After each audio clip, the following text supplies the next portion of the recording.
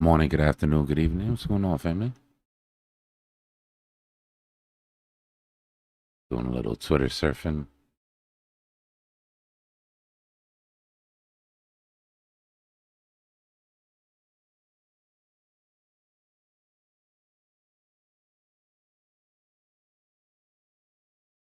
Could be.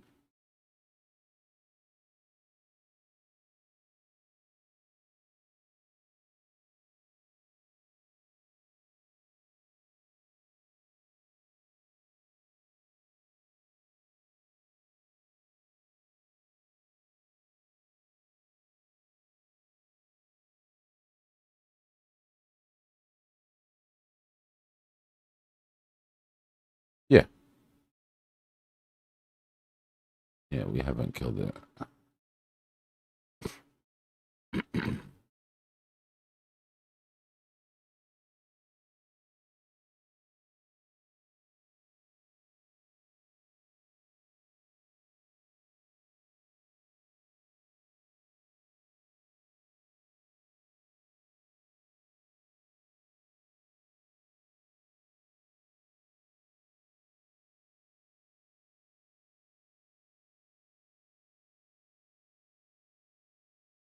What is this? Give me a second.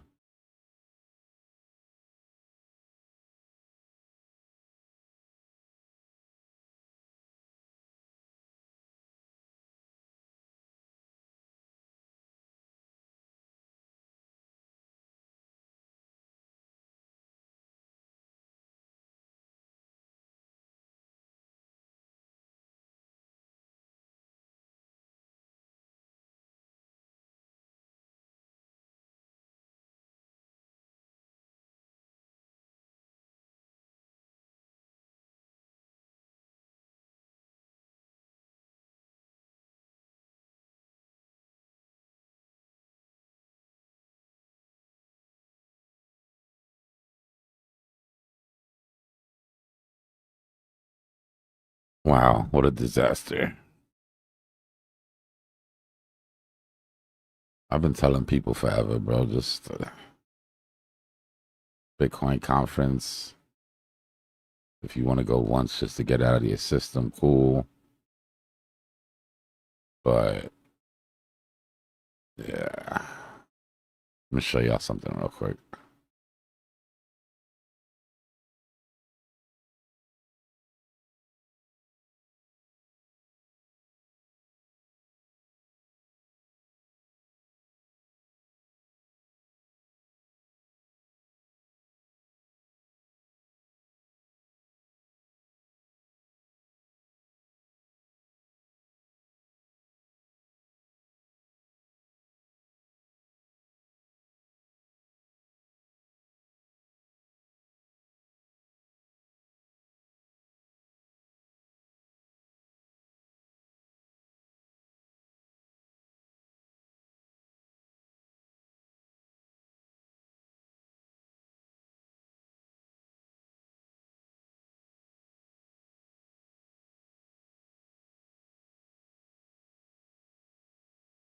Mm.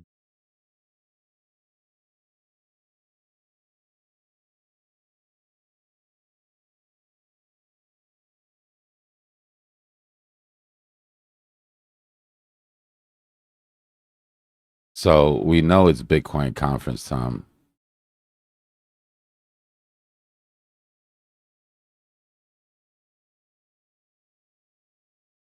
The main problem with the main problem with the conference is that typically after the conference,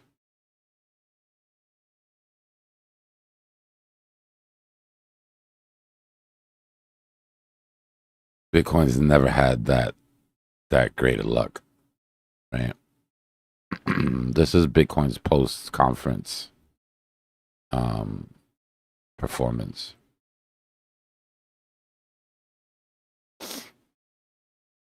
Typically somewhere around a 30% drop after the Bitcoin conference. Don't ask me why. That's just the way it's worked so far. But There's a couple things I want to point out about this conference that were kind of interesting.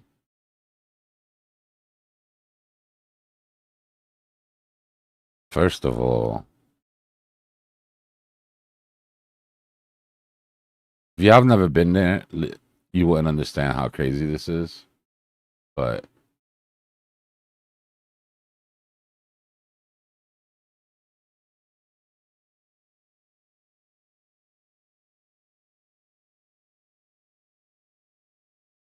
look at how dead this is.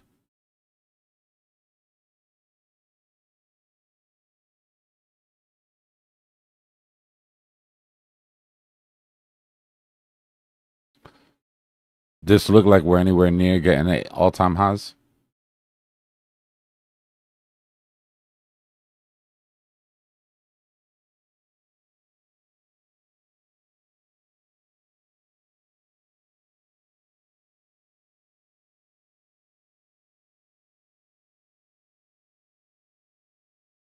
Usually you can't walk through this place.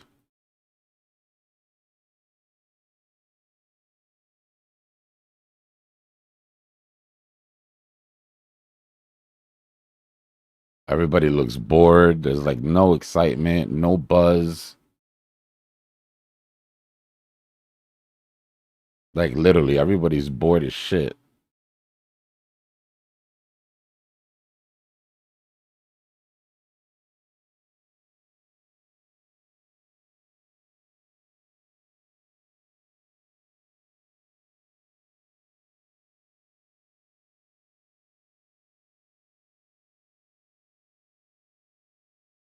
Look at the main stage. Law enforcement, you're not just prosecutors, although obviously hold current roles of that. Look at how empty this shit is.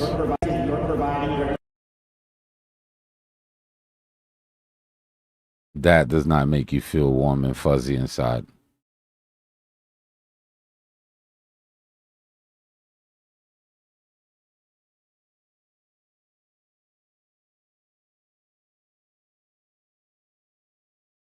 Yeah, it's right now. Happening now. No politicians. A lot of the none of the OGs showed up. You know, the OGs that are always there. Shit is just dead. Then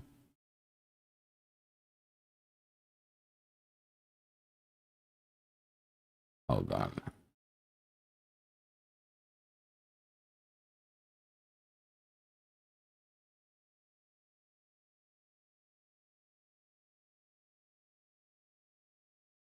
What at least I consider to be the nail in the coffin for this specific.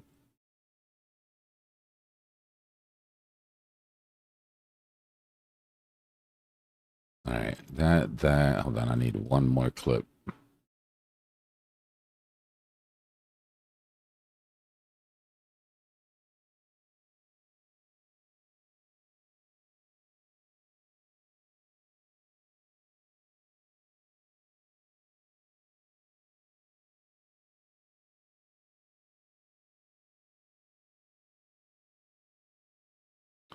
All right. So let's do this in proper order. Everybody remembers this. Right? There's no second best. Which one's the best crypto asset? Well, Bitcoin's the best crypto asset. Okay. What's the second best? There is no second best. There's no second best crypto asset. There's a crypto asset. It's called Bitcoin, right? There's no second best, okay? But take all your money, buy Bitcoin, then take all your time, figure out how to borrow more money to buy more Bitcoin, then take all your time and figure out what you can sell to buy Bitcoin. And if you absolutely love the thing that you don't want to sell it, go mortgage your house and buy Bitcoin with it. And if you've got a business that you love because your family works for the business, it's in your family for 30. Which one's the best crypto asset? Well, Bitcoin's the best crypto asset. Okay. What's the second best? All right, so how we go from that to this? Common demand for Bitcoin. The Bitcoin community hasn't had a lot in common with the crypto community for the past few years, but now the interests are crossing. and tokenizing stable coins and staking them to generate yield using digital credit that drives demand for Bitcoin means that the Solana ecosystem, the Ethereum ecosystem, the DeFi ecosystem, every protocol, the DeFi ecosystem, the Ethereum ecosystem, the Ethereum ecosystem, the Solana ecosystem, the Ethereum ecosystem, the Solana ecosystem, the Ethereum ecosystem. Excuse me? Since when? I can't let your previous comment go unchallenged. I'm showing you how to build a 100-story building using steel, which is Bitcoin, a digital scarcity. To equate Ethereum and Solana to Bitcoin is like equating balsa wood and clay bricks. To coin a digital scarcity, to equate Ethereum and Solana to Bitcoin is like equating balsa wood and clay bricks. To scarcity, to equate Ethereum and Solana to Bitcoin is like equating balsa wood and clay bricks to steel. And yeah, you can also lever them, but the DeFi ecosystem, Bitcoin, means that the Solana ecosystem, the Ethereum ecosystem, the DeFi ecosystem. Yeah. Exactly how I felt this morning.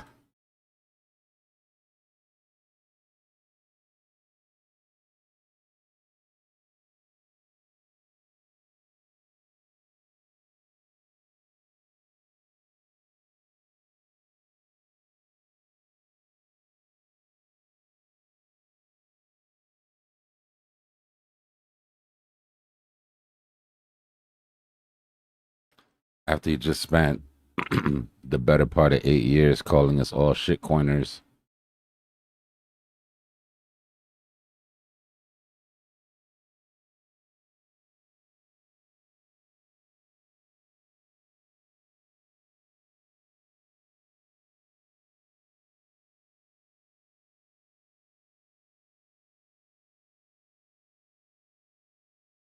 There is no second best. Well, maybe.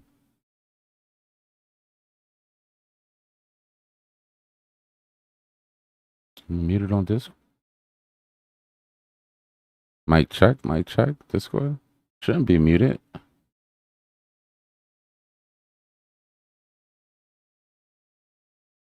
I can hear you on Discord, but I have your screen open, so.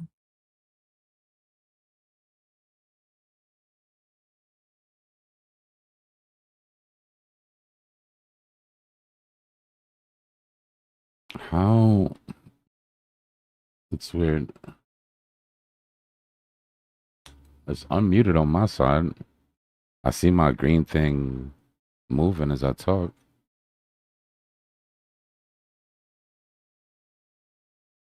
Hold on. But you hear this duck?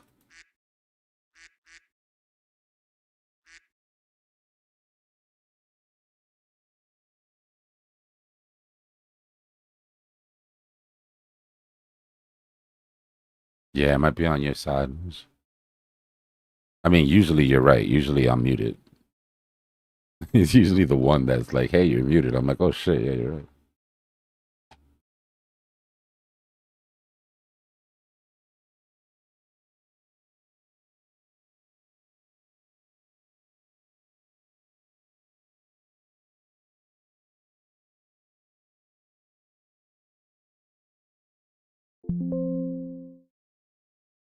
I just thought it was interesting that the conference was so dead and Michael Saylor of all people,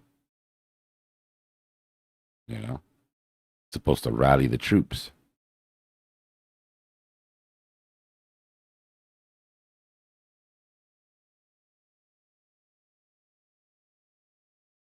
You hear me now, bro?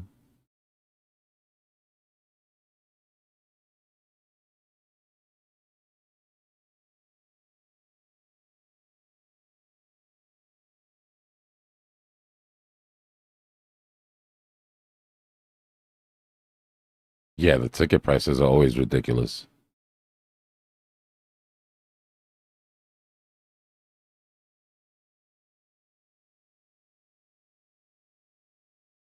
There's zero reason, in my opinion, to go to the Bitcoin conference if you don't have a project.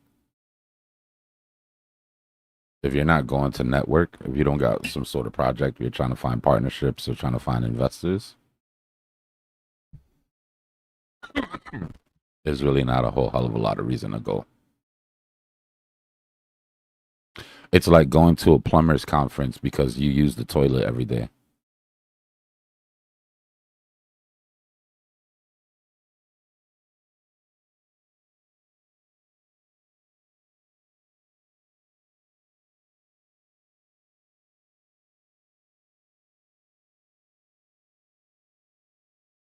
But the ones in Miami did slap. I don't know why they moved it. Oh, the after parties at the plumbers conference has got to be lit. I'm saying, but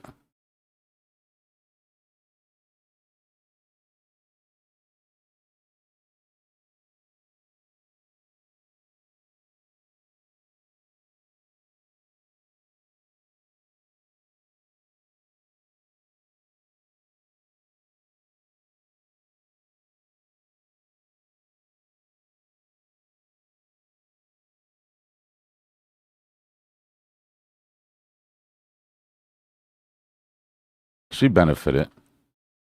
They just covered for her. She definitely didn't benefit as much as everybody else. There was a time where celebrities were being approached to do meme coins by whole teams, and they literally were like you don't have to do shit. You just show the project, put it on your social. But they did do her dirty because after Kim Kardashian got sued for what was it, Ethereum Max, right? American celebrities wouldn't touch crypto after that. She was the first American celebrity after Kim Kardashian got sued that anybody managed to talk into actually dropping a coin. If you remember before that, after Kim got sued, it was Andrew Tate, not American. Um, Iggy Azalea, not American. Right? The American celebrities sort of backed off. They were like, if the Golden Girl can get sued, the rest of us are screwed, right? Yeah, no chance.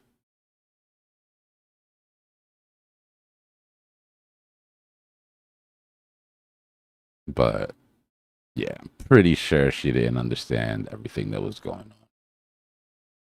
Doesn't seem like the brightest bulb in the pantry.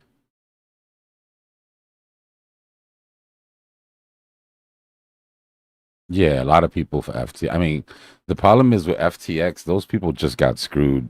Like they screwed themselves.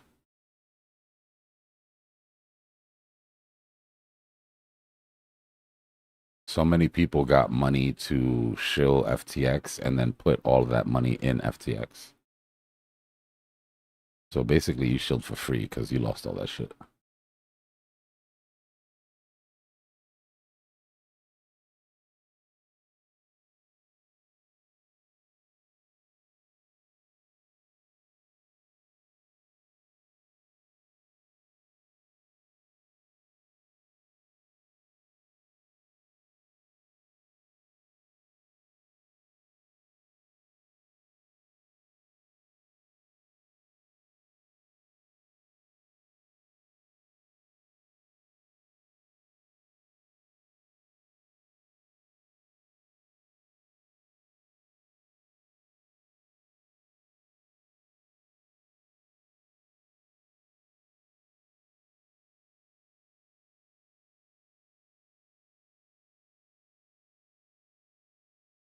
They sure walked this thing up, didn't they?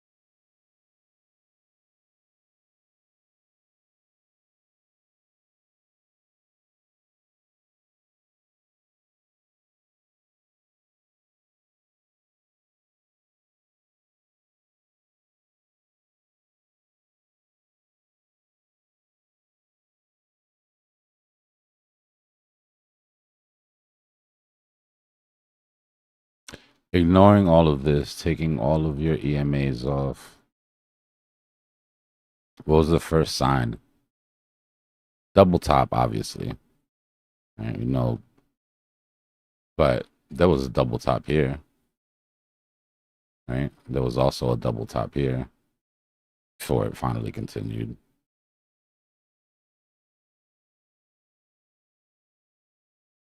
So why did this double top show weakness versus the others?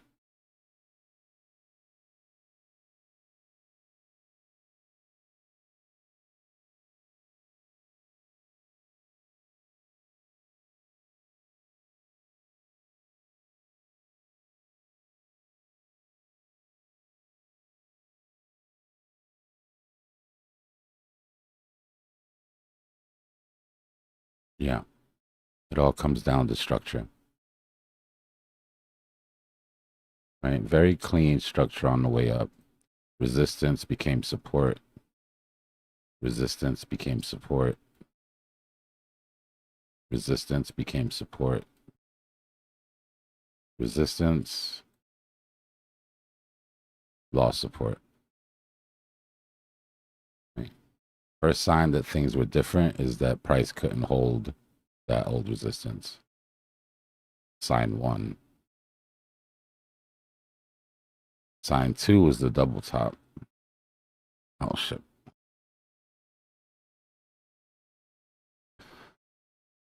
I ran my mouse dry again.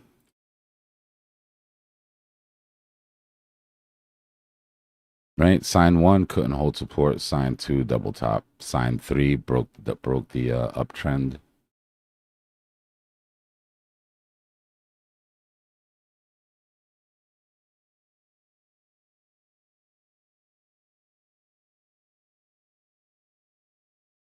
Well, we need a retest of the bear flag. We haven't had that yet. Or of the bullish channel, or the bear, yeah, of the bearish channel. Which is why I thought we could come up and retest that high. Or that lower high there. Give me a second. It's got to come back to life.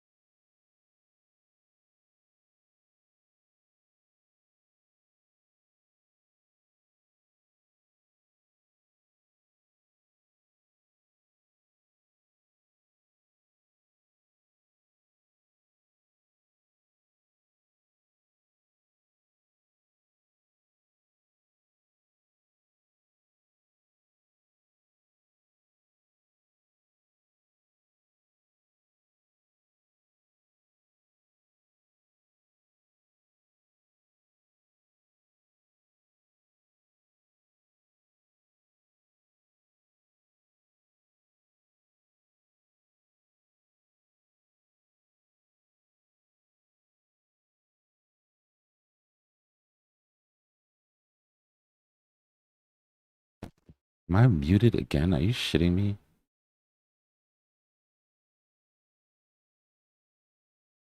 All right, let's rewind that. I'm bad, y'all.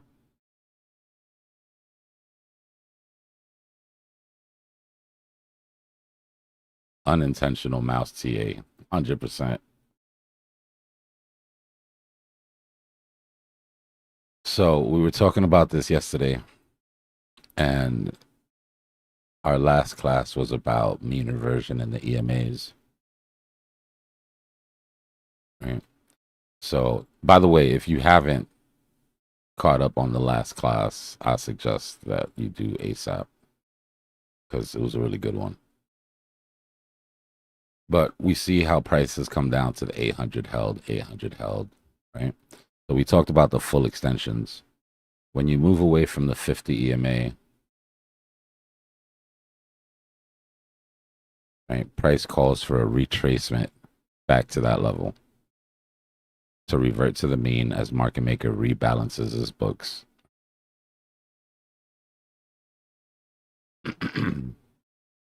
You can't stay fanned out like this forever, right? 50 will hold, but eventually you'll get weakness and you'll correct, right? Small correction back to the 50. I mean, back to the 200. Now remember, the 200 is the 50 on the hourly, right? So sometimes when you return to the 200, it's because you're getting a retracement to the 50 on a larger time frame. So how do you know, right? How do you know that price is likely to stop at the 800 or stop at the 200? Like here, you come down, you get a full extension, right? As soon as you get that full extension, price resets and you get that expansion into the next move. But how do we know that this is going to hold? Right? Well, you look at the volume, just like we do in our type 2 entries. See how your volume starts increasing as you get to that 800? Right? That lets you know that buyers are stepping in or market makers stepping in. Now, if you go to the 5,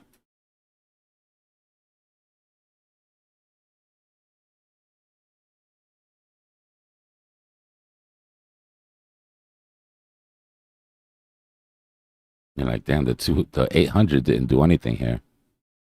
Right? I thought this is the final boundary. Well, if you look,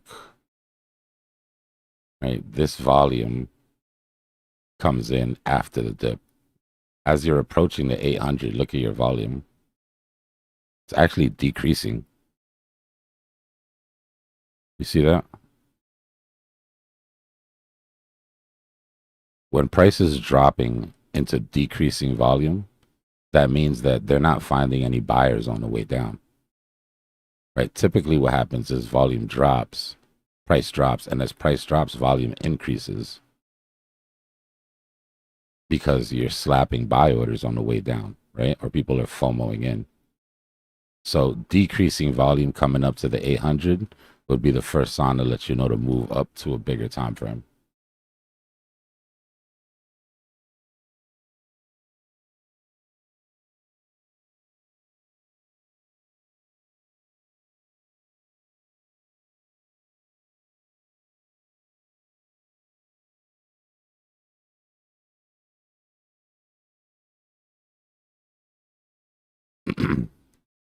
When you lose your 800, you lose your 200, you lose your 50, right? When you're in free fall underneath all of that, that's when snipers step in,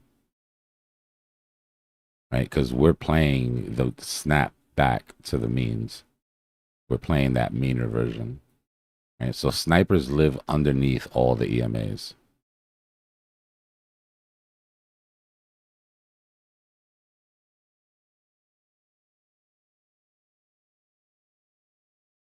So again, how do we know that this 800 was going to hold?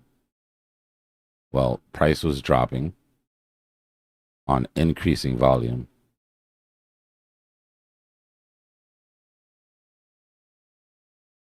Right? And then once you get that clean hit, then you're like, okay, this is a functional time chart, right? This is the time chart where market makers playing the game. And from there, it sort of becomes easy, right? We remember class, you drop the 50, you accumulate at the 200 for a while, right? If that doesn't hold, you know where you're going. If volume picks up, it's a go, right? If volume comes down to the 200 and it starts to pick up, then you know it's going to hold, right? You know the run isn't done. So when do you start looking for the weakness? Right? Well, you start looking for the weakness on your accounts. That's when you start looking at the expansion. Right? So we'll go back and we'll look at our count.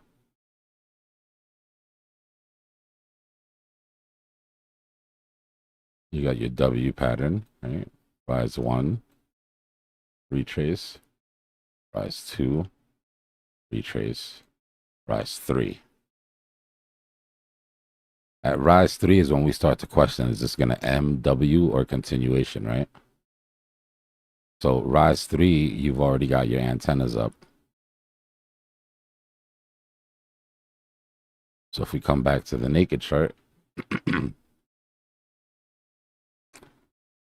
after rise 3 was the last couple times that you held that 800. Had that rise 3, went into a W instead of an M, and then double topped. Right? So starting from this point right here, your antenna should be up to look for weakness. Doesn't mean automatically leave, because we know that you can have continuations, right? But it should have made you start to think. And like I said, that proper time frame is different for everything.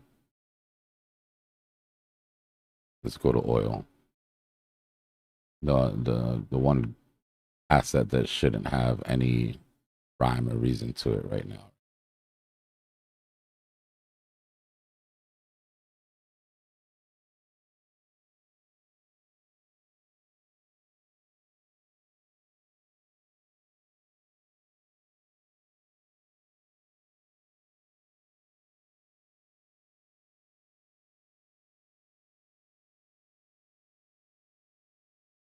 W pattern, rise 1, rise 2,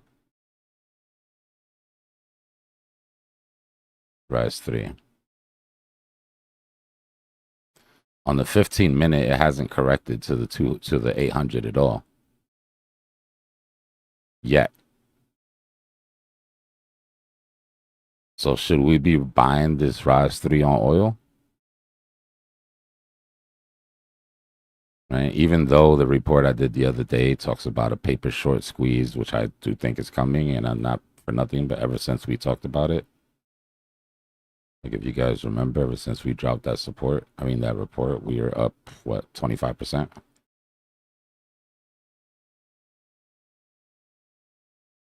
But does that mean you buy a rise 3? Right? This play right now is active for people who are already in the trade. If you're not in the trade, you've got to wait for setups. And the setup you'd be waiting for, in my opinion, is a drop back down to that 800.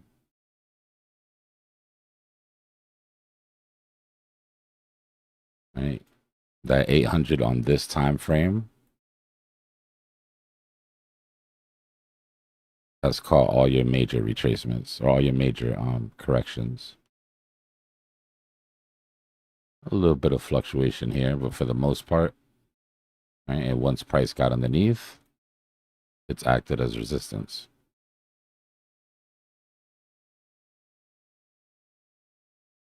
This wasn't cherry picked. That just literally went to the first coin that wasn't Bitcoin.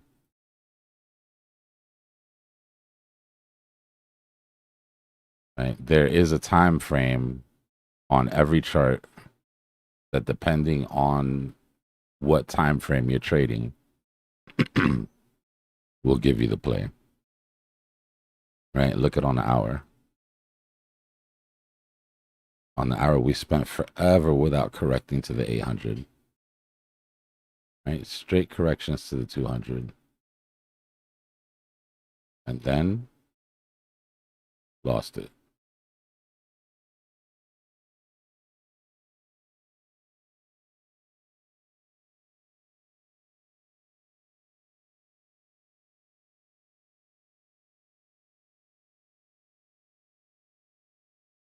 Everything I'm looking at is showing corrections back to the 800 for the most part.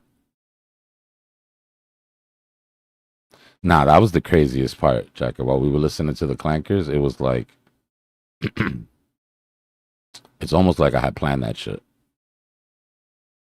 I literally couldn't have planned it any better. Definitely worth a rewatch.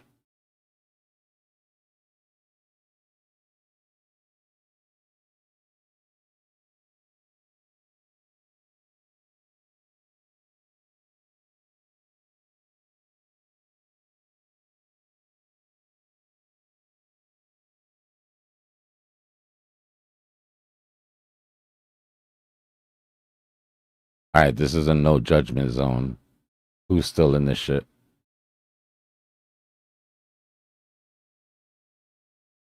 We listen, but we don't judge.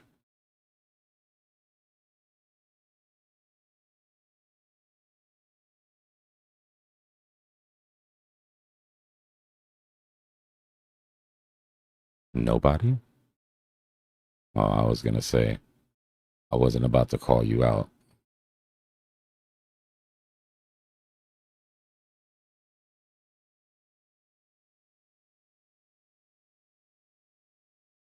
It's Trador.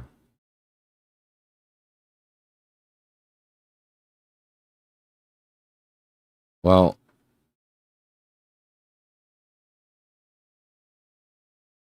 I won't say that I don't understand why. I've often said that there's no such thing as a bad project, just a bad price. And I do stand by that, right? Like everything is buyable at the right price.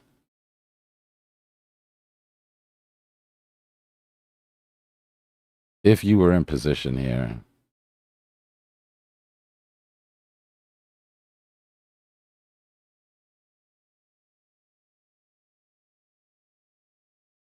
and you had stops, like literally underneath the bottom of support.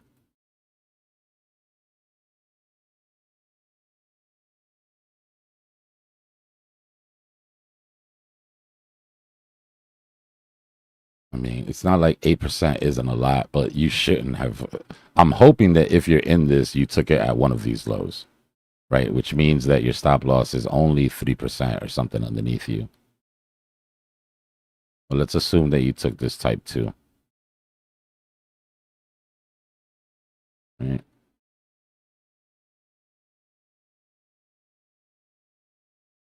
Give me a second. We'll do this right.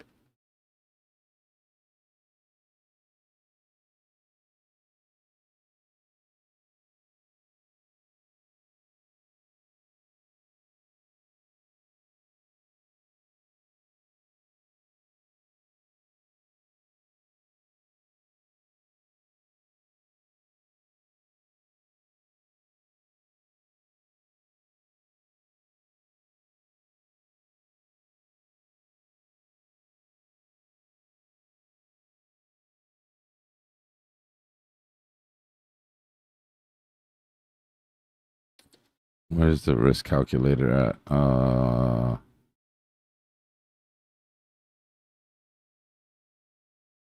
right. Let's say your entry price was. Oh, wait, we're on. Let me get off of. Give me a second.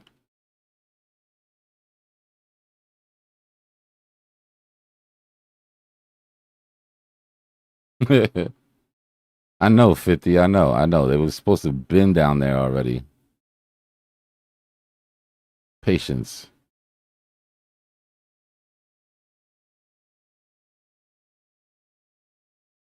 So let me pull that same support.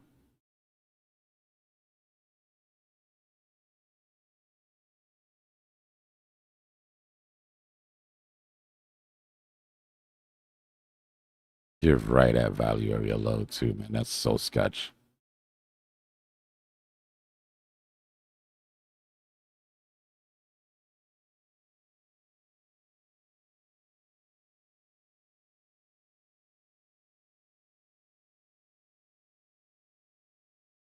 And this is a way bigger range than on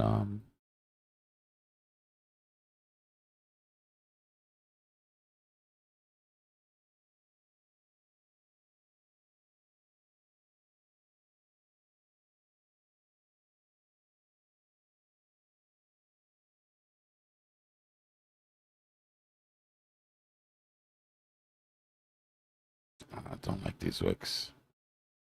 Gotta include these wicks. This trade's getting worse and worse by the minute, by the way.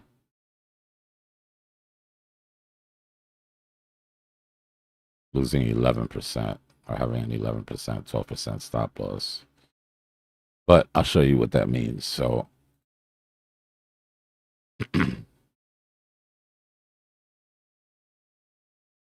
proper sizing.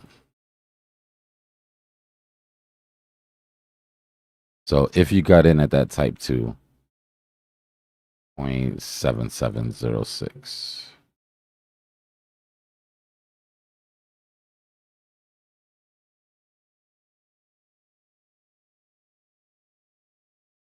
And your stop was at 0.674667.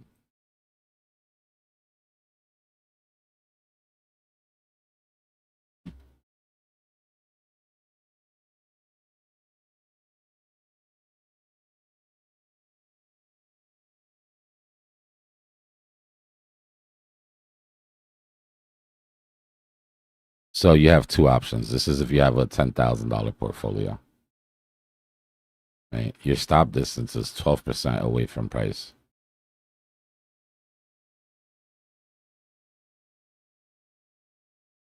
That means your total position size on spot can't be more than $800.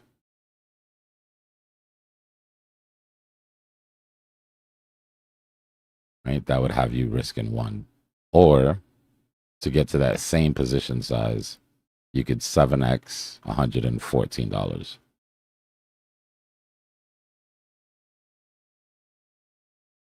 Anything past that, you're taking too much risk.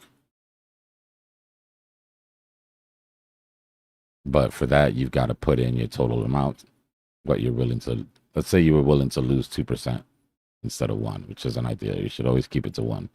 But if you're willing to lose 2%, then you can put in 16. Right? Or you would 7x 229.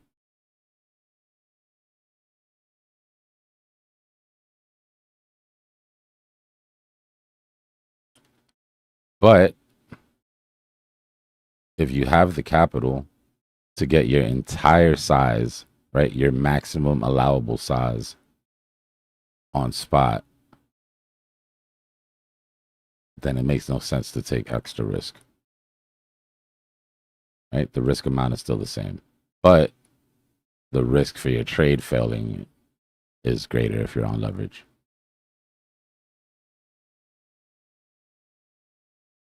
Now, what's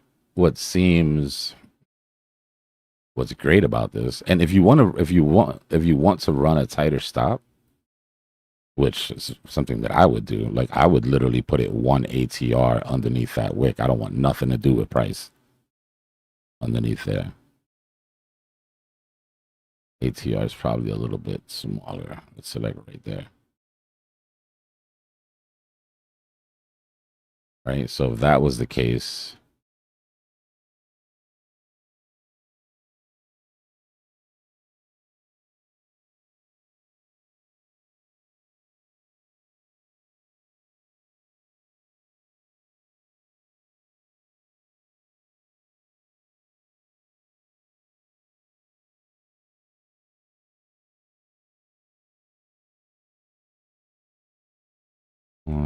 what are we at? 7258.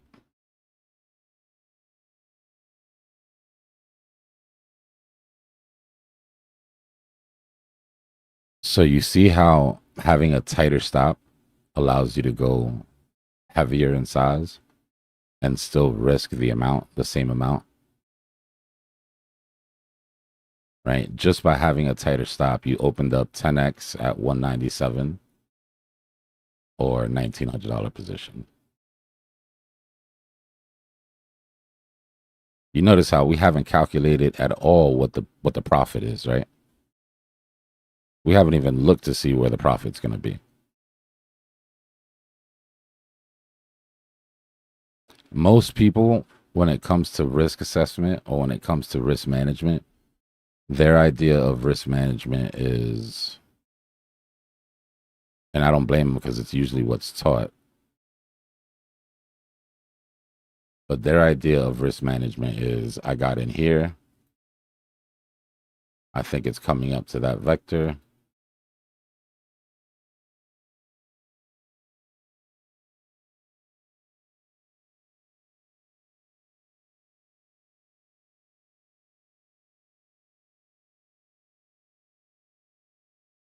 My stop loss is right here.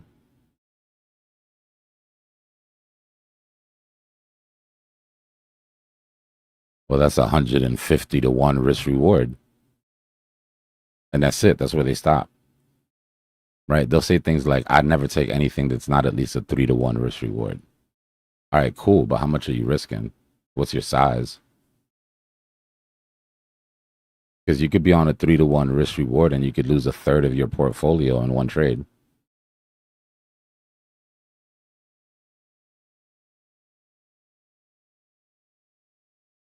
It's all about sizing.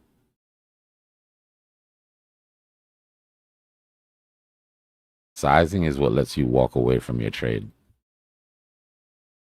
Go make a burger. Go to the gym without stressing.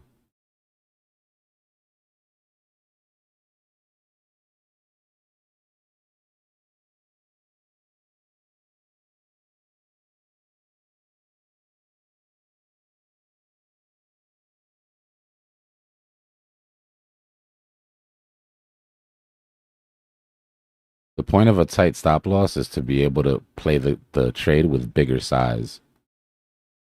Right? The tighter your stop loss, the bigger your position could be. Because the total loss on your position when you hit that stop loss is going to be less. Right? It's not about what you put in the trade that makes it risky. It's about how much you're willing to risk of that money that you put in the trade. Right? I could go full port $1 million into a trade and only risk 1%. And have somebody else that went $500 into that trade and is risking half of their portfolio. You know what I mean? There's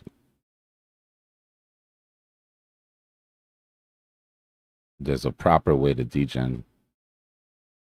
Yeah, unless your stop loss doesn't trigger, of course, which is why you don't ever full port. Right? Because you can't avoid a 10-10. So the only way that you can truly avoid a 10-10 is by not risking, not putting a large amount of your portfolio of risk at the same time.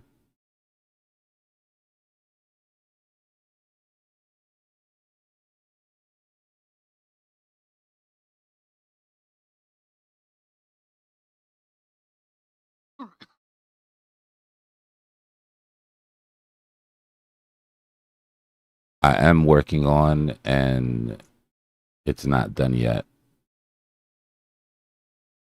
but I am working on a derivatives course.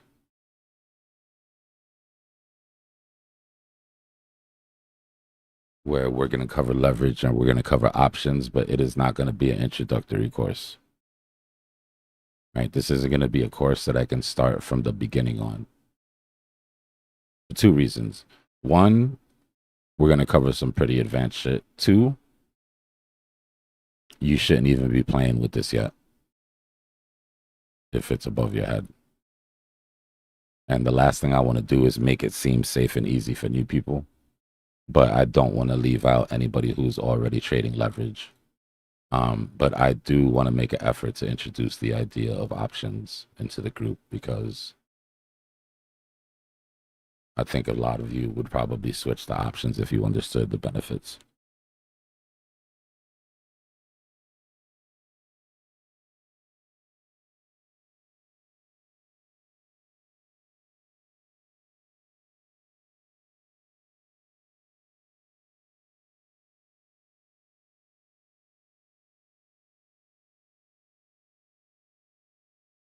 You know what they say, Mick? The best way to become, the fastest way to become a millionaire in crypto is to start with $1 billion.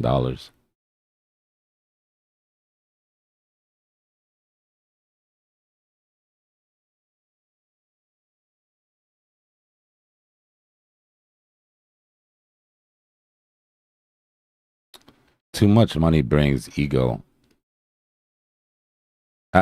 I personally haven't seen a lot of people come into this industry that already have money, unless they just decided to invest, right? Unless they just decided to, I'm just going to take this money and buy Bitcoin and not do shit, right? I haven't seen anybody come in here with a large amount of money to play the game that hasn't gotten wrecked. And the problem is that you have the tools to wreck yourself before you have the tools to profit. You know what I mean? like you can do a lot of damage to yourself when you come in with that much money really quickly.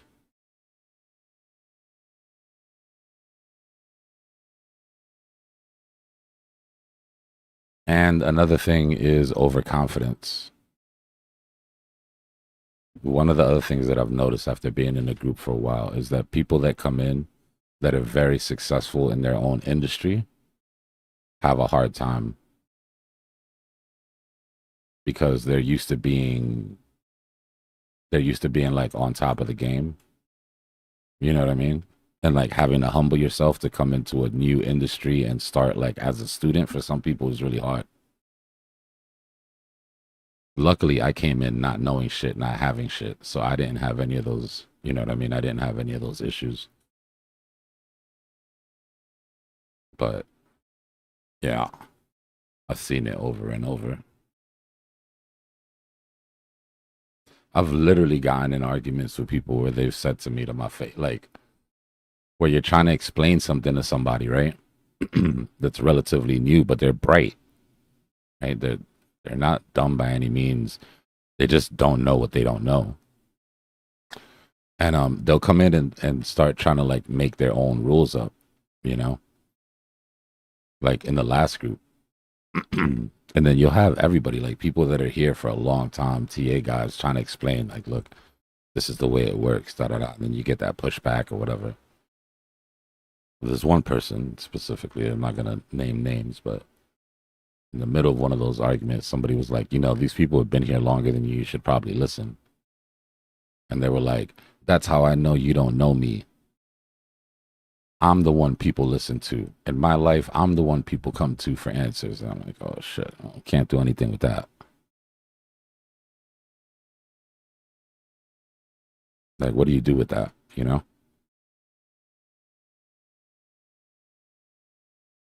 A lot of people's biggest problems when it comes to trading is psychological, bro. A lot of your hang-ups, a lot of, you know what I mean, the shit that you bring into it from the outside world. I'm not gonna lie, I used to be that guy too, bro. I used to be that guy too. You can't tell me shit.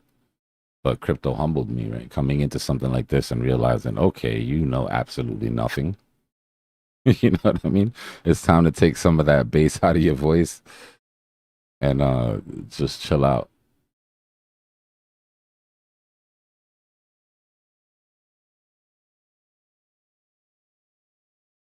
Yeah, I mean, there is a certain percent there. What that shows is that there is a certain, you have to have a certain dollar amount, right? You can't come in and trade with $100 and risk $10 every time. But the one thing that I can tell you is that that will help you keep your money, right? If you've got a small amount of money and you're taking these small trades and it feels like you're not getting anywhere, you've just got to remember compounding and also remember that you're learning, right? Which means that you not having a large amount of money means that you can't really wreck yourself too bad. But you have to protect that $1,000 like if it was $100,000. In my opinion, even stronger. Like you have to protect it even more because you have less of it. But you 1,000% need to find money on the outside and bring it in. Right? You need to find some way to you need to find some way to get some income coming in, multiple streams if possible. And that doesn't always mean getting another job. Sometimes that means looking at the shit in your life that you're wasting money on and tightening that belt. I can't tell you how many years I was on ramen.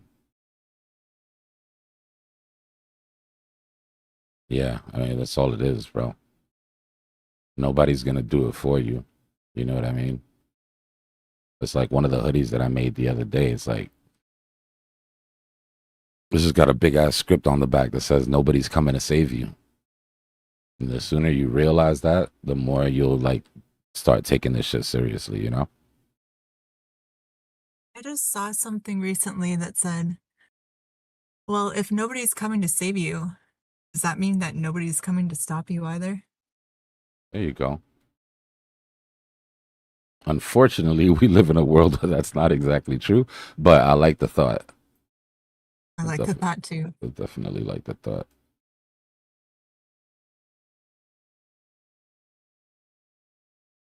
Life changed for me. There's two specific moments, like psychologically, right, where things changed for me because my psychology was horrible. You know? Like where I was from, all the bad decisions that I made were rewarded. All the good decisions that I made were sort of ridiculed. It's just, you know, sometimes we come from certain environments that, so everything was always like negative for me. Like I was somebody that if I went out, I could always find somebody to want to fight. There was always somebody staring at me. There was always somebody murmuring about me. There was always somebody, you know, like if people laughed behind me, they were laughing about me. It's just really like super, super, super negative. Really easy to find shit wrong. Really like, you know what? This is a good time. Let me see if I can find this. What snapped me out was this little Indian kid.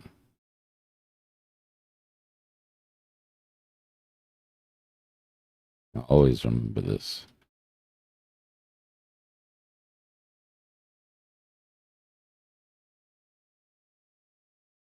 Let me see if I can find it. Oh shit, it popped right up. All right, take a quick listen to this. It might not mean anything to you, but it did to me.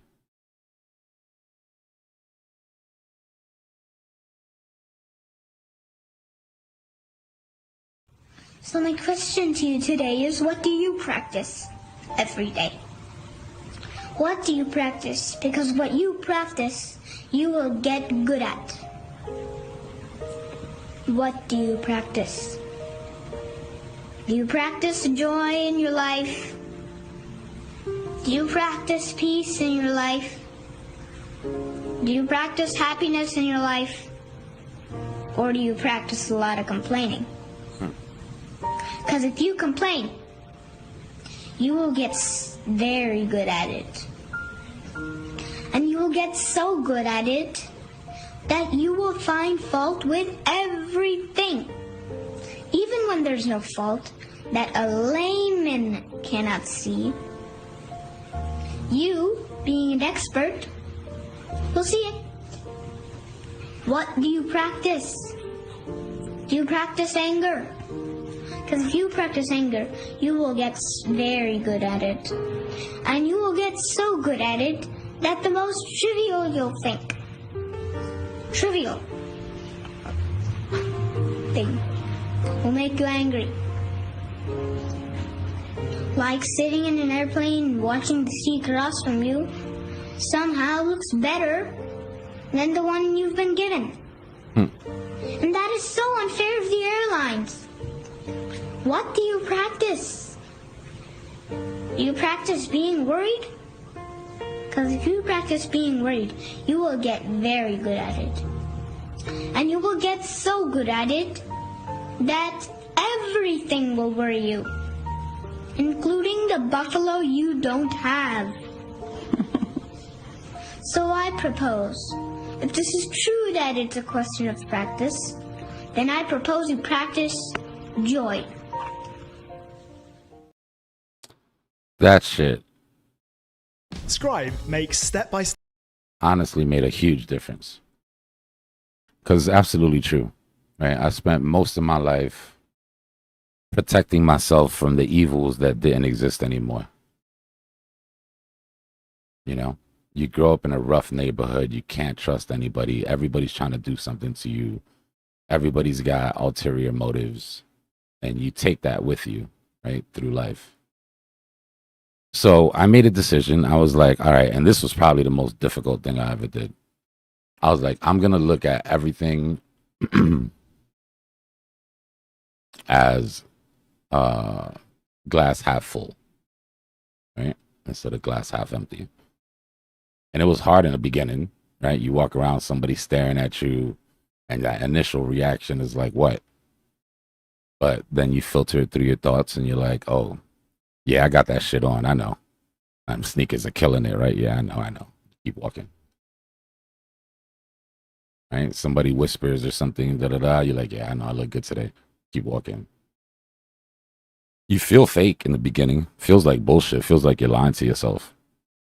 And then something weird happens where your brain just sort of flips.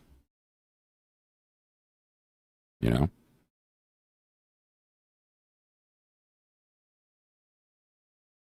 And then you realize that everything really isn't as shitty as it seems.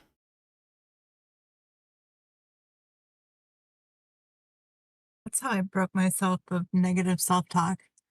Is every time I had negative self-talk, I said something positive about myself, and at first it sounded fake, like it would never work, but eventually, without even realizing it, I noticed that the negative thoughts were gone and they were replaced with the positive thoughts. And then I started becoming my friend, which is amazing to be your own friend. Yeah. But all of that really applies to trading, right? Because it's just about perspective.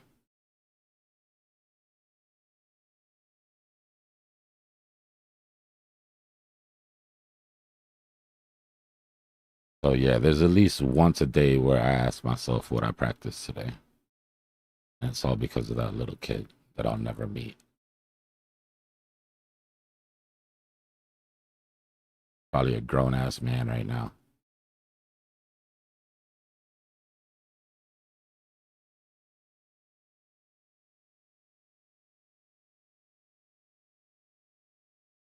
Yeah, psychological high, bear flag, retest is Yo, what I'm Dbloc, looking I for have here. a question.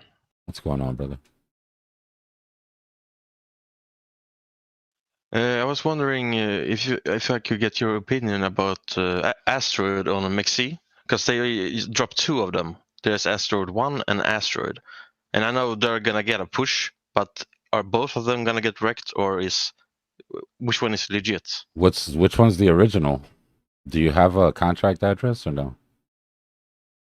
Because they had Asteroid, and now they dropped Asteroid 1. So the original Asteroid would be, but is it the same team? Like, did they fork into a new project, or is it two different teams? Are there two different Twitters? This is what you want to do. Bro, I really don't know. I'm really confused. When you get into these projects, the first thing, and I hate to say this because I mean it's 2026 and this shouldn't be the way things work, but the first thing you want to do is go to Twitter. You said Asteroid. Yeah. You know Asteroid. That girl made a special mascot for SpaceX. Oh, okay. Yeah, this girl here. Yeah, and Elon answered on the question that he's gonna make it official. Yeah. Is this the right one? Because she's got very low. It's the girl, right? No, I don't think that's the one. But this isn't. It's This can't her be the mother one. is running it right now because sadly the girl passed away. Yeah, me Asteroid.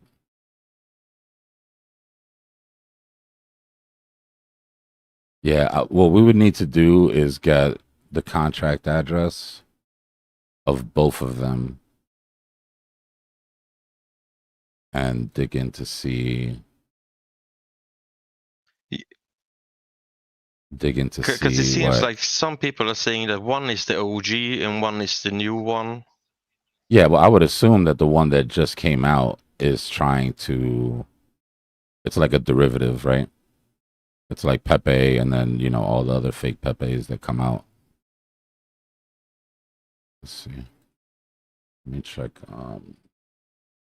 And it's not just watch. You want to see something even worse than that. Look at this. Let's go to Deck Screener.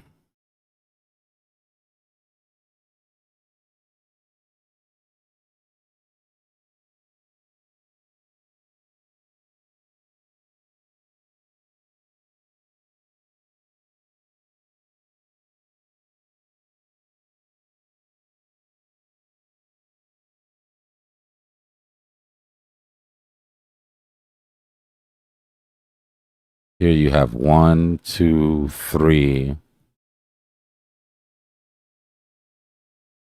There's 3 different ones.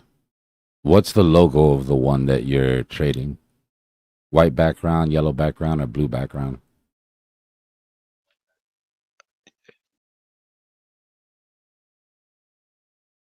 It's yellow. About $5 million market cap, roughly. And white. I have I both have the yellow and the white. Okay, so one's at 005 and the other one's at like 003, roughly.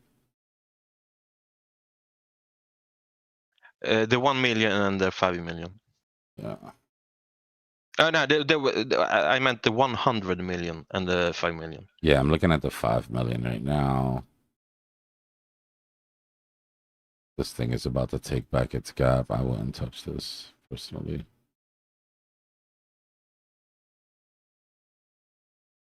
That's the new one. I think that's the fake one. Nah, this for sure is the fake one. I could tell you that just by looking at it.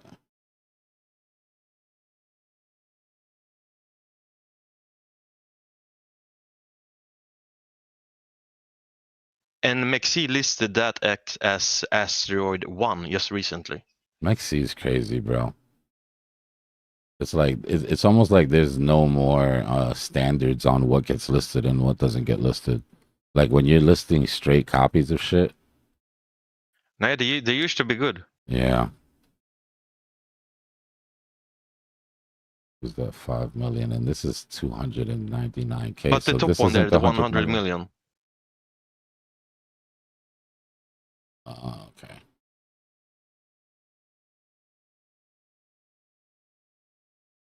That's the right one, I believe. Yeah, this looks like the right one. Well, wave 1, wave 2. We have some interesting consolidation up here. Definitely looks better than the other one. Yeah. And if Elon is gonna announce it on some SpaceX forum or something, it might pop. Yeah, I'm not mad at that. It's got a nice little narrative on it. Hearts and minds, right? A little tug on the heartstrings. And there's rumors that Binance is gonna list it soon.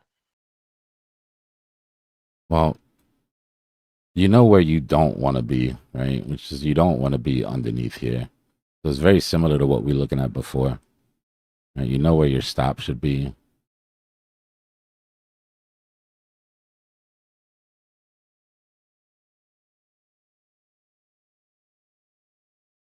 I wouldn't want to be anywhere underneath that at all.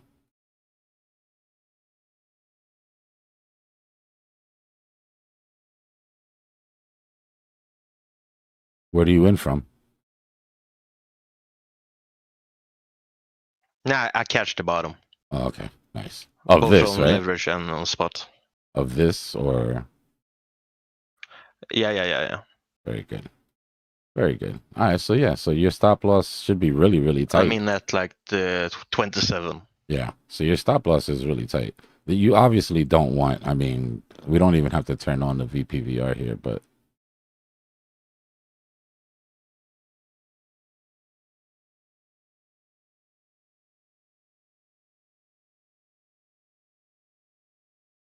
And the thing is, I've been really greedy because if Elon's gonna tweet something, I just want it. But I've been plus like 300-400%, but it didn't. I just didn't cash out. It's not good. Just remember compounding, right? Even if you're interested in a coin, it's always better to have more of that.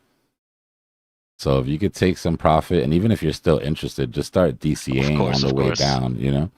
All right. So yeah, I mean, look at this gap on the VPVR. If you break.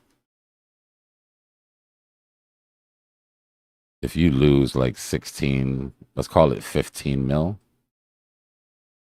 then you're going to get sucked into this vacuum. But if price can get above 136, they have a really good support there above. Yeah, I mean, it looks good. That's what I'm saying. It looks like it's going to hold. You just don't want to lose that because there's really absolutely nothing underneath you. But if you can get above 136, then you can start breathing a little bit lighter. But just remember, you know, that I know the narrative is good, but try not to ignore the bearishness if it plays, because this M pattern, breaking that doesn't just bring you into this gap, but it also is going to make this viable for a lot of people. Really, my first question was, do you think both of them are gonna pop? No. Or do you think the fake one is just gonna drop? I think the fake one will get wrecked the second that this pops. The second that, if Elon does come out and say something about it, he'll make sure that people understand which coin it is. And anything that's not official is going to get destroyed, in my opinion. I mean, already, look, it's already to the point where the original is holding. Right? But this is showing severe weakness, right? Like the original is still up here, holding that range.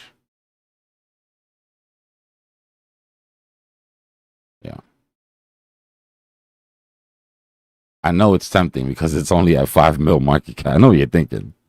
You're like, shit. Yeah, and the FOMO. People foaming on the wrong one. If I could run that 5 up to like 15, shit. But yeah, just be careful. I mean, that would lay under one of my like more risky small. Exactly. I was just about to say that would be under one of those like lottery tickets. Let me just put a little something just in case I'm right about this, but keep your risk to a minimum.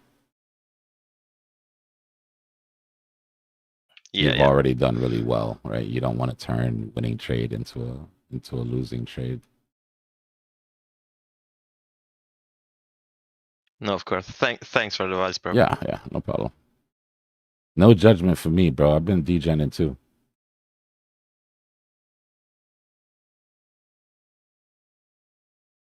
Well, we all got that greedy brain.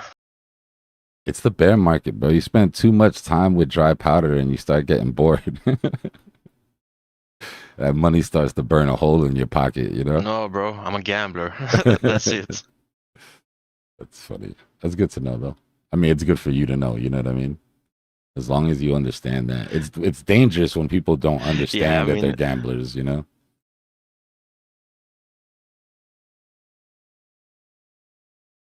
Wasting money and winning money, the best thing to do.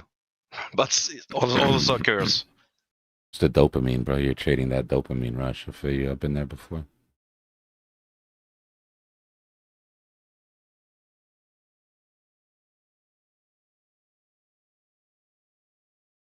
But what do you feel about Bitcoin right now?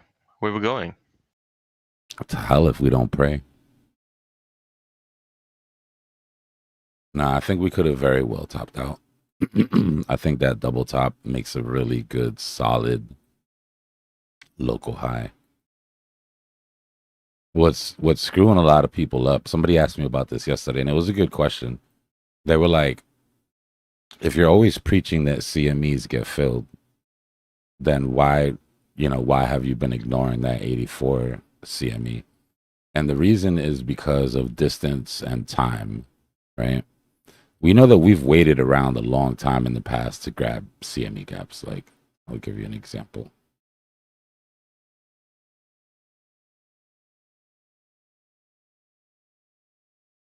This is probably the longest I've ever waited for a CME to close.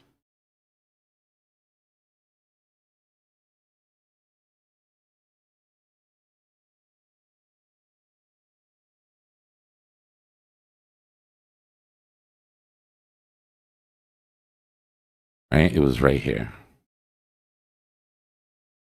We had a move up.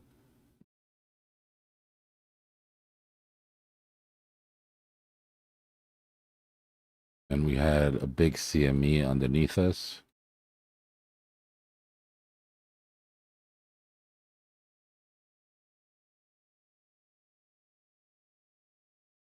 This was a daily gap, but it was huge.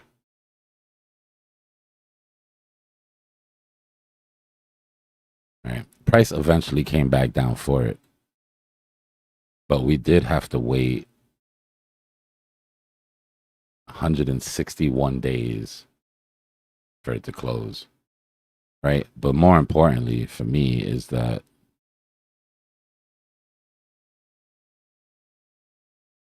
Dun, dun, dun.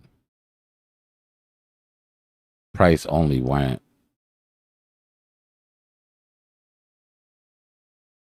like 30%. So 30% away, 161 days.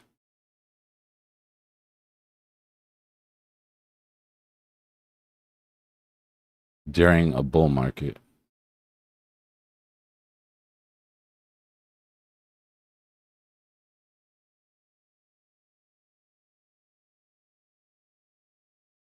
So if it was less, right, then why not be bullish on it? And it's because of timing. Like if we lived in a vacuum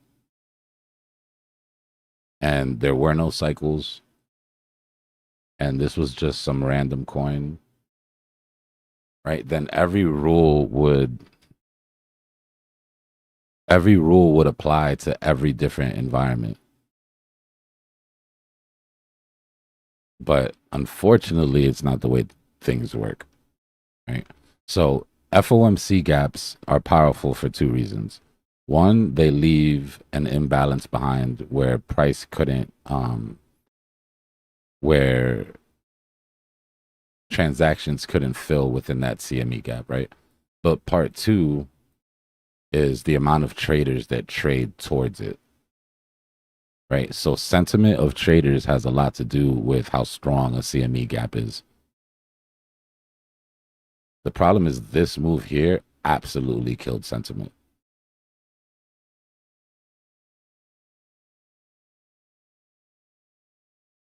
The CME that we were looking at was completely different.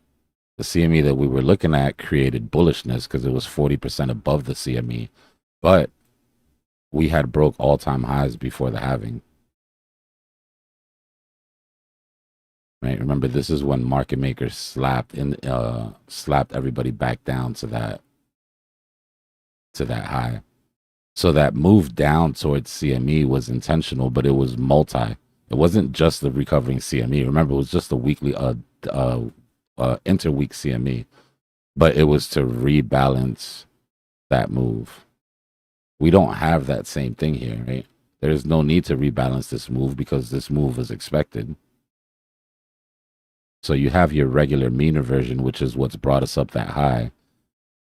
But for me, like I said it when we were way down here, I said, if we take that 84 CME gap, it won't be because of the CME gap, right? It'll be because we had mean reversion back to the 50.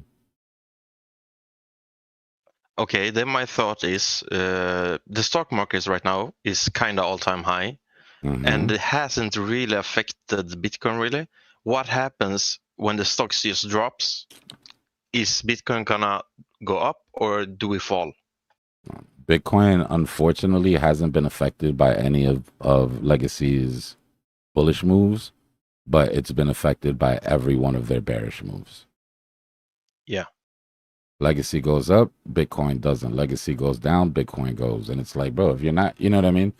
So, but what is interesting is what I want to show you here, which is where everything is sitting at the moment.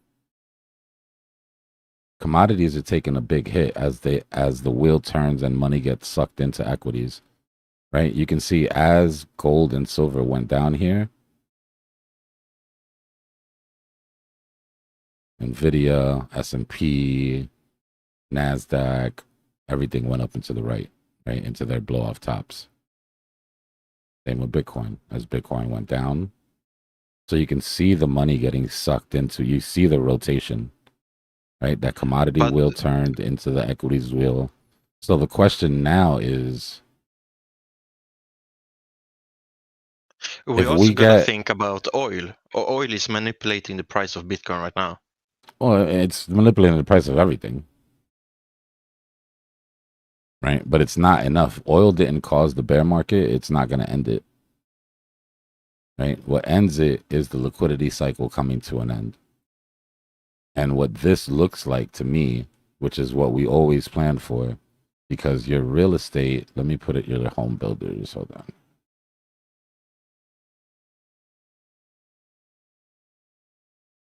Home builders ETF, where are you?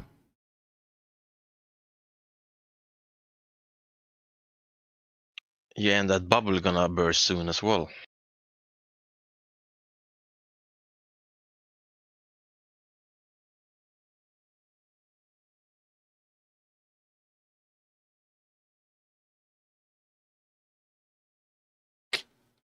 You shitting me? Where is... This is just the hourly that we're looking at right now.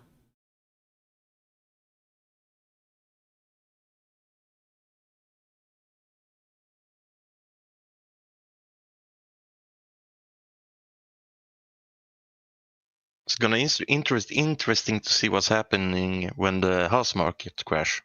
Yep. Yep, that's the final wheel left to turn.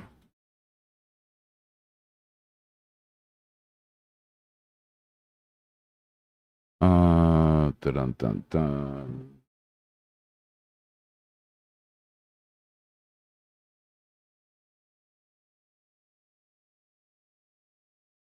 Give me 1 second.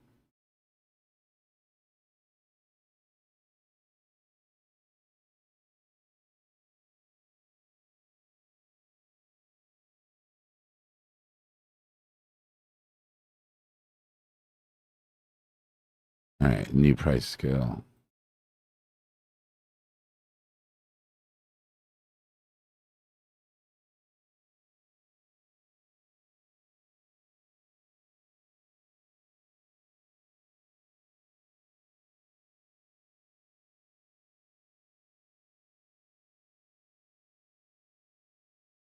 So look at home builders.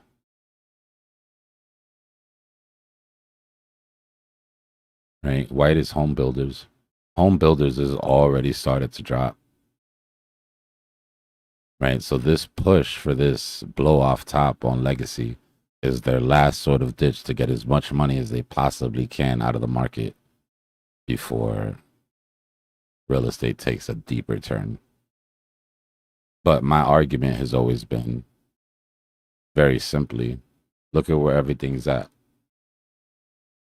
If you had to choose right now where to put your $1 billion,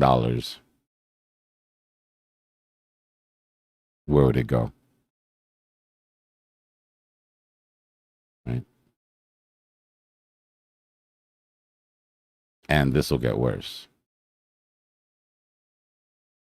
Look at it on the daily.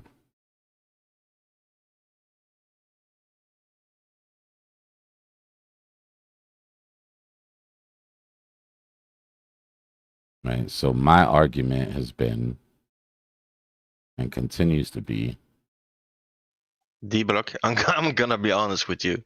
To me, there's just a lot of shit on a screen. well, I'll explain it to you. To me, as Bitcoin comes down to its lows, as equities come down, real estate takes 4 years, which means real estate doesn't find its lows until about here. Right? This is our bear market bottom. We're going to hit bear market bottom, in my opinion, before equities do. Yeah. Which means that money should roll into Bitcoin because this still has 2 years left to drop. Equities haven't gotten to their bottom. And in my opinion, metals have already continued to supercycle. So this is too high to buy. This isn't low enough to buy. And this is too early to buy. So what does that mean for Bitcoin? Bitcoin gonna take over the markets. Now, Bitcoin's 4-year cycle does this and tops out right at the same time that real estate is at its cheapest. What does that mean for anybody who has Bitcoin? Right? It means you finally get to buy that piece of the earth that you've been looking at, or the investment property, or whatever. So the timing of this is very important because what never happens is what's happening now. Right? You think this looks confusing. No, I got you. No, If look, you think smart right now, in 10 show years, you have a bright future. Yeah. Let me show you something.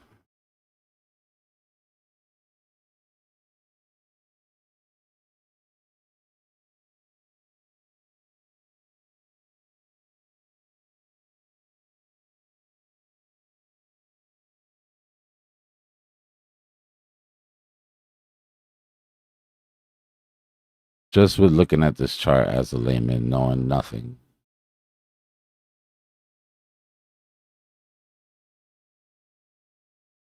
What stands out?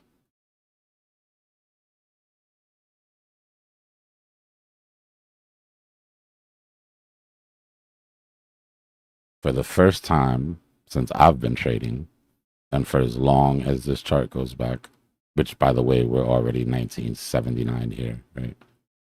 Yeah, shit. But for the most time, right, commodities go up. I mean, equities go up, and commodities are at their lows. So those people that sell stocks get to buy commodities. And then commodities peak while equities are low.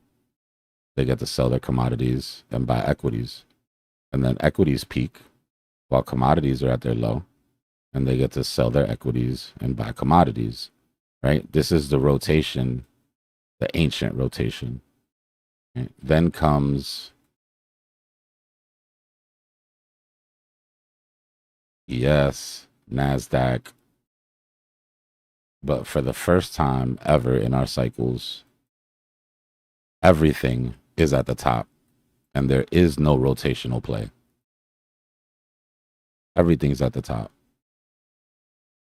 Here, the rotational play was Bitcoin, metals, when we were at the bottom, right? Took it, rode it up, but now what? Because everything is peaked, and literally the only thing hanging out at the bottom is us. So if that doesn't get you excited for what that rotation is going to look like at the bottom of the bear, then I don't know.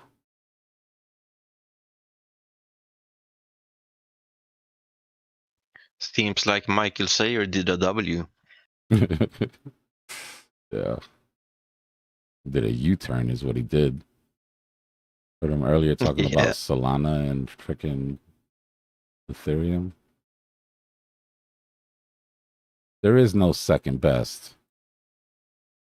Well, maybe.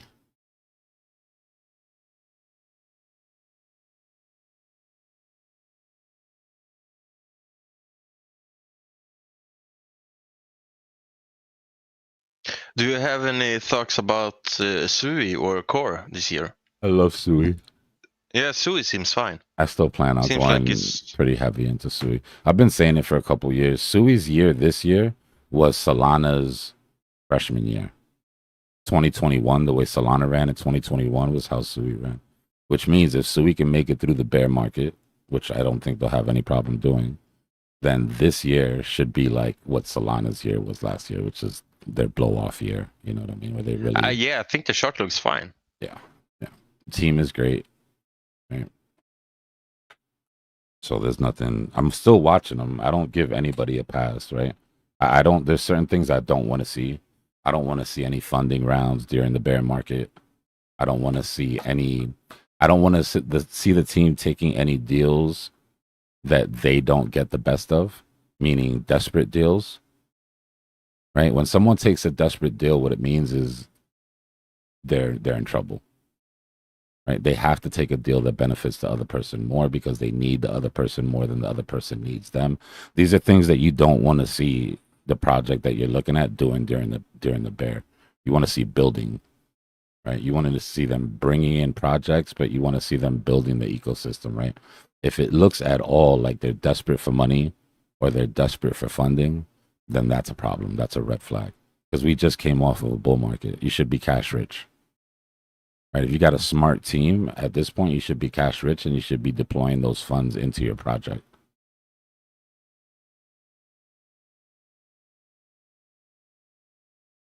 Buffett is sidelined. Buffett's sidelined with his entire bag almost right now. But you got to understand why, right? Like everything that he actually plays with is topped. Buffett doesn't have in his mind the option of rotating into Bitcoin. You know what I mean? Like that's not even in the playbook for him.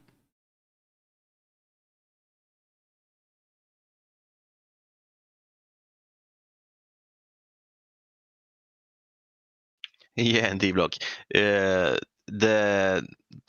The trapped or what is called, and the other one, they both must be scams, right? They did the exact same thing. Mm-hmm. Trador. The Rave and the Trador, exact same thing.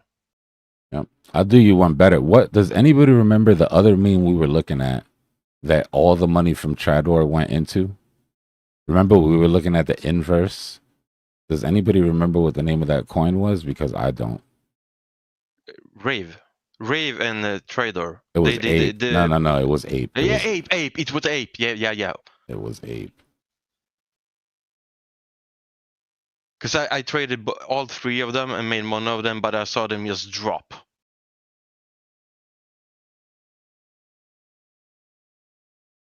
Yeah, I got So good Rave, memories, man. Trader and Ape, of course, yeah. Yeah, look at and this. And that shit. siren is acting sketchy as well. Look at this. This is the most blatant shit I've ever seen. The most blatant. You know what this rotation reminds me of?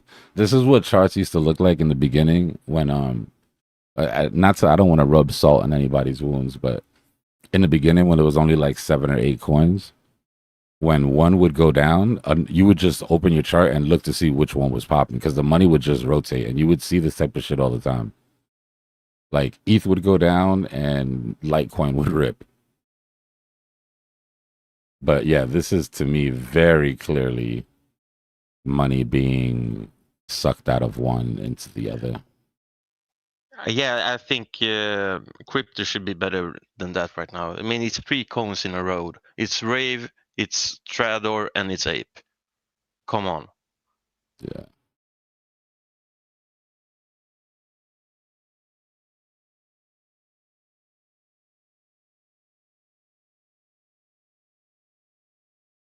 Absolute crazy. And that's just it's 3 days in a row or something like that. Yeah. Remember I told you in the bear market, you got all this money burning a hole in your pocket. People start getting creative, man. People start getting real creative with their funds.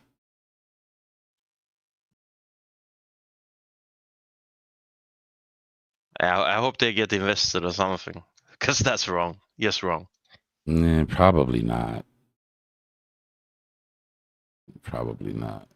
What's interesting is that Trador and Rave did the same thing as well to a certain degree right here.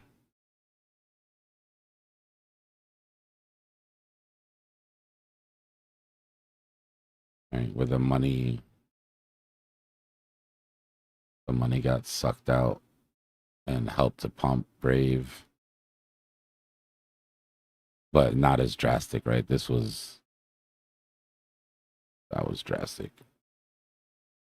Interestingly enough, though, they both started to pump. Rave and Ape, for the most part, started to pump at about the same time. One was a little slower, but...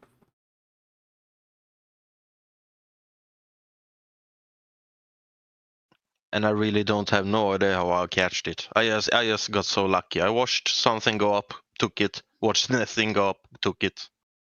And sometimes it's good to be lucky, bro. Yeah.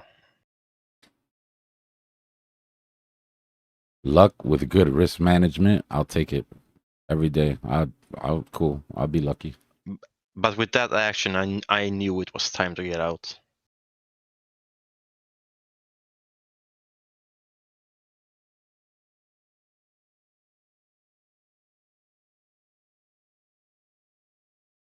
Yeah, you can add River, you can add MYX.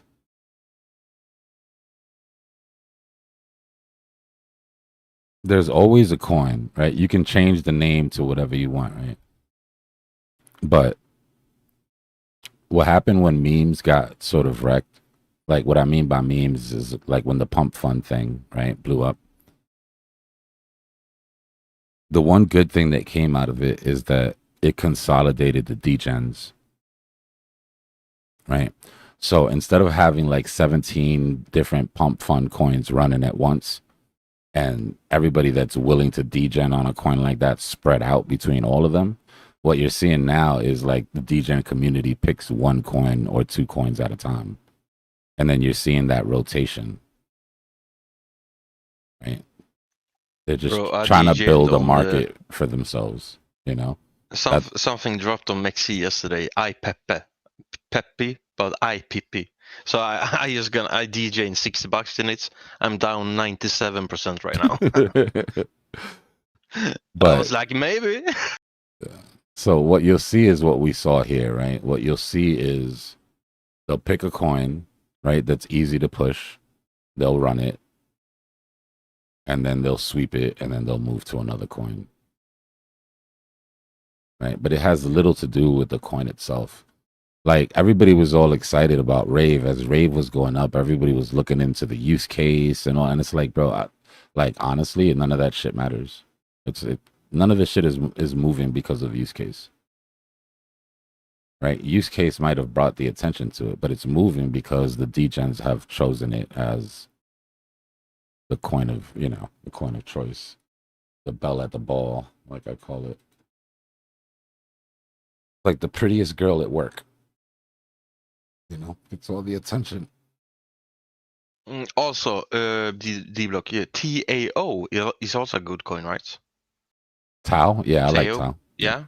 Yeah. Tau's a pretty, like, if you want to get into AI but don't want to go crazy trying to find like what projects, right? Like Tau is, in my opinion, a good picks and shovels play. I think it's solidified itself as like a blue chip in AI. Yeah. I've been keeping track of it for 2 years now, so it seems fine. What's really interesting with Tau is a lot of its subnets. There's a lot of smaller subnets underneath Tau that are interesting and really low market caps. But that's just like anything else, right? You can either trade the actual parent coin and get make sure that you capture that money that comes in, to the protocol, or you can play like a higher beta play, like one of the subnets. But the problem is if you pick the wrong one, you're screwed. So you just got to be careful. The safest play really is just to go with Tau. Buy Tau at the lowest possible valuation that you could get it. And then just hope that AI is still a thing next year, which, I mean, I don't think there's any danger of AI going the way of NFTs. But a lot of people said that during NFTs too. But no, this is different. But I got wrecked on some AI coins as well, because some doesn't work. It's all bullshit. A lot of them are just vaporware. Yeah. The same way as NFTs. They go up in the start, but then they just drop. Every project became an NFT project when NFTs were hot. They just slapped the word NFT on it, and it's the same thing with AI. The difference is AI is a little bit like gaming, right? So like gaming is dangerous because gamers, they'll come out, a game studio come out and they'll show you a video that they put together of a game that they're building that's not built yet, what it's supposed to look like, right? But it's just promises. It takes like 2 years to build out a good. It's the same thing with some of these AI projects. They've got big ideas of what they want to do, but they need you to buy the coin so that they can use that money to actually implement. So you're not anywhere near production, right? It's almost like VC, like crowd-funded venture capital. How you have to look at some of these.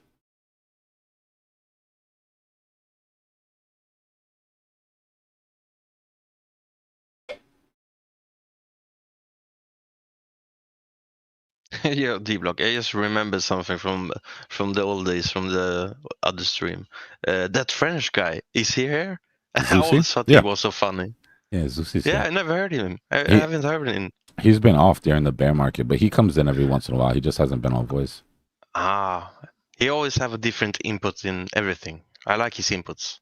Yeah, me and Zusi have had some epic debates. And his French dialect. Yeah.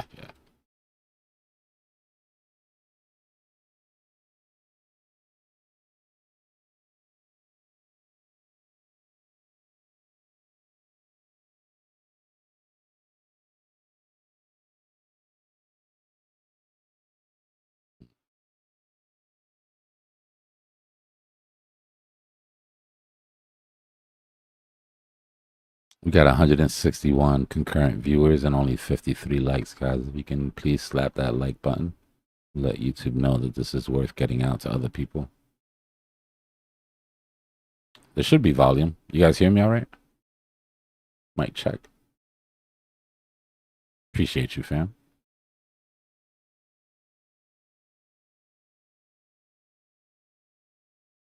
All right, cool. Dominance still hanging out above 60, which is crazy.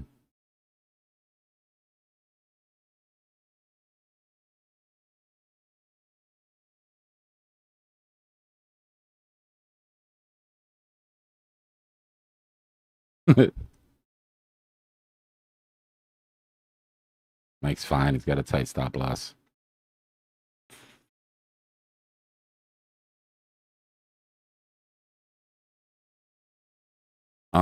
Tomorrow FOMC. If you guys weren't here for the deep dive yesterday, if you go in macroeconomic analysis, YouTube Inception, if you come here to macroeconomic analysis, I dropped an entire sort of write-up with 2 videos if you don't feel like reading. But if you're worried about tomorrow or concerned or just interested, just come into macro, take a look.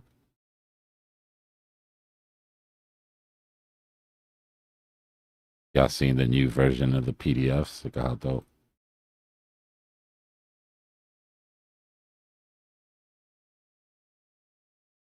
Stay innovating.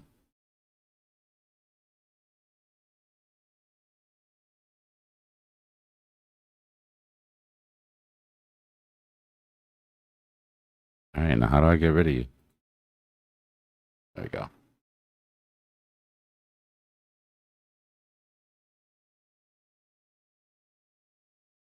It's a one-time fee, MD, for the Discord. It's only a $50 fee right now, and it comes with Cypher School and our AI bots and everything. You're getting in right under the... People that come in right now are so lucky, bro, because they're getting in right under the cutoff for the founders. For the founders price. I'm in, but I can't see the channel you just showed. You can't see it? I don't know. I can't seem to find it. Go scroll up to browse channels all the way up at the top, and it'll bring up a menu. Yeah. And then put in macro and just make sure that it's checked. If you haven't I need to check all of yeah, these yeah, myself. Yeah. Open all of that stuff up. Oh shit. Yeah. Oh, okay. I didn't know that.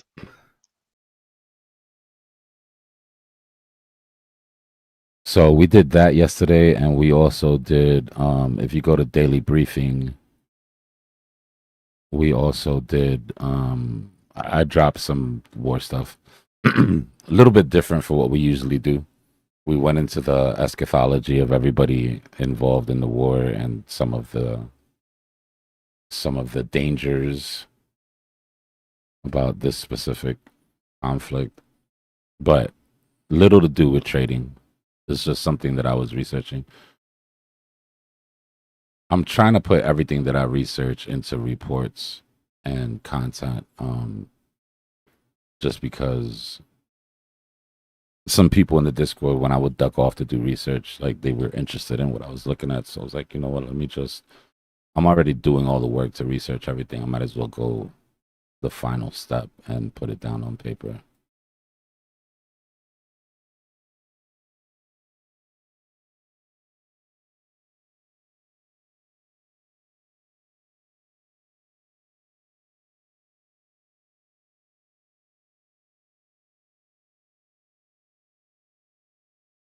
Yeah.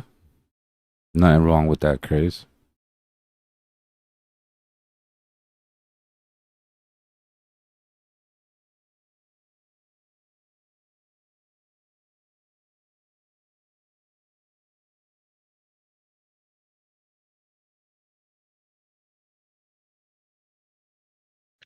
Yeah, I hate when I'm on that revenge trade feeling.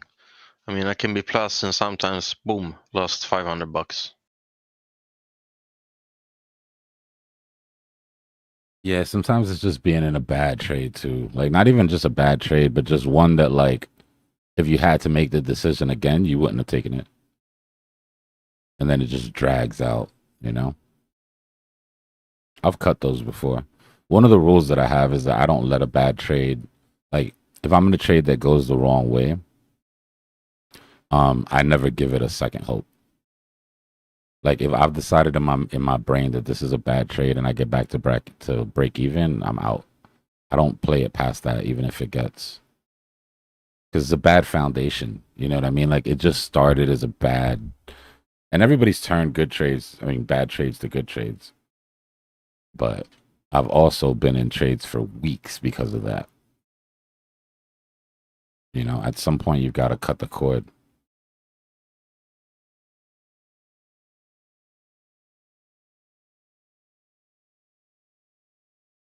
Yeah, it doesn't even matter, Craze. If you feel that way, that's all that matters. Doesn't matter why it is or if it makes sense or nothing. It just means you're not in a position where you can trade at your best right now. So the best thing you could do is just chill out. Stables is a trade, right? You're long stables. In a bear market, that's not a bad position to be in. Yeah. What's your thought on that? Should I just be in USDT or should I be in what should I be in if I just want to have dry powder? It depends on what your plans are, right? Like if you're holding money for the bear market, right, to buy at the bottom, like I wouldn't move it out to a bank or, you know, I have enough trust in USDC and USDT to sit in stables. At this point where we are in the bear market, you should have taken out your profits that you wanted that were going to go to the bank to pay for things, whatever. And the only money that should be left in is what you plan on compounding at the bottom of the market.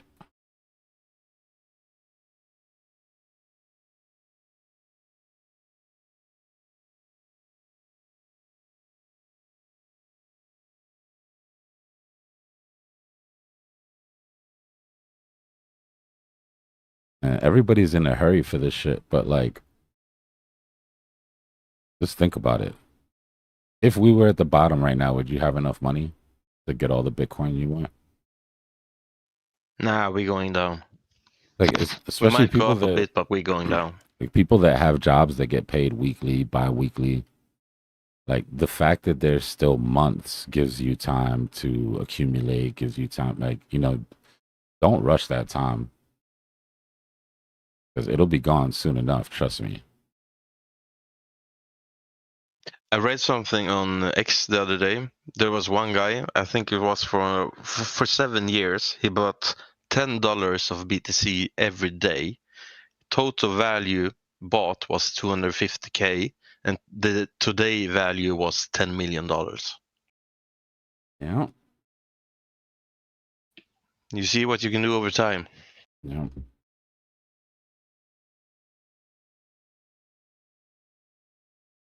What's good, Issa?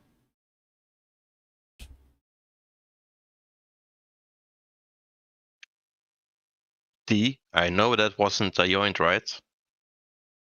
I would never. I'm gonna need to roll up.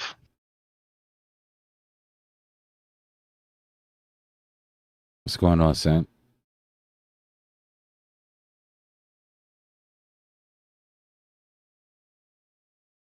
Right now, you're looking at a falling wedge into a fair amount of liquidity with all of market makers' targets above us.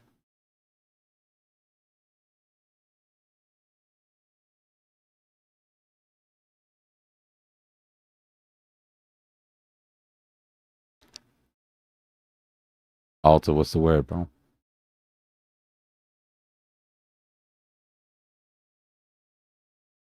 Nice. You said broken. You did too much. And nobody told you to go out there and turn up like that. Those were decisions that you made, man. And you have to own them. Get something for that hangover.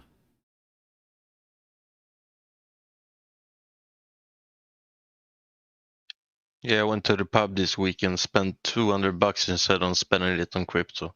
Just a waste. Didn't even have fun. I feel you on that, bro. $200 worth of regrets. Yep.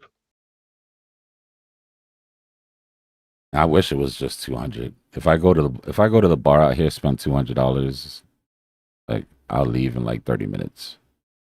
You literally can't walk out of the house in Miami without spending $1,000. It's almost like it just disappears out of your pocket as soon as you step outside. Just poof.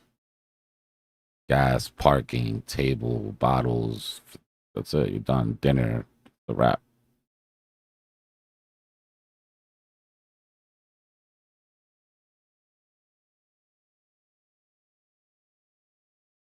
I agree.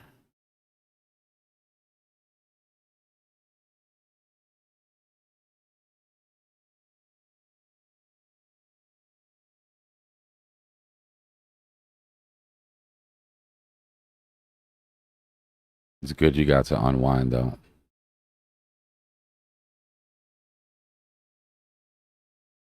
It's in, go to macroeconomic analysis. If you can't find it, go to browse channels and search the channel. It might just be turned off for you.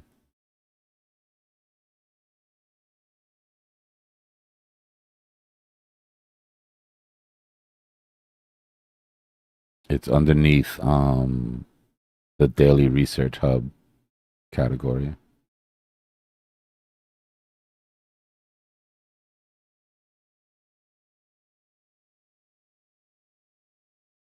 Dope.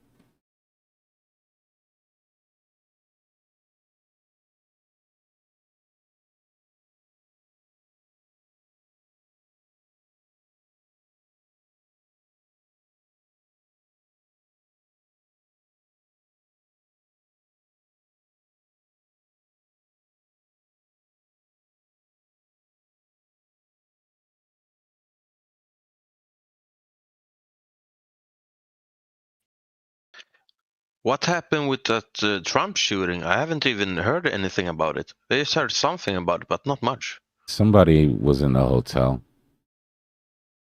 They had the national press correspondence dinner, and the president usually gets invited to this thing. It's like a comedy thing, right? A bunch of press gets together. They have a comedian host it, and then the president shows up, and then they usually like roast the president. Like every president has done it. Like, they just kind of talk shit about him. Da da da. Trump didn't go to the last one because like he don't really mess with the press like that. But he went to this one, and I guess he announced that he was going to this one. Somebody rented a room in the hotel like weeks ahead of time. He had a shotgun, some knives, a handgun. He was ready to get him. But there doesn't seem like there was much of a plan. Like there was a checkpoint, right, where you get searched.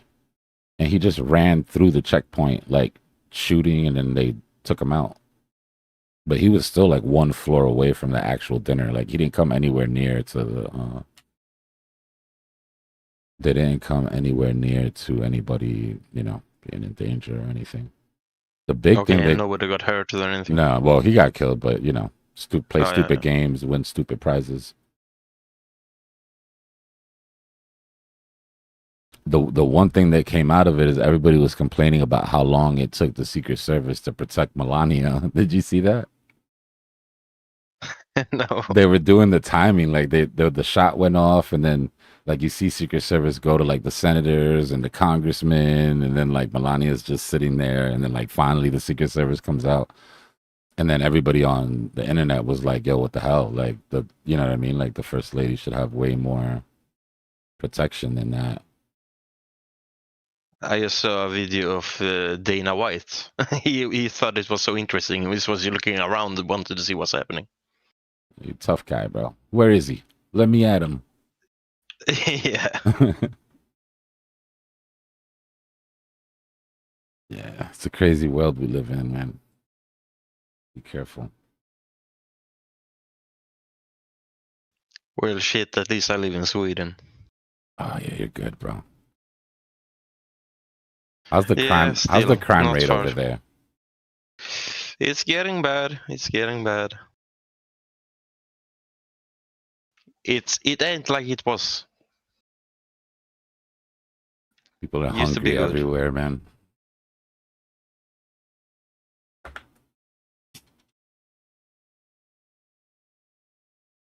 I've always lived places that unfortunately have had ridiculously high crime rates.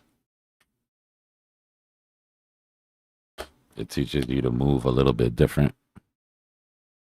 Makes you grow up really quickly. I think Sweden is on the top of the shootings or killings right now, actually. We was on the lowest, but we are on the top right now. Yeah, that's crazy. It's fucked up. The last 10, 15 years. We did have a lot of immigration, though. Some of them good, a lot of them bad.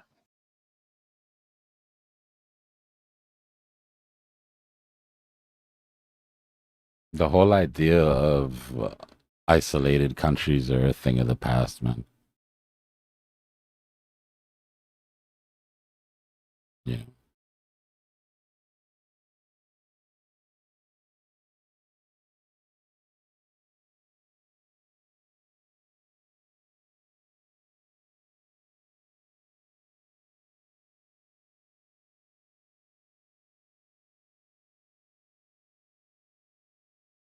Yeah, the politicians here is doing a lot right now to trying to fix it. We can see in a few years if they made it or if it's a lot of worse.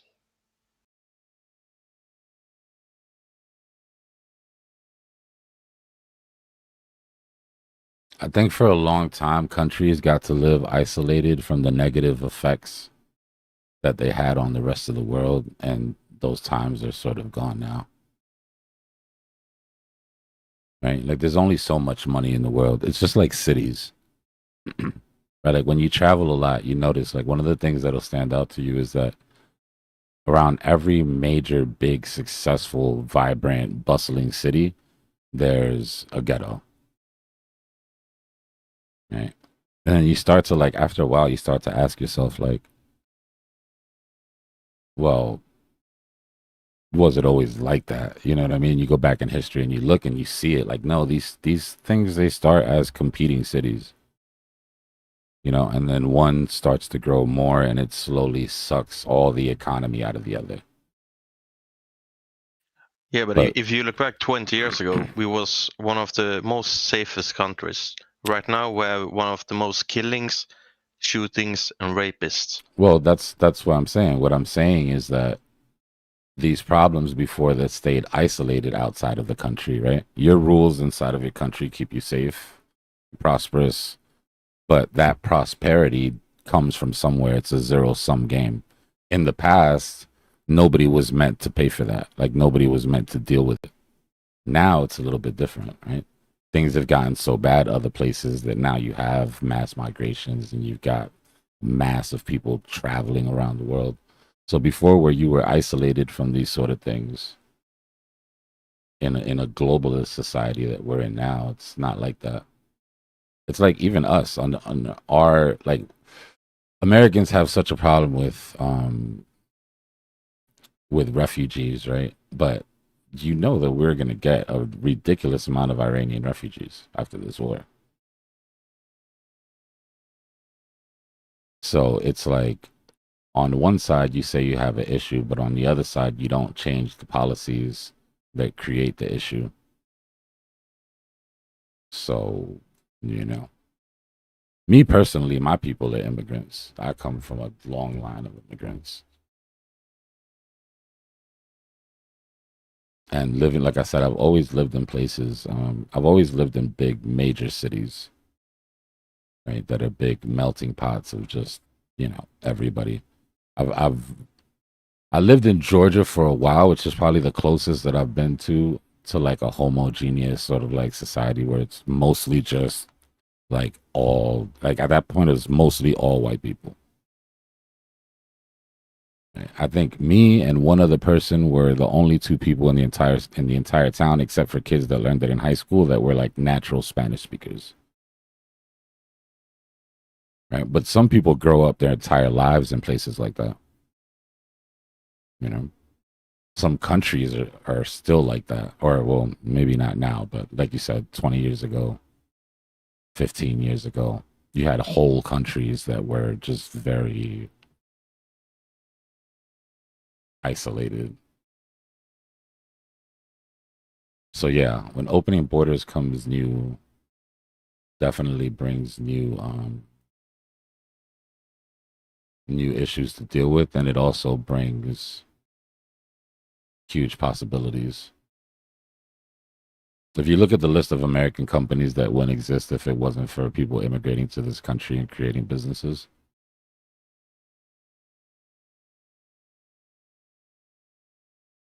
Yeah, you need immigrants, of course, but it's gonna be good immigrants.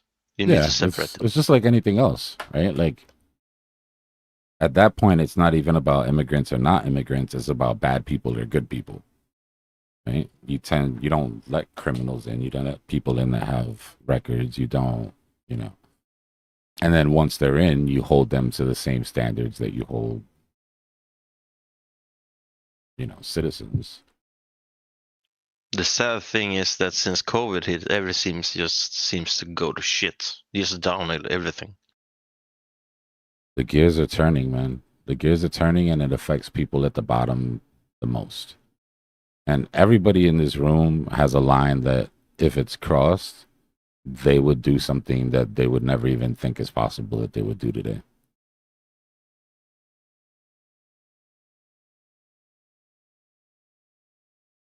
By the grace of God, we haven't crossed those lines yet. But I can tell you, 1000%, something could happen in my life. Like right now, I would never steal anything from anybody. I've never been a thief. Let me have 3 kids and shit goes bad. And the baby's crying. It's been a week since I had anything to eat. You need to do what you need to do to survive. Things change, The problem is that nobody worries about hunger as long as they can eat. But when the world around you is getting hungrier and hungrier, then it's something that you need to pay attention to, even if you're wealthy, because it's a security issue at that point. I think that's one thing that Europe has gotten right when it comes to a lot of the and I know I know if you live there you have problems with it. I understand. But when it comes to the healthcare, or when it comes to the payments that they give citizens, or when it comes to in this country that would be seen as welfare. You know what I mean? Like, yeah, let those people pull themselves up by the bootstraps. You know what I mean? My taxes aren't supposed to pay for this. But in Europe, a long time ago, they realized, like, no, we're buying security. Like, what we're doing is that we're trying to keep society peaceful so that you can drive around in your Bentley and your Rolex without worrying about somebody chopping your arm off.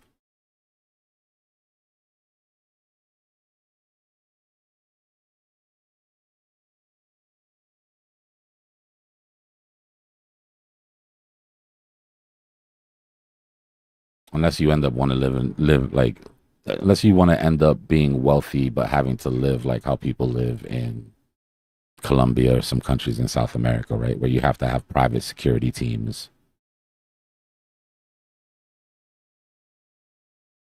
You can't go anywhere unless you're in an armored, caravan, and like this is how people live their lives when they live in a country with money that has no security for poor people.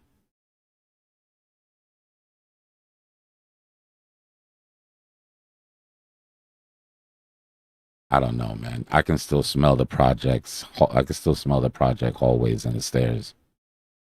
I'm not too far removed from that.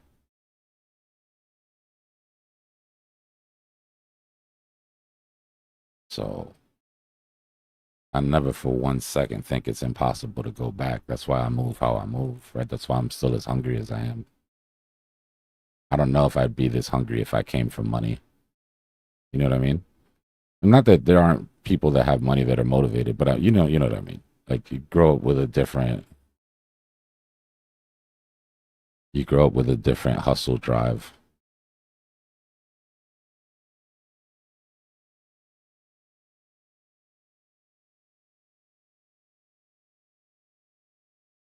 The college I went to was a private Catholic college, and one of our professors, he brought this professor in from Cuba to talk. This was our ethics class, and he brought this professor from Cuba in, and the guy was a priest, right? So he was talking about ethics, and he was like, I live in a country where the poor don't have anything, right? They get a certain amount from the government. It's not enough to buy their food. So for the most part, you know, they have to break the law to be able to feed their families, right? And in countries like that, breaking the law is something as like having a store or having a private business or something like that, right? That's considered breaking the law. So he's like, how do I tell these people thou shalt not steal or you're going to hell when you live in this? You know what I mean? And that's when I started to realize, like, yeah, ethics are situational. Like, you can't expect the same things from everybody.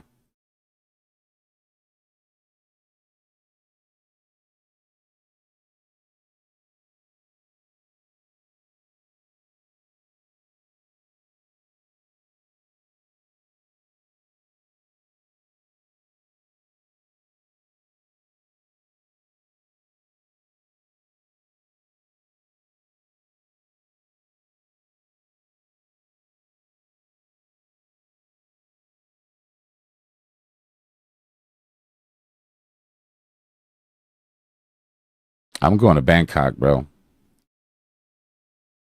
I'm gonna go pull up on Ghost.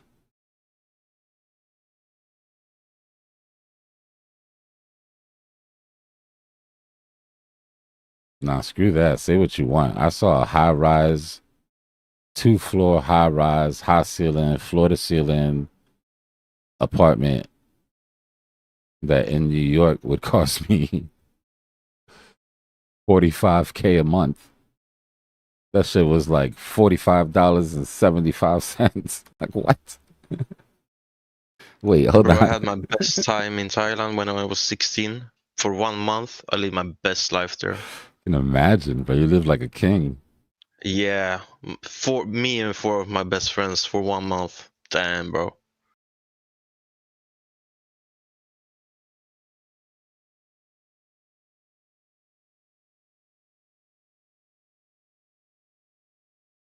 Yeah. But that was 16 years ago also, so it was another time. That type of thing though, like if you want to make a move like that, like you gotta have your wife and your kids and you gotta be like, you know, where you're moving an entire unit out, you don't need anybody else. I'm not gonna go find my wife in Thailand, yo. Just saying. It's gonna have to wait. Sake. It's gonna have to wait. Yeah, that too. It's just nasty, bro. There's a bunch of American dudes out there trying to get their willies wet. Dude, I remember one time we went on a tuk-tuk, me and my friends. We went on the red light district, and 4 hookers jumped in on the tuk-tuk and started kissing my friend on the cheek and licking him. Oh. The day after, he was sick for a week. Yeah, no he shit. Couldn't he couldn't go out. Nah, he needed to get bleached. Yeah. He needed to go back to the hotel and immediately bleach himself.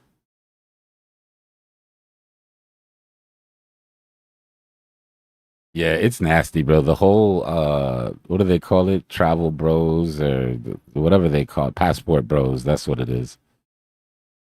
It's just a bunch. Passport bros. Yeah, What?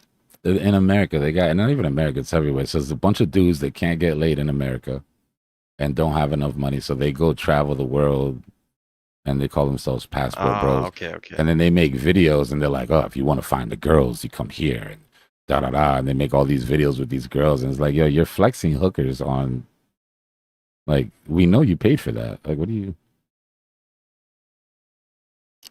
Nah, not, I know he's not in Bangkok. I was just being facetious.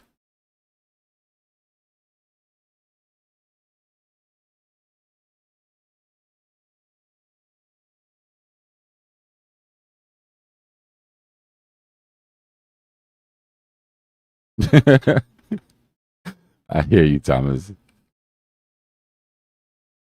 Okay.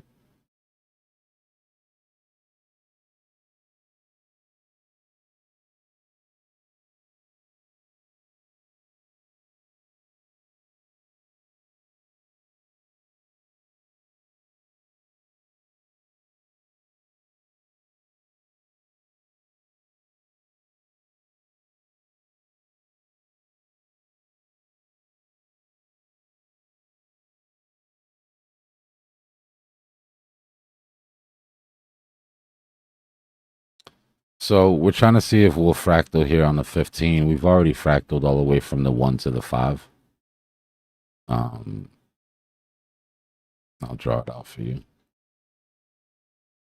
1 minute W.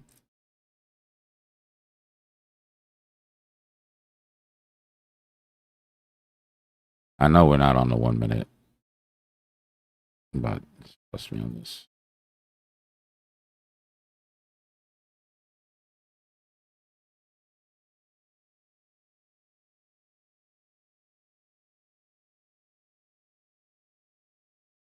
Five-minute W.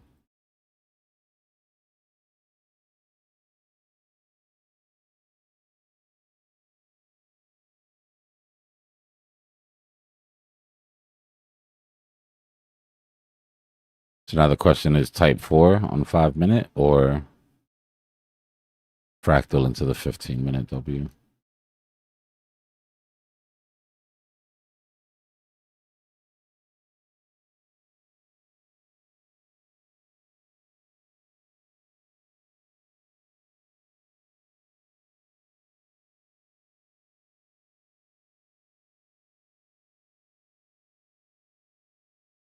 All right, 1 minute.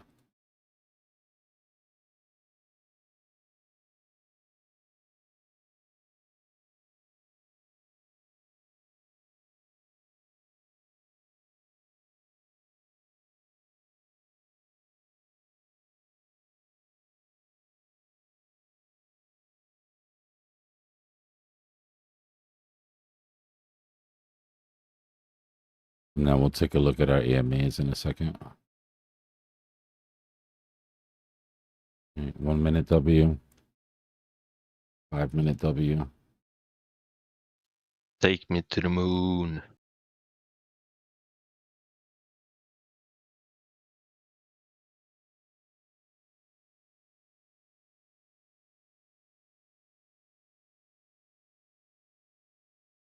Now, if we break this uptrend, then we'll be coming down for our 15-minute type 2.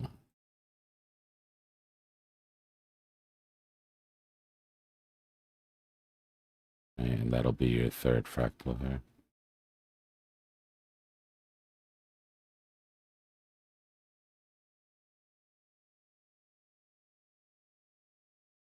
Look at our EMAs on the 5. Came down underneath, held the 5, holding it so far. Reacting off the 200.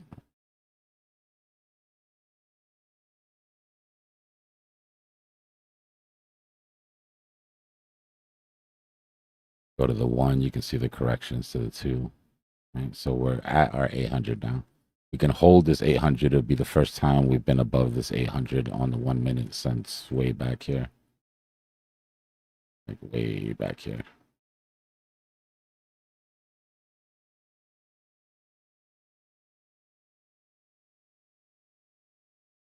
So, slowly climbing the wall of worry, as they say.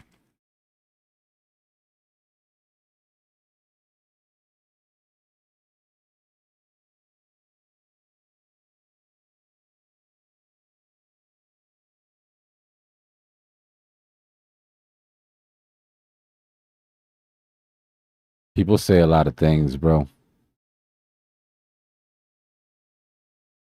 People say a lot of things. You could try to correct them, you know, but the second that you see that they're just trying to troll, then don't waste your breath, bro.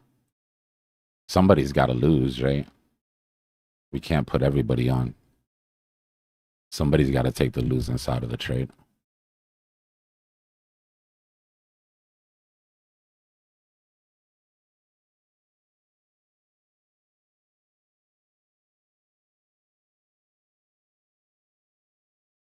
Hate is good, bro.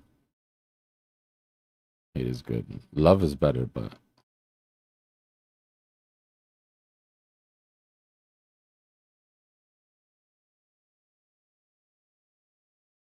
hating just means you're doing something right. Like Dbloc always says, if they love you, that's amazing, but give them a reason to hate you. Don't hate the player, hate the game.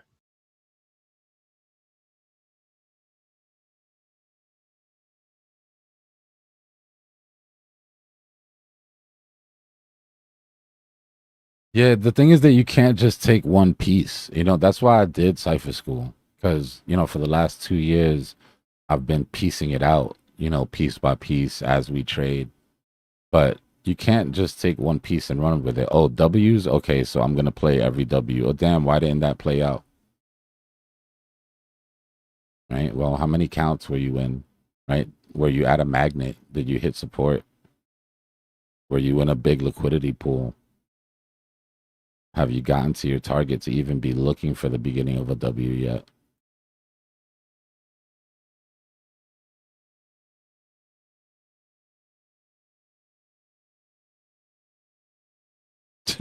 Jacob. I mean, it's touchy, you know, but I think it's worth pointing out that this current skirmish has pretty different implications for people, you know.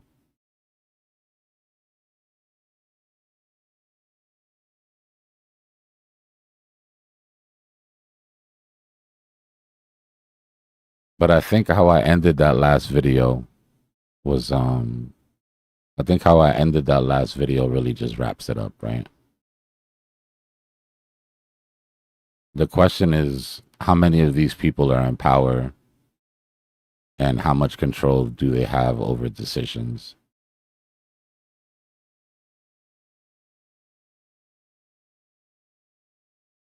Hopefully, not a lot. But if you ignore About what they hate, say, if you ignore what they say and you watch the decisions that are being made, then it's a little spooky. yeah, both hate and I love that, like the news, Trump news, every news, it's so impactful. It's dumped, it pumps, it drops, everything. I hate that, but I love it. Yeah, I mean, as far as jobs go, right? Having to pay attention to the news and be sort of well rounded is not a bad thing. You know, it being part of our job description that we need to be on top of these things, I guess helps us be more well rounded.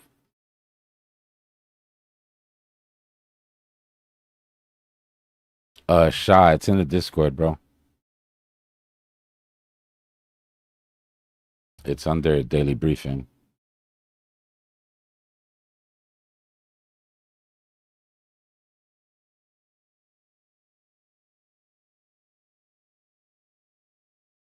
I'm focused on catching, personally, I'm focused on catching the short.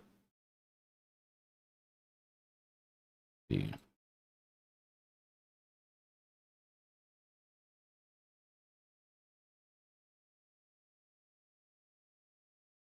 Are you also trading stocks? Yeah, I mean, I was already short. I got out of the short right before things went go to parabolic. Let me change. What kind of stocks do you like? Tesla, or you have a few you're onto? Nah, no favorites really. I mean, I traded Nvidia, Tesla. yeah, I traded Nvidia for a while. Whatever's moving really. So I don't know if I'm right, but I do think that there's a pretty good chance that I caught the top of this short for S&P. Let me go to my S&P chart though.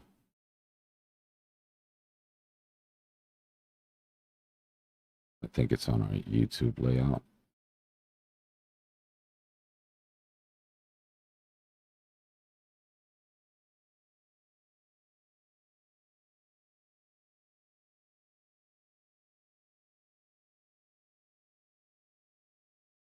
So I've started buying contracts, but I haven't filled my whole position yet. And what I want to do is restart my short.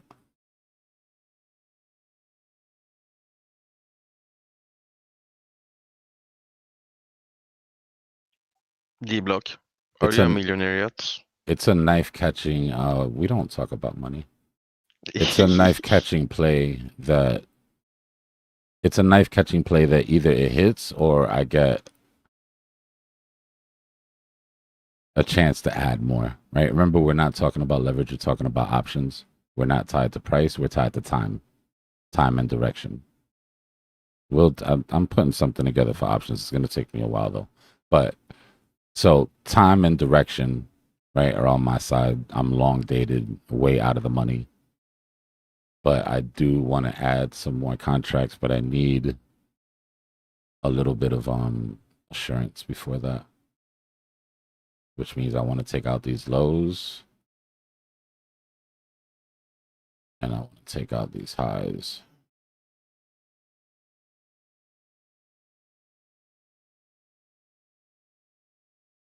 Right, so my plan is come down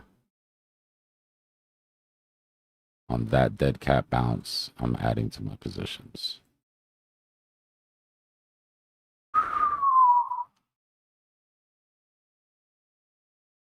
Now, because of how I'm playing it, though, I have to be prepared.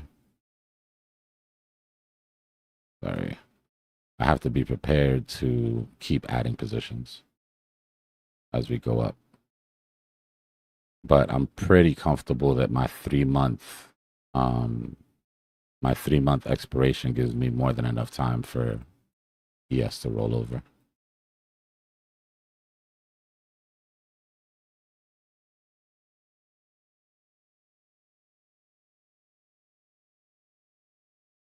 I mean, I'll be honest with you, as many problems as it has for options, I like Robinhood.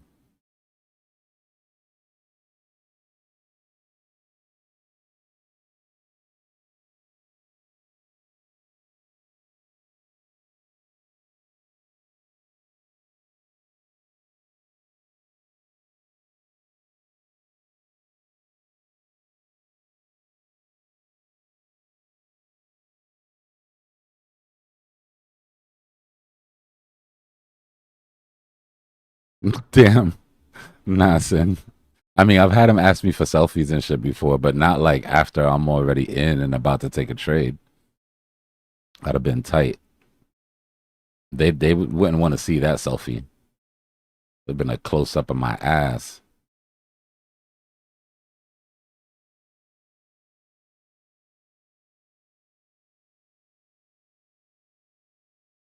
What do you think about Kraken? I used that when I started. Kraken's decent. You know, as an Yeah. as an American, we can't be too picky. Like, we don't have very many But off I'm ramps from and on Sweden, so I can use ramps. it. Yeah, yeah, Kraken Pro is, I think it was awesome. yeah. Kraken's good. The fees Kraken is kind of Pro, high. That's why Kraken I'm Pro maxi right has now. Kraken Pro. I think has the better fees, obviously, but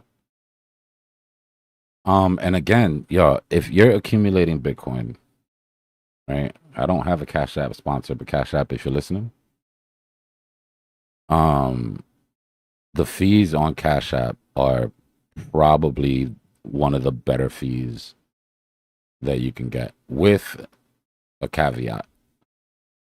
You can't just go buy Bitcoin. If you go on Cash App and you buy Bitcoin, you're gonna get hit with big fees and probably some slippage.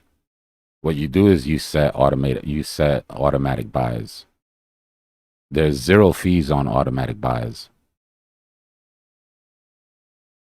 Right? And your automatic buy could be a daily buy of 5,000. You know, you can still set it up to where you can get the amount that you want and not have to wait months and months, right? But you have to set it up as an automatic buy.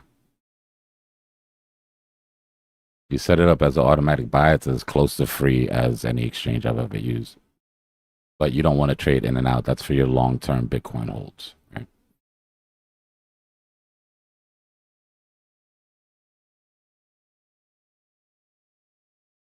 BTCC is probably second best. Yeah.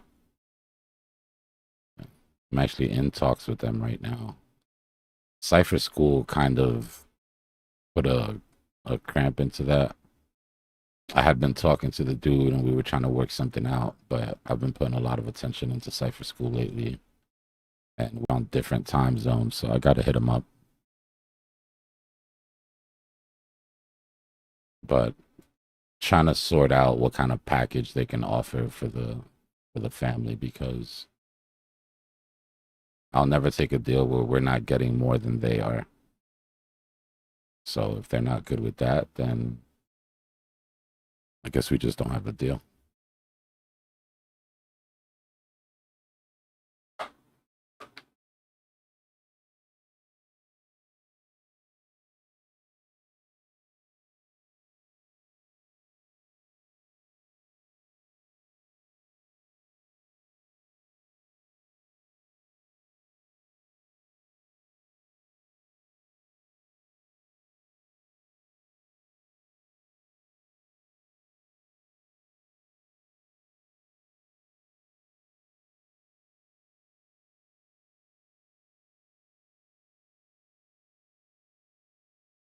A type 2 entry here on a 15-minute W also gives you an inverse head and shoulders.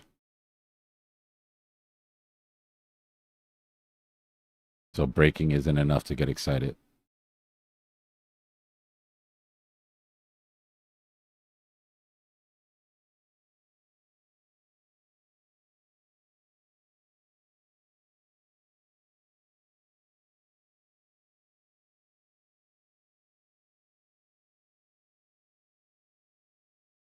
You could come all the way down here.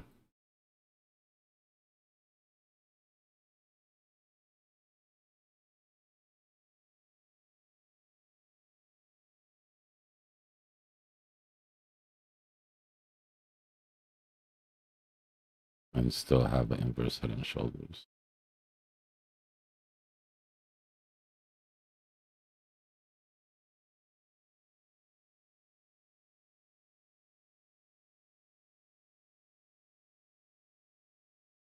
Measured move for the wedge is still higher.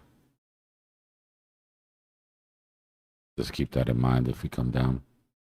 What you're looking for your 15-minute type 2 to be viable, pull your fib up, and you're looking for at least a 382 hit.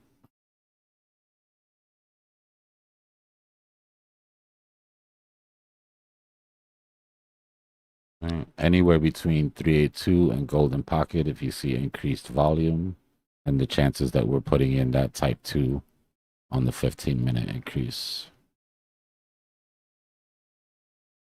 Give me a second. The workers are about to leave. I gotta get them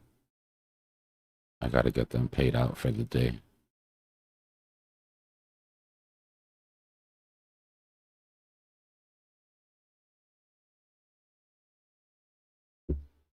All right, I'll be back.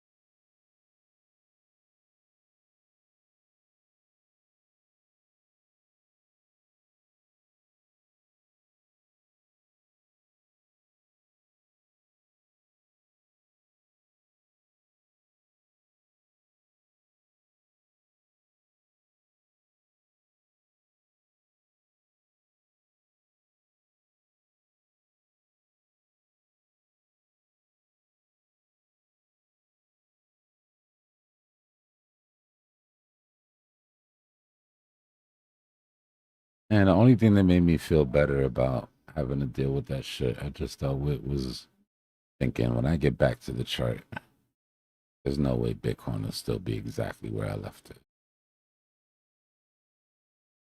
Guess again. It's good, Joe.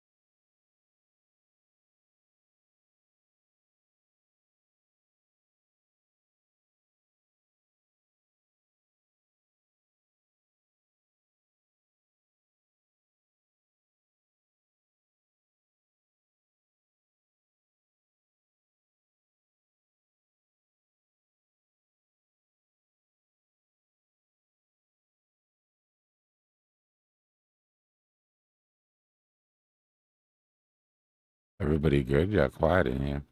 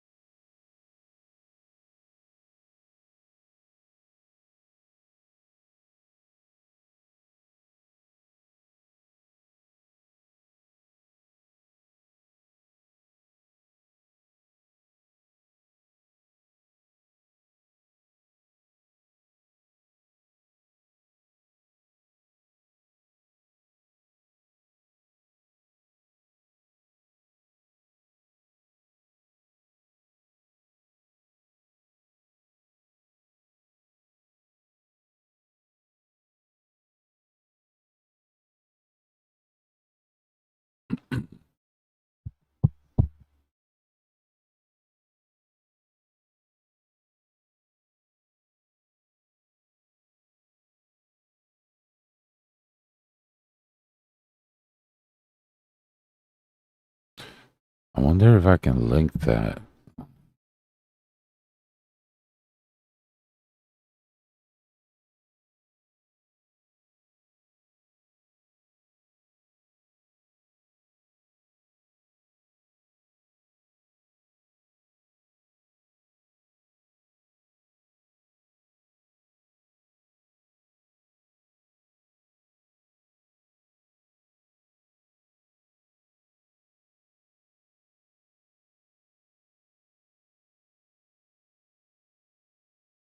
Let's see.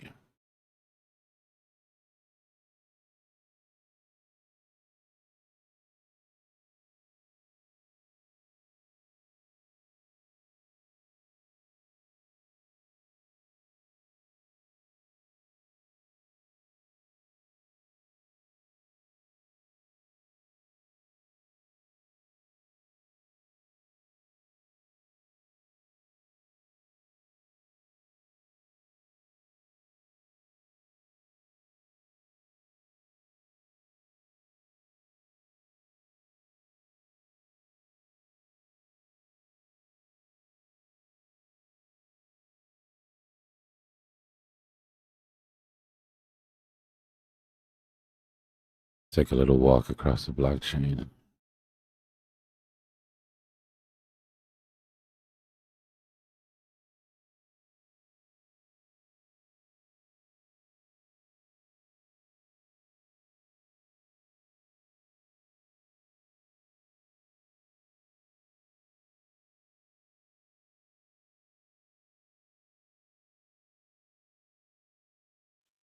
Was the FOMC meeting tomorrow?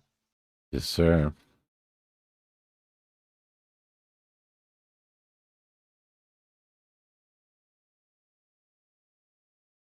Yeah, I've got a write-up, by the way, if anybody's interested in macroeconomics. We'll sort of report on what I'm looking for tomorrow and what I think some of Powell's motivations are. We did it on live, I think 2 days ago, yesterday. But in case you missed it, the report and the videos are in there.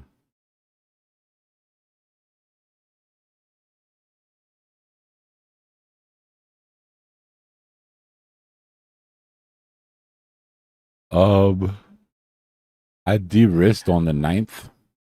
We took profit on the 9th because of I was always going to take profit on the 9th because of M2. M2 had a big drop off. But I thought that there was a possibility of going of breaking all-time highs until we saw some of the other metrics. Right, for me it was here.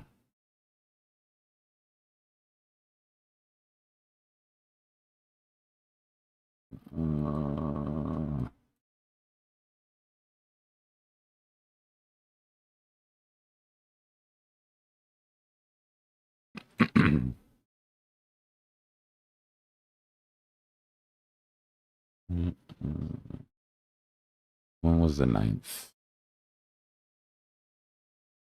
I should have this candle memorized already. So the 9th was the top by, I'll show you where it came from. I was talking about it forever before we got there, months before, because M2 took a really big drop to 100-day offset. We saw the video the other day, which was cool. Now that we got that AI on YouTube and digging up all the good clips. So you see this drop on M2.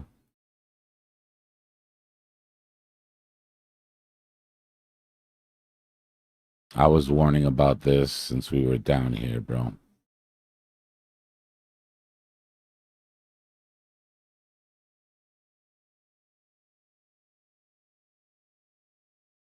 So I told the group I will personally be TPing. It's too early to tell for sure if that was the top, right? There's signs that it was. But like I keep telling y'all, if you just act as if it could be and then respond, like we bought these dips, right? If this wasn't the top and we were going to super cycle or we were going to keep going or put in another top or get a blow off top, like I wasn't going to miss it. But I also wasn't going to ignore the fact that we were going into a low liquidity environment after hitting all-time highs on a really big impulse. Right? So it would be biased of me to say M2 going down means nothing if I just watched M2 going up give us all-time highs, right? But I'll tell you that the timing, I was talking about this the other day. When we first started this, everybody was on a 75-day offset for M2. And then moved to a 90, right? And I stayed at 90 for a while. Everybody else was fluctuating back and forth, back and forth. I split the difference between the 90 and the 105. Or it was like 110 and 90 were the two predominant ones. So I split the difference and said, I'm going with the 100-day offset, right? Which is what we followed for the majority of the move. 100-day offset got us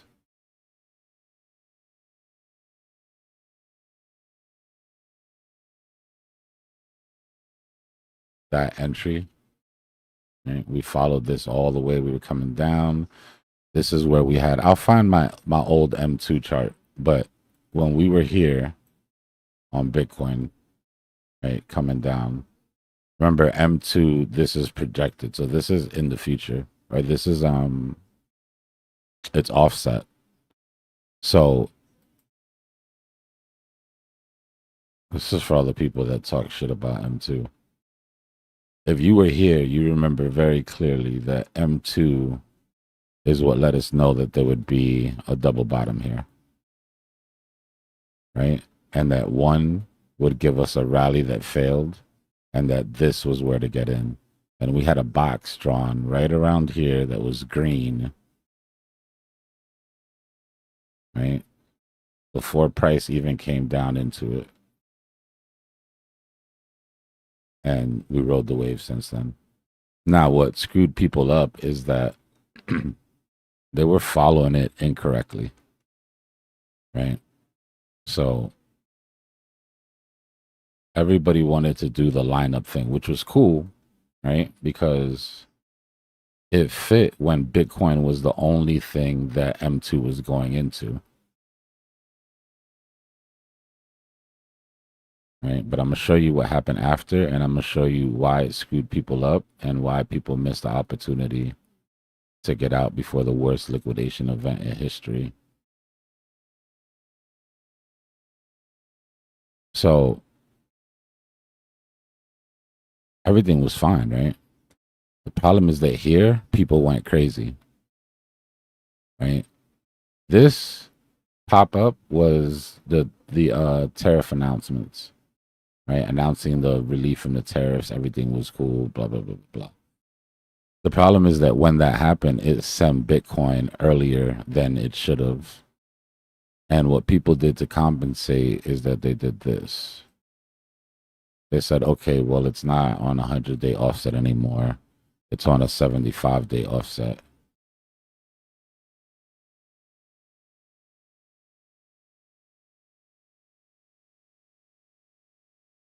Right? And every day they would come to M2 and they would adjust it. And they would keep adjusting it to where it was perfect. Right? Instead of understanding that, no, the reason that it's offset is because we just had global news event, right, that affected liquidity. And if they would have just waited long enough, they would have seen that as the effects of that calmed down, right, it matched back up. We basically caught back up. Now, what screwed people up was here. Because M2 continued to go, but Bitcoin took a shit. It's like, why? Well, it went into silver and metals. If you were here at that time, you remember me saying, look, just because M2 goes up doesn't mean it's going into your shitcoin, or it doesn't mean it's going into your asset. Right? Our job, once we know that liquidity is going to the top side, is to pick the asset that's most likely going to get the majority of that. Right? I was well into my gold and silver positions at this point. I mean, I was well in my gold positions way back here. But the reason that it screwed people up is because here they said, oh, the correlation is broken. And then it's like, well, is it really? Because, okay, it kept going up, but look at the pivots. Right? It still very clearly told you where you were going to have drains in liquidity. Right? It doesn't give you a price point. It wasn't like the magic bullet like it was back here, right? But you were using it wrong. The only reason that it matched back here is because all the liquidity was going into Bitcoin. Obviously, if it goes into silver or gold or something, then it's not gonna follow 1-to-1. But when the liquidity is removed from the system, it's gonna affect even if it's not following 1-to-1. Right? So then what happened on the 9th?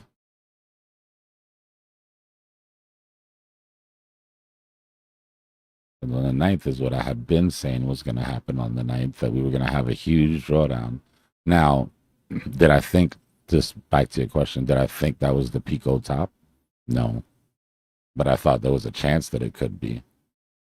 right? For me, everything rested on this.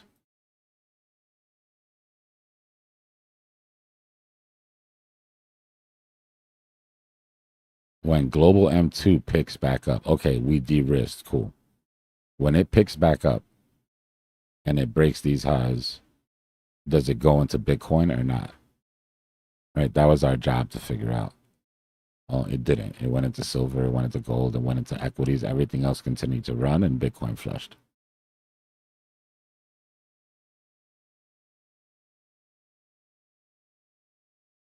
So it's one of those situations that making the right decision at the right time ended up paying off in a big way. It's just sort of the same thing right here, right? It's exactly the same situation that we're in. Look at you just go to the hourly.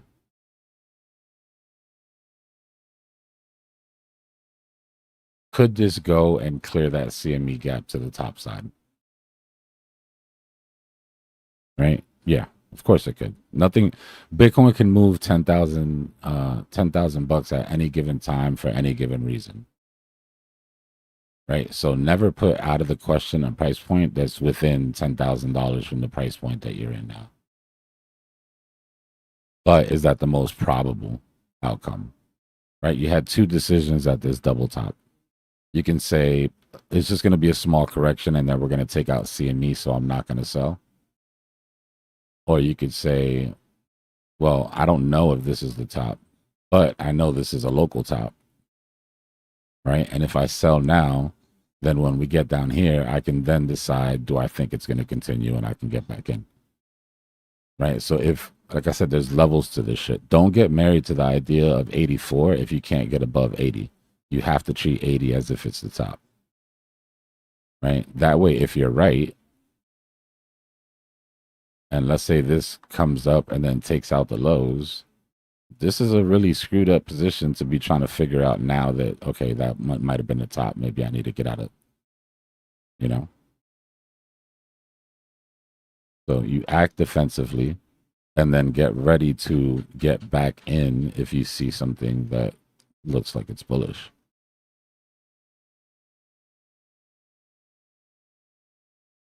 And that's basically what we did at the top. That's not the top. Yeah.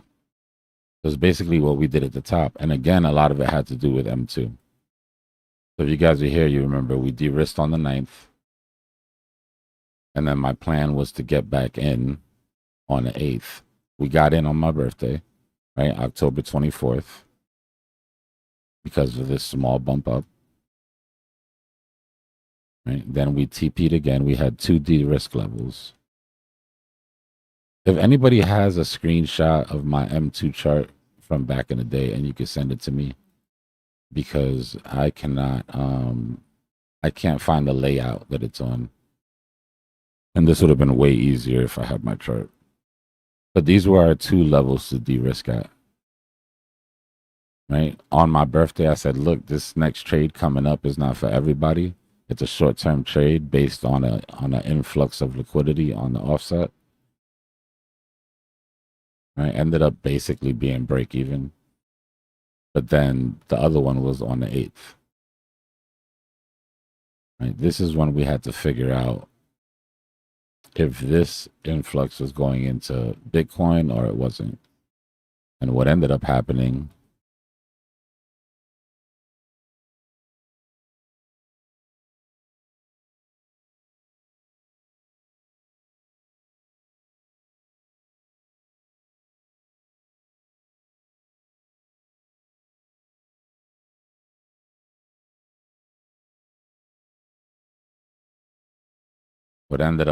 is that Bitcoin did that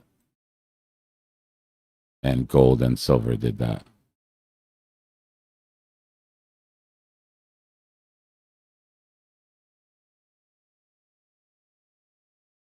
Right. So like I said, just because M2 is going up doesn't mean.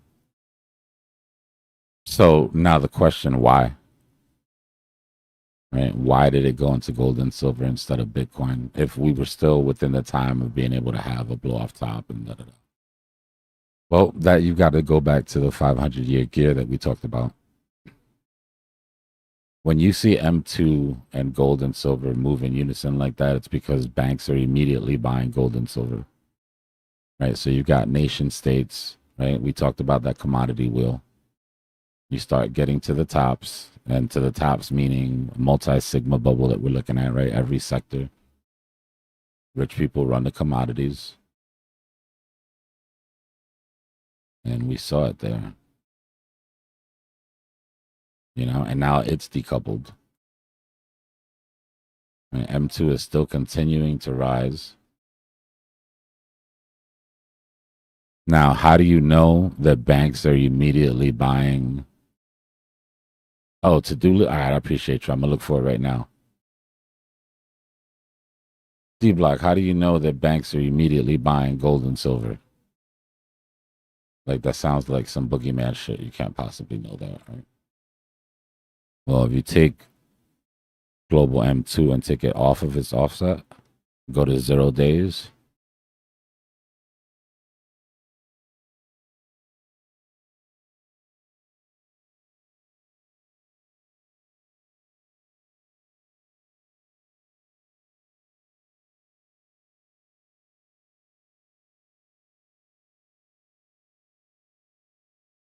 Oh my God, Bitcoin, get out of here. Hold on.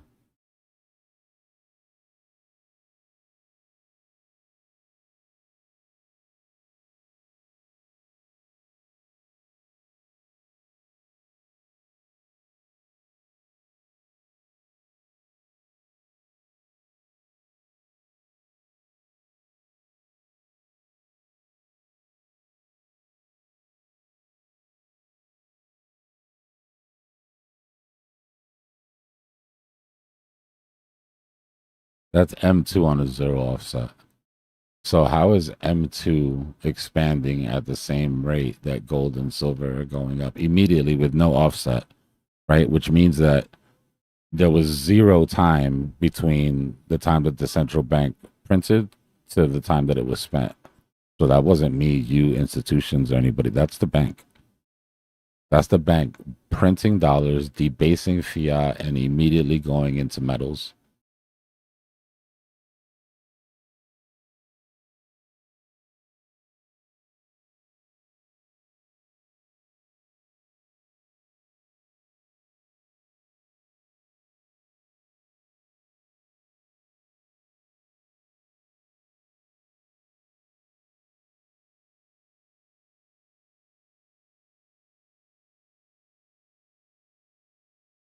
Right? So that's the rotation. That's the current rotation. And that's why I think that metals will still super cycle.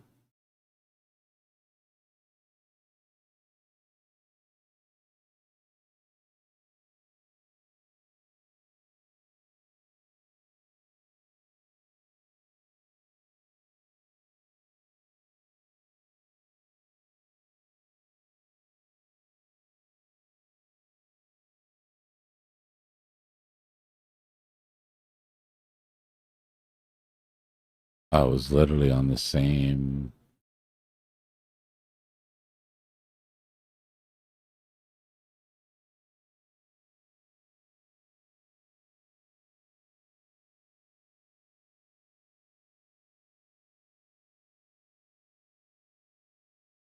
Look, this isn't the chart we're looking for, but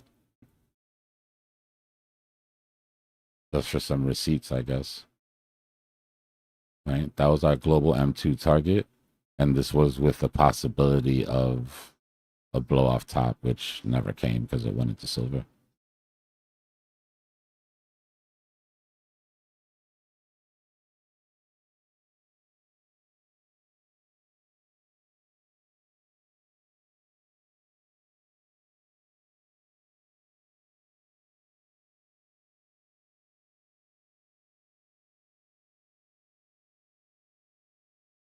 Oh, I guess it's decent time to revisit this. Remember? Where we had that big ass argument if it was accumulation or distribution.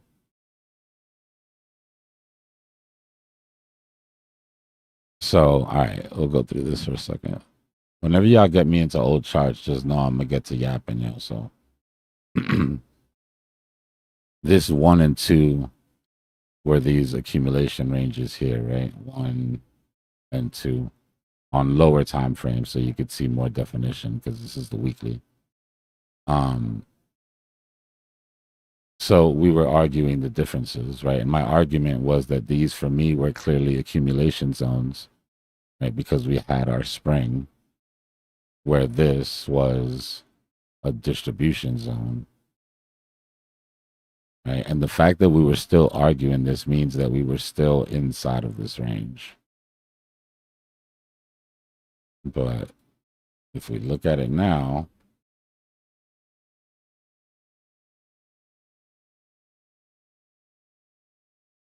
I don't remember who I was talking to either.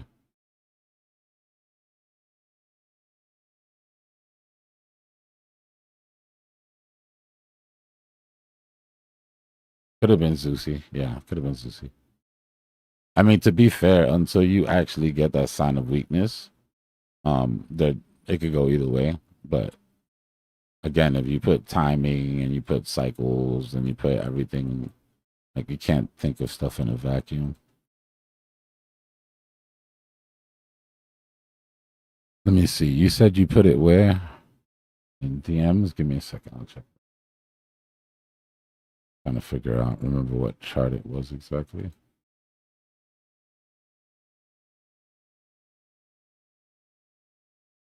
Oh, Coinbase. I would have never guessed that it was on Coinbase. Damn, that's an early chart too. I'm gonna show your let me make sure there's nothing on here that doxes you. Look at this screenshot that he has from the chart.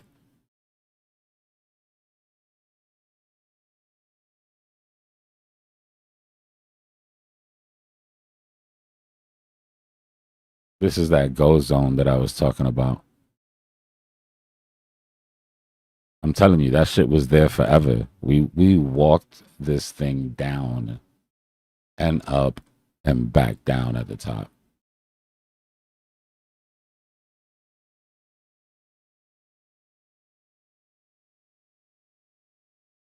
So it's Coinbase. All right. I appreciate you, bro.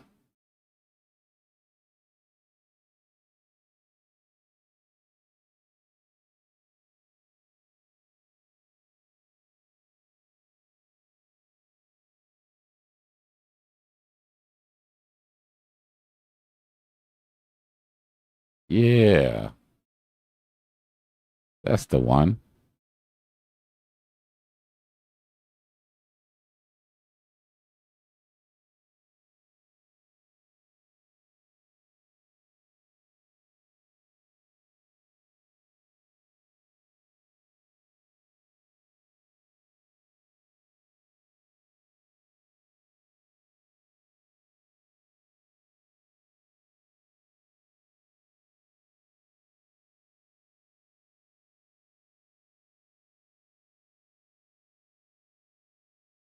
See?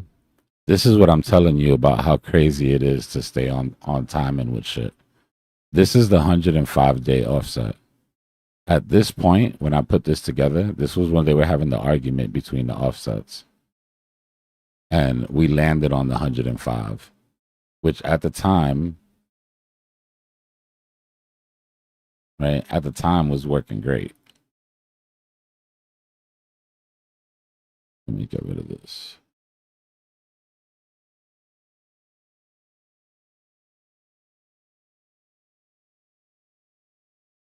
Right, so at the time, that 105 was working great. But over time, I personally, filtered it down to, I was by myself on Twitter, and I'm not even trying to take, you'll know in a second why it's important. But the majority was between 90 and 105. Or 95 and 105, right? Those were the two offsets that had the most sort of buzz on Twitter, whatever. And mind you, people didn't start paying attention to this shit until way after. A couple people made some videos, but for the longest time, it was really just us looking at it. So after this here is when I changed to the 100-day. Right. 95 was when we hit bottom. Yeah. So there's so much shit on this chart.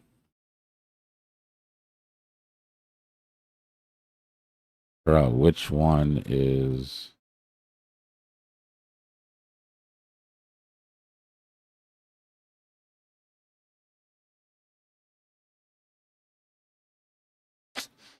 Give me a second. I'm getting rid of all this shit.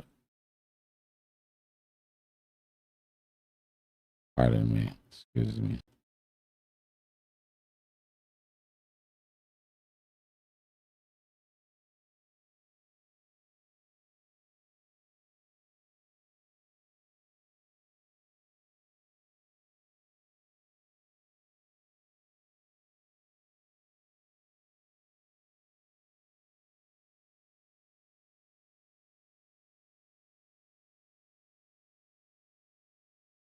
So this is where we were at our bottom.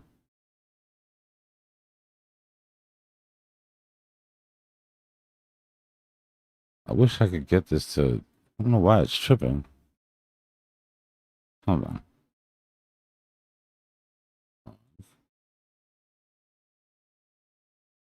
But why are you tripping? Maybe it's the time frame.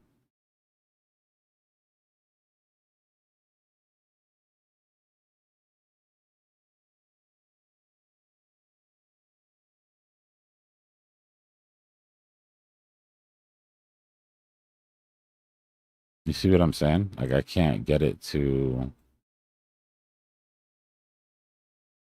Give me a second, yeah. I know I lost half of y'all already, but...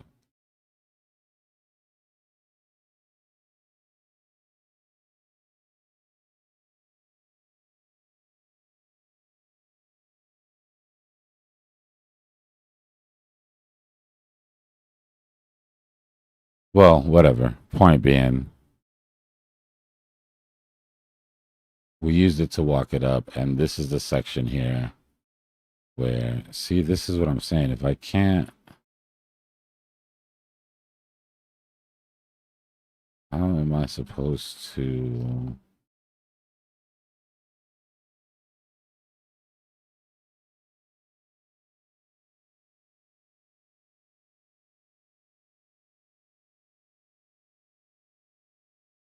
It used to, but that's what I'm saying. It used to have... It used to pop up on the side.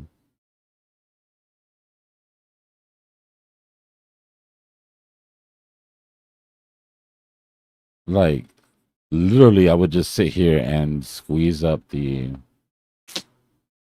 Let me just reinstall this baby.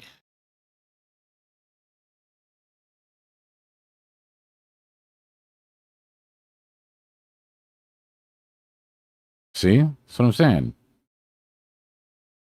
All right. Anyways, that made me feel like I'm crazy.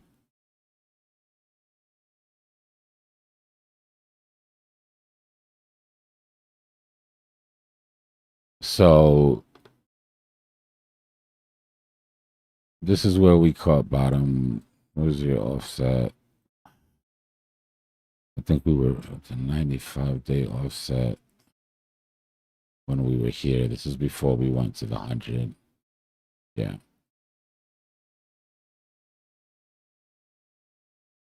So like I said, this offset here is how we knew that we were still here while we were following it, right? We had literally just had this matchup. Back here, we were on the 75-day offset.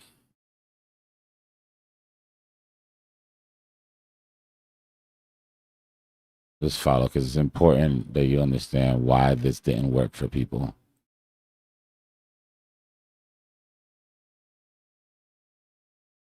Right? So we had just seen this move up, create these highs, and avoid the fake out, right, by following M2. So as price started moving down,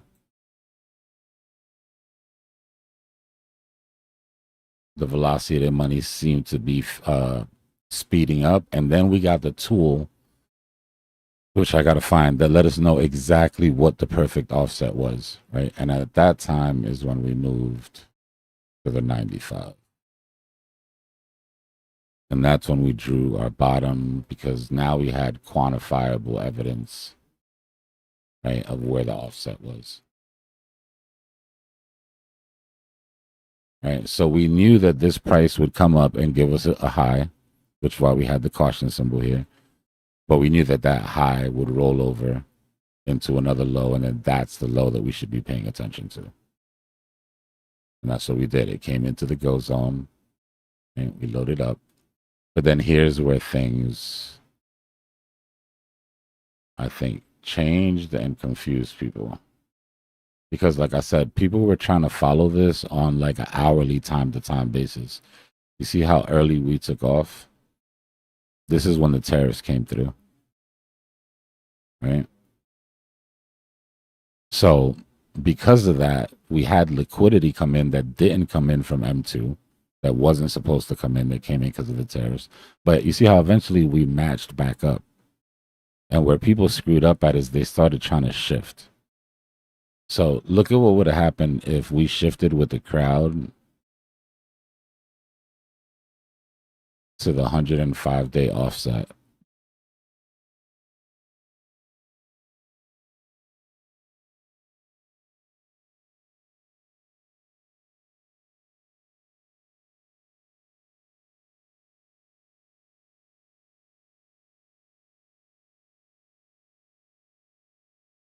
At this point, by the time we were here, we stopped watching Bitcoin and we were watching just M2 on this chart.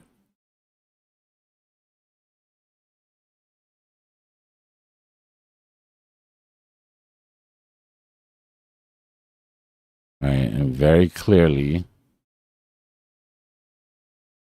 on the 9th of October, I had our DCA out. But look at what would have happened if we left it on the 105.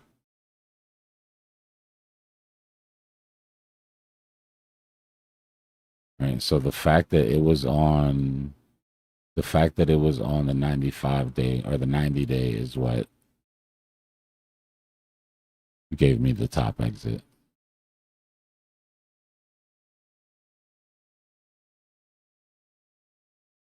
I keep saying 90.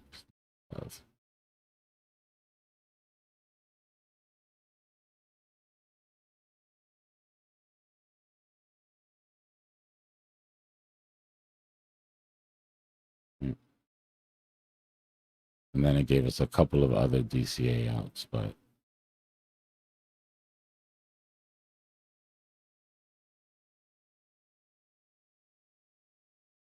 Bitcoin's not doing much, yo. That's why I'm yapping.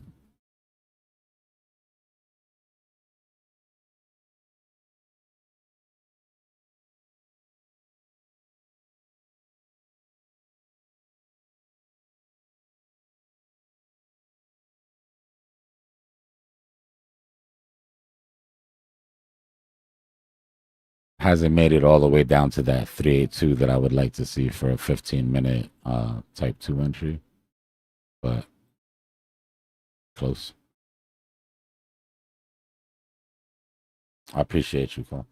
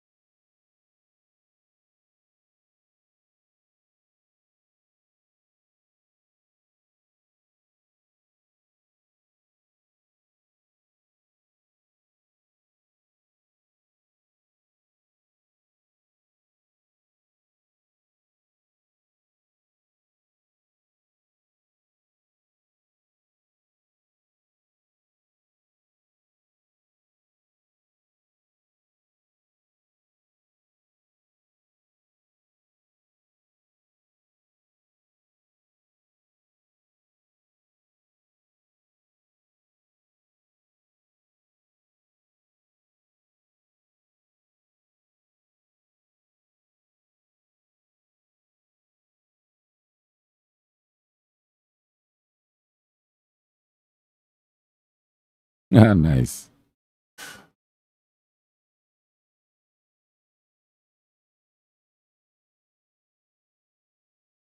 No, that's a good shot. Just so y'all know that I don't cap.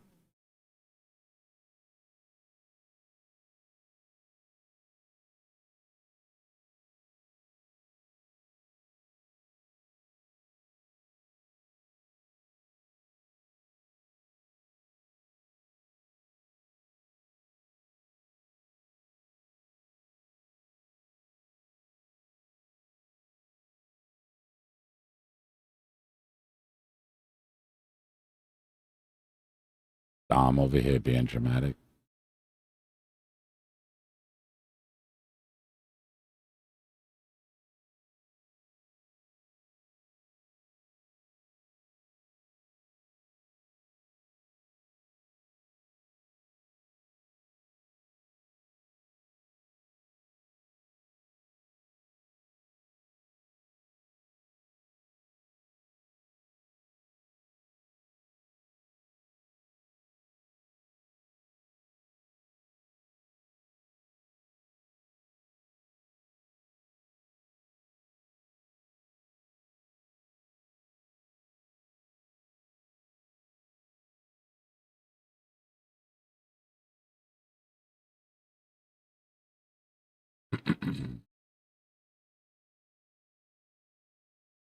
You know, it's funny. I've sort of been prepping to when we get into the next after Cypher School's done, we get into the next bull market.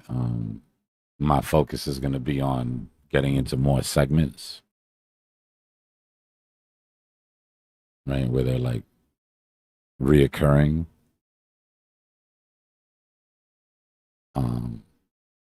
So doing like these little reports and stuff that we've been doing on the side, aside from Cypher School, has sort of been like just me tiptoeing into it. But that's just working because I'm sitting here thinking like, okay, we need like what's the next segment? And that streamer brain. So Cypher mukbang. I'm gonna buy lasagna from the 10 closest surrounding restaurants.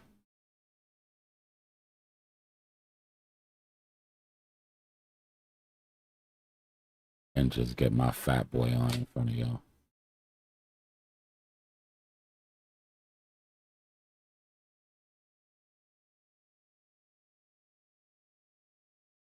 Either that or we could run or pop the balloon. Imagine.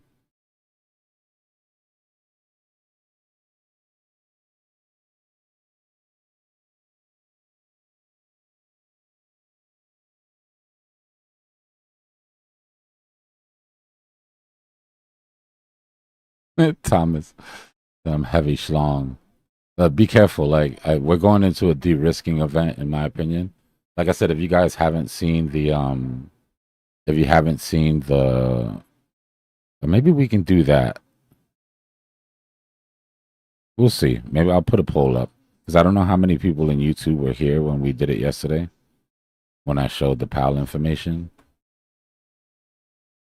But if there's enough people who still want to see it, we can show it again. But basically, you know, there's going to be a liquidity draw either way. He's forced into one decision, which is pause. And my opinion is that he has to come out hawkishly. So that's pause with a hawkish press conference, which means that needs to be priced in, which means we're going to have liquidity sucked out.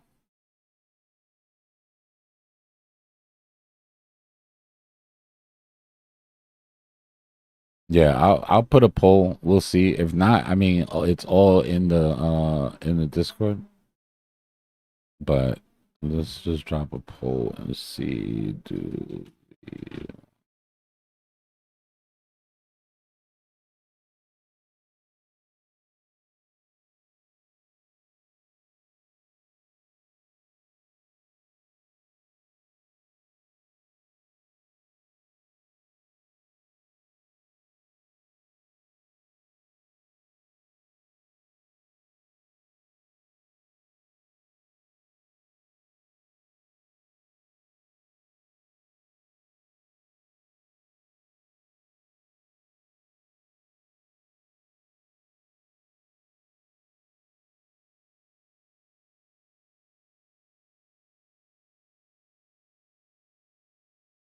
All right, pulls up.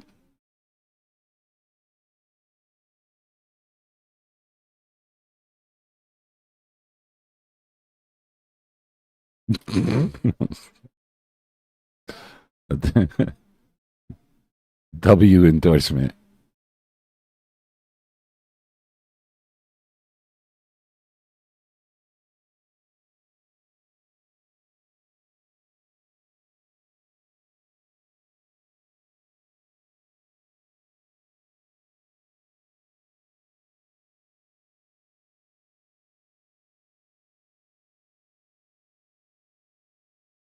All right, yeah. I mean, it's a tough subject to talk about, but it's an easy watch. So, and tough by I mean like tough subject to talk about without people falling asleep on you. Understandably so. Macroeconomics are probably right up there with the most boring.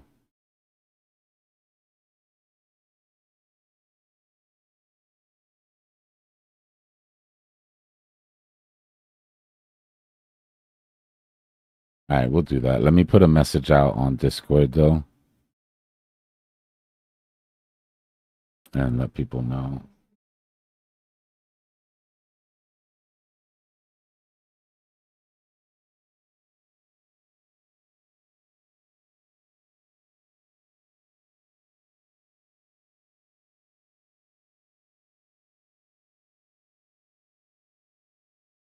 I don't provide financial advice, but there are some gems in there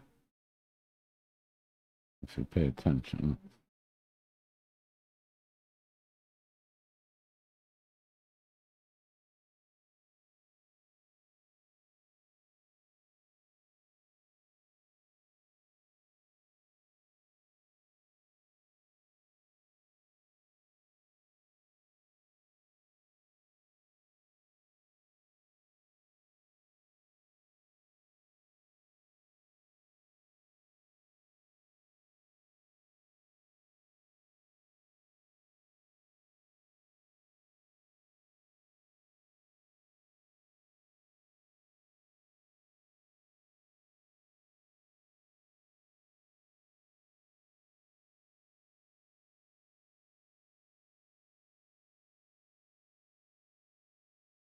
All right, give me 1 second, y'all. My bad.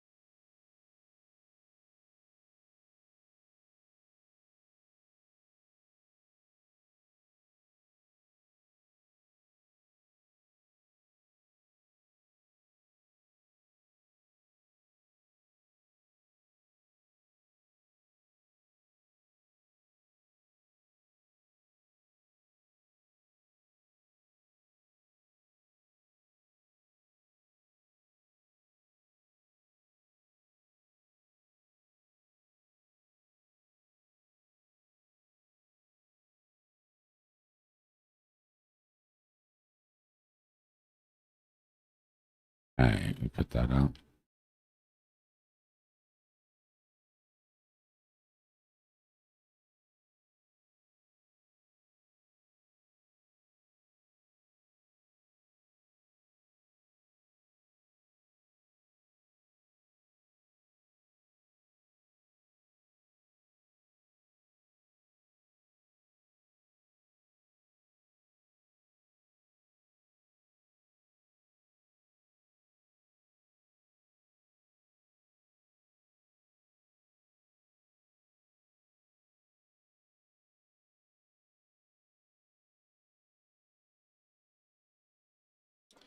All right, let's zoom in here and see if there's any immediate attention necessary.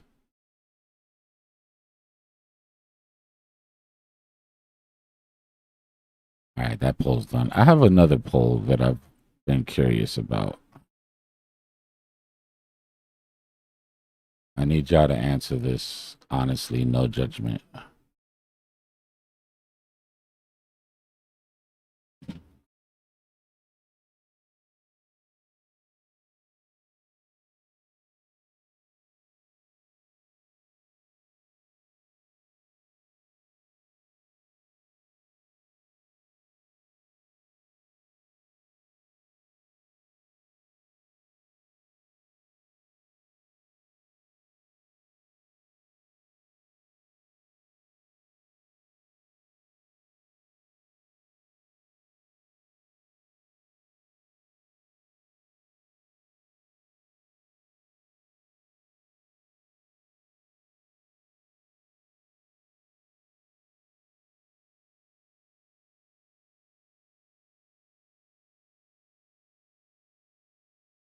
All right, polls up. Do you have TradingView or any other charting platform up while you're watching the stream?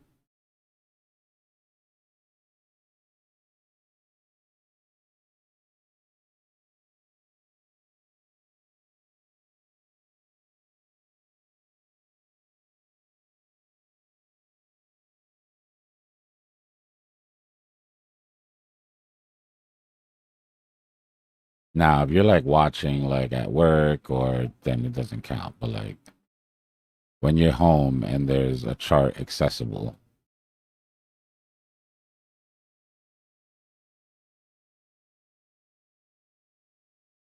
I'm gonna let that one run all day. I'm interested in seeing what that percentage is.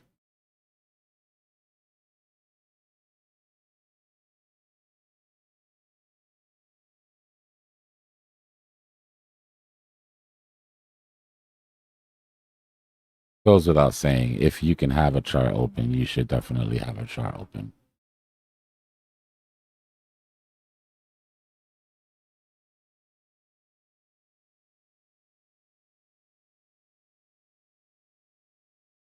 Yeah, yeah. I mean, if people work, that's different. That's different. I know a lot of people watch when they can't be at their charts.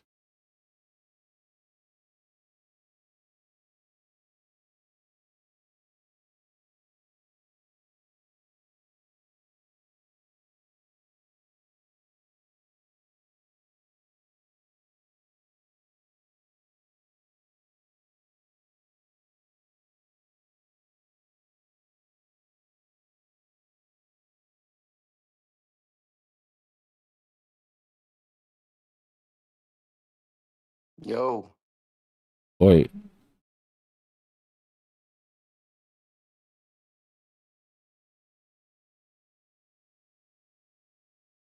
what's going on, Fly?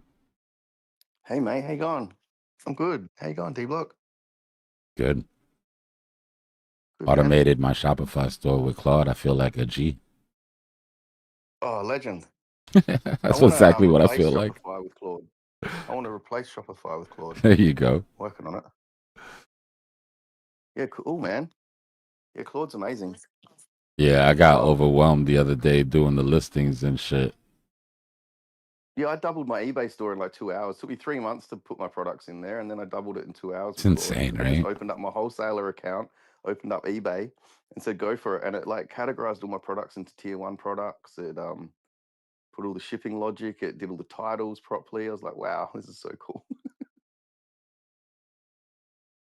That would I have had to run. been. I haven't run the competitor agent yet, though. They can just sit there scanning, looking for other people with their prices similar, and just undercut them. That would have been an expensive hire. You know what I mean? If you had to hire somebody to do all that for you. Oh, especially for these big catalogs, the shops that have like thousands of products, like the big warehouse ones, specialists and stuff. You They know, probably spent millions outsourcing it, probably even still to the Philippines, and they probably still spent a packet doing it. Because we're about to watch this FOMC's tomorrow. Mm. So I put something together. And we're about to watch it for a minute. Yeah, right. Just click on my screen. You'll be able to see it. If you're on Discord, click on my screen and you'll be able to see it and hear it. If not, just go to YouTube. Let me get rid of these logos on the screen.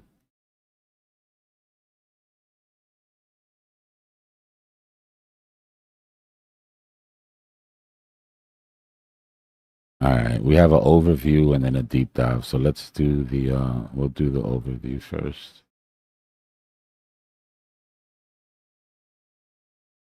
Grab a seat and leave your emotions at the door. Tomorrow morning, the Federal Reserve meets to make a decision that will dictate the liquidity of global markets. We are operating in a highly distorted environment, driven by a massive geopolitical crisis. The 2026 Iran war is currently boiling over, pushing Brent crude oil toward $150 a barrel. Out in the retail trading space, 99% of market participants are over-leveraged right now. They are watching the labor market show slight cracks, and they are desperately expecting that the Fed will announce a rate cut tomorrow to support their positions. But the chairman's recent actions suggest a different priority. Jerome Powell recently accepted the Paul A. Volcker Public Integrity Award, explicitly praising Volcker's willingness to resist political pressure. He is signaling a clear objective: to avoid the same inflationary failures that destroyed the reputations of his 1970s predecessors. He cannot simply cut rates to appease the market. He is physically trapped in a narrow mathematical corridor. The architecture of the U.S. economy has boxed him in, leaving him unable to maneuver out of this energy crisis without risking systemic failure. To anticipate how the market maker handles liquidity during tomorrow's session, the operator must first examine the specific protocol of the man who successfully navigated this scenario before, Paul Volcker. To map the current oil shock, we look back to the 1970s. The global economy was slammed by massive supply chain disruptions, driven first by the Arab oil embargo and then heavily compounded by the Iranian Revolution. Those external geopolitical shocks instantly drained domestic energy supplies. Gasoline was rationed, supply chains seized up, and we saw an immediate, aggressive explosion in consumer prices across the board. The central bankers in charge at the time, Arthur Burns and G. William Miller, failed to control the situation. They lacked the necessary emotional detachment to execute the math. Instead of holding strict policy lines, they bowed to political pressure from the White House, prioritizing short-term employment. Their operational mistake was simple. Whenever they tried to tighten monetary policy to fight rising costs, the moment short-term unemployment ticked up, they lost their nerve. They paused interest rate hikes and prematurely loosened policy. This chart tracks the direct result of that hesitation. Because the public realized the Fed was bluffing, the expectation of future inflation became unmoored. Consumers and businesses expected prices to keep rising, which became a self-fulfilling prophecy, driving actual inflation to 14.8% by 1980. By 1979, the system was failing. To stop the bleeding, President Jimmy Carter brought in Paul Volcker. Paul Volcker operated completely detached from political sentiment, a towering inflation hawk tasked strictly with saving the financial system. In October 1979, Volcker called an unscheduled weekend meeting and executed a mechanical shift. He stopped trying to micromanage the daily federal funds rate. Instead, he simply restricted the raw supply of non-borrowed bank reserves. He capped the money. By cutting off the supply of reserves, he allowed the market to automatically bid interest rates up. The math took over, pushing rates to 20%. The resulting economic pain was calculated.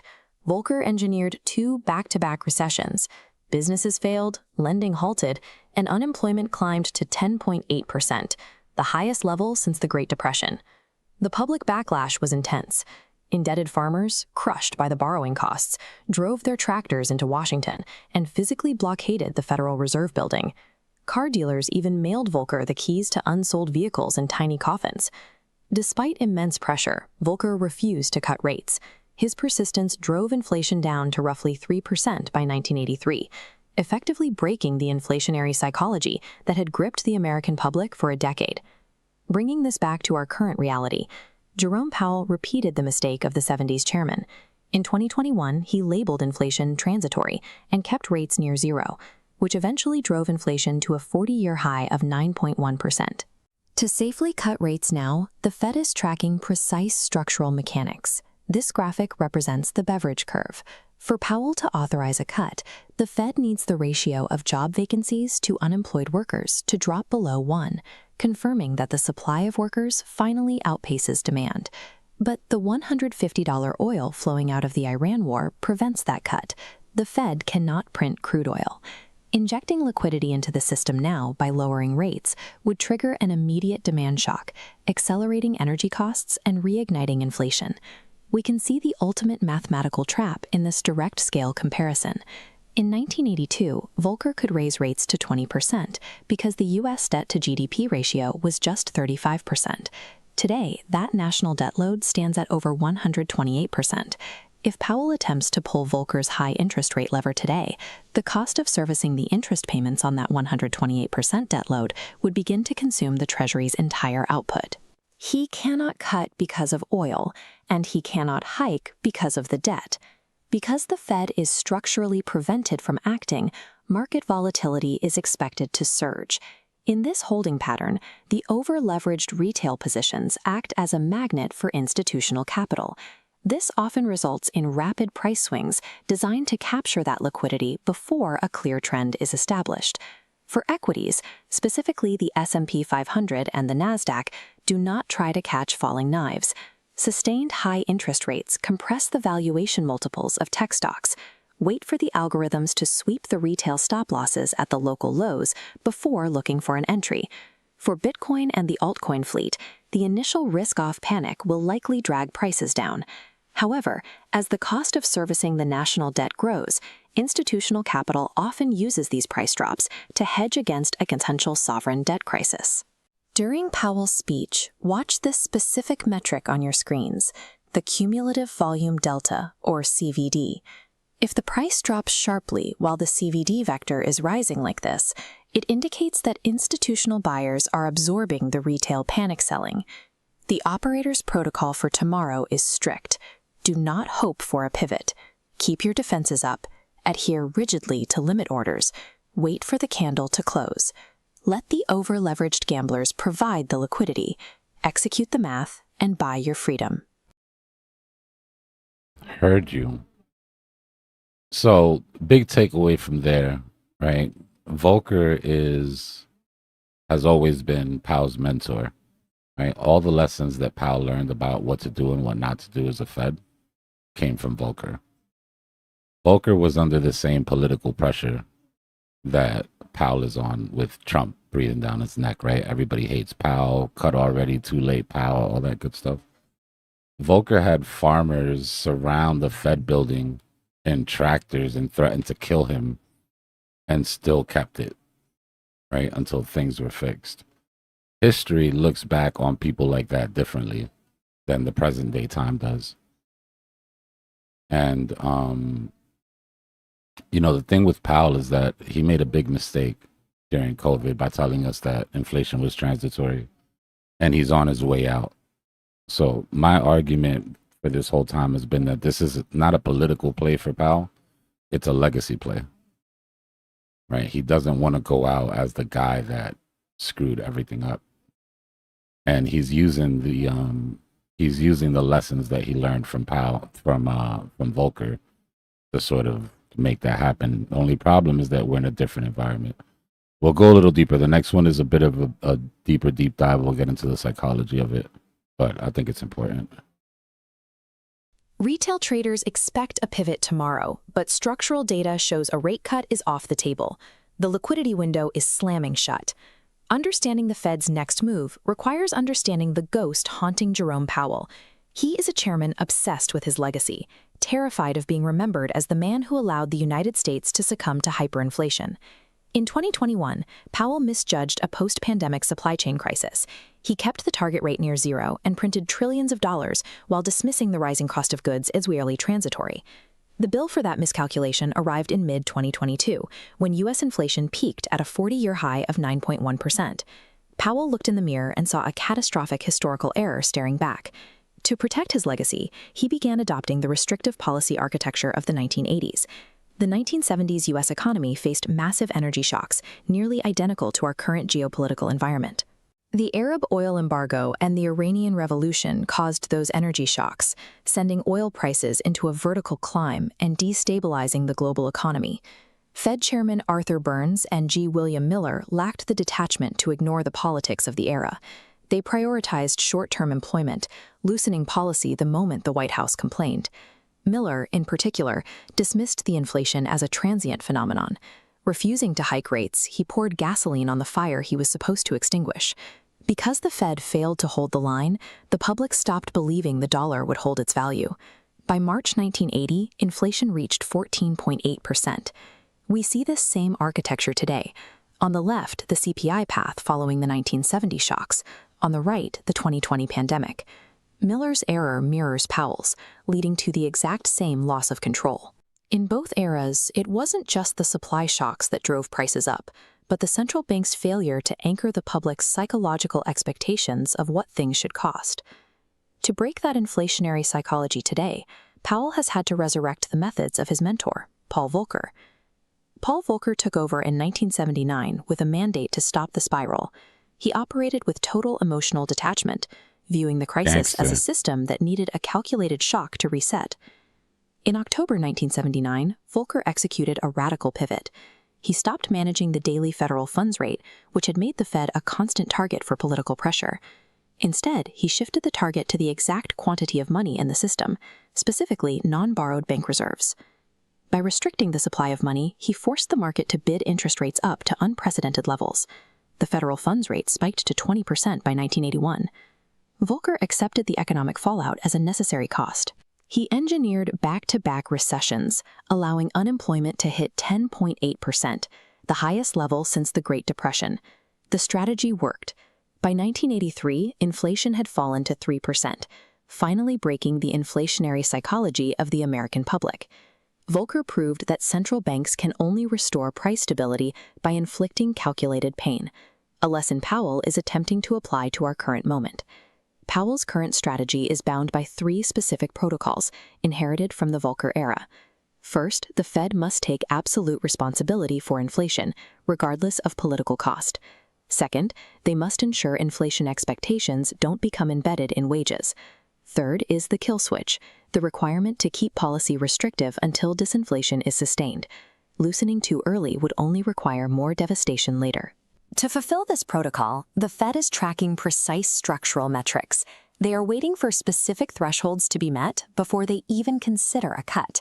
On the dashboard, they need the Beveridge curve, the ratio of job vacancies to unemployed workers, to drop below 1.0. This proves the labor market has finally cooled. They also need wage growth in the services sector to align with a 1.5% productivity-compatible estimate. Because these thresholds have not yet been reached, anticipating a dovish rate cut ignores the very data the Fed has set for itself. Adding to the complexity is the 2026 Iran war, a massive geopolitical anomaly that is distorting the disinflation timeline. The conflict has pushed Brent crude toward $150 a barrel, injecting fresh inflationary pressure into the global board. This creates a narrow operating corridor for the Fed. The $150 oil shock acts as a rising floor. Cutting rates now would spike demand into an energy shortage, potentially triggering a Volcker-level crisis. But there is also a falling ceiling. Unlike the 35% debt-to-GDP ratio Volcker enjoyed, the U.S. currently sits at 128%. If Powell hikes rates much further to crush the oil-driven inflation, the interest payments alone would threaten the solvency of the Treasury. Powell is paralyzed, unable to cut due to energy costs, and unable to hike further without breaking the fiscal system. He is locked into this narrowing corridor. For those navigating the markets tomorrow, The goal is to predict institutional behavior as these constraints are acknowledged. Given the corridor constraints, the Fed is likely to hold rates steady and cite the Iran oil shock as the primary risk. High rates compress equity multiples. If the Fed remains hawkish, rate-sensitive tech stocks will likely face immediate pressure. Market makers often engineer a liquidity flush, driving price through retail stop-loss zones to capture necessary liquidity. Avoid the initial volatility. A conservative approach is waiting for price to test deep structural support, like the daily 200 EMA. In a risk-off environment, Bitcoin often experiences an initial drop alongside equities as capital flees to safety. However, Bitcoin also serves as a hedge against the 128% debt-to-GDP burden. As the cost of servicing that debt rises, smart money often looks for an exit into hard digital assets. We watch for a specific technical divergence. If price drops on a massive candle while the cumulative volume delta distinctly rises, it indicates a significant shift. This divergence suggests institutional buyers are absorbing the retail panic selling. In the commodities market, oil remains on an upward trend. This trend is unlikely to break until the geopolitical conflict resolves or the Fed forces demand destruction through a deep recession. Gold has surged because the market is pricing in stagflation, a slowing labor market combined with oil-driven inflation. But be cautious. If Powell promises to hold rates high indefinitely, the resulting spike in real yields could temporarily punish gold. The baseline approach for the FOMC release is absolute capital preservation. Avoid entering the market in the minutes immediately surrounding the statement. The initial price action following the news is often a series of algorithmically driven whipsaws designed to liquidate short-term positions. True macroeconomic reality is only revealed once the daily candle closes. Waiting for this structural confirmation is the protection against the Federal Reserve's volatile corridor.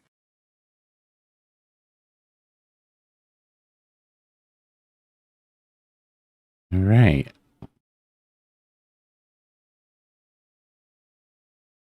So tomorrow, when everybody's going crazy about what's going to cut, will they cut? Maybe they'll cut. I think they're going to cut. Just sort of chill out.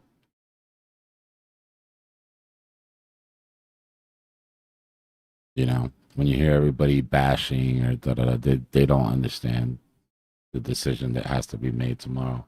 I don't envy the man. I'll put it that way. Damned if you do, damned if you don't.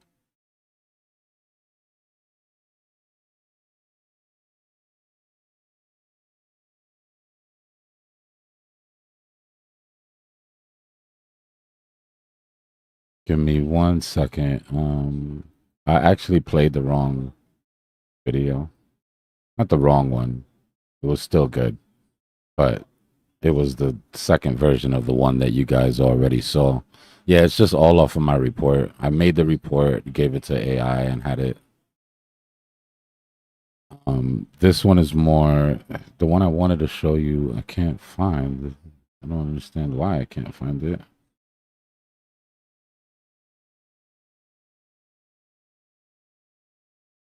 Give me a second.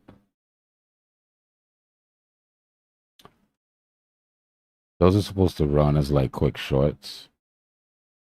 You've already got most of the material that you need, but I'm trying to figure out why I can't find the one that I made. Oh, that's why, because it's white. All right. So this one, I've been experimenting a little more with making the videos myself, setting them up. But this one's based off of the slide deck that I put together. Welcome to Dbloc's daily Cypher briefing, FOMC War Report, Navigating the Volcker Trap. We will cover the 2026 oil shock, the Fed's narrow corridor, and tomorrow's institutional liquidity sweeps. Dbloc explores the ghosts haunting Jerome Powell, contrasting the Miller error of the 1970s with the Volcker Protocol of 1979. Powell is obsessed with the Volcker legacy and intends to emulate him.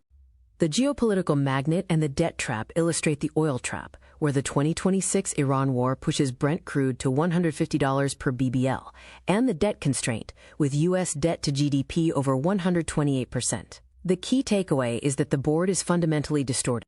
Target Lock outlines the macro prerequisites for a rate cut, the beverage curve, core services and wage growth, and long-term inflation expectations. The current expectation is for the Fed to hold rates steady through 2026 unless the labor market completely fractures.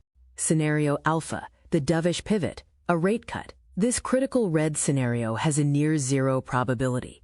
It describes the mechanics of Powell bowing to political pressure, a systemic fallout causing hyperinflation, and a catastrophic asset reaction. Scenario Beta, the holding pattern, a rate pause. This neutral cyan scenario is the expected reality. Powell holds the line, citing the oil shock. The systemic fallout involves violent liquidity sweeps, and the asset reaction sees high rates compress equity multiples. Scenario Gamma, the Volcker shock, a rate hike. This system break has a low but catastrophic probability. Powell ignores debt constraints and hikes rates, risking a rapid bankruptcy of the U.S. Treasury, leading to a massive rotation into hard sovereignty hedges. Our tactical war report covers equities and energy. For the S&P 500 and NQ, we prepare for a liquidity flush. For oil, geopolitics are fundamentally broken. Do not step in front of the freight train, no premature shorting. The report on sovereign hedges discusses Bitcoin and gold. Bitcoin remains the ultimate hedge against the 128% debt spiral. Gold is thriving on stagflation fears. Wait for the dust to settle before deploying capital into gold and silver. The Cypher Law outlines tomorrow's protocol. Rule 1. Shields up. Rule 2. The invisible hand will liquidate gamblers. Rule 3. Wait for the daily candle to close. The final command is to execute the math and buy our freedom. Our target is the market maker's liquidity sweep. The threat is tomorrow's Federal Reserve vote. Our objective is to decode the macroeconomic architecture and protect the lifeblood. Leave your emotions at the door and step into the void. Jerome Powell's decision is driven by the terror of being remembered as the chairman who allowed hyperinflation. To predict the market maker's next move, we must understand the ghosts currently haunting the Eccles building. The 1970s saw Fed chairs Arthur Burns and G. William Miller lacking emotional detachment. Miller dismissed inflation as temporary, resisting rate hikes to protect employment. This refusal led to unmoored inflation expectations, skyrocketing to 14.8% by March 1980. In 2021, a post-pandemic supply chain crisis served as the catalyst. Powell made the exact mistake of William Miller, labeling the inflation, quote, transitory. The Fed printed trillions of fiat dollars, fueling the fire, which resulted in inflation hitting a 40-year high of 9.1% by mid-2022. This diagnostic table highlights key differences between past Fed chairs. Burns and Miller, operating from a place of weakness, fell into the transitory trap. Volcker, however, operated with absolute emotional detachment, leading to the Great Moderation. In October 1979, President Jimmy Carter brought in Paul Volcker to stop the bleeding. Volcker called an emergency, unannounced FOMC meeting to fundamentally rewire the U.S. monetary system, inflicting calculated pain to save the host. Targeting the Fed funds rate was constantly subjected to political heat. Volcker instead targeted the exact quantity of money in the system, cutting off the supply of money. This allowed the free market to automatically bid up interest rates to find equilibrium. The price of this math was steep, a 20% peak Fed funds rate and 10.8% unemployment. Farmers blockaded the Eccles building.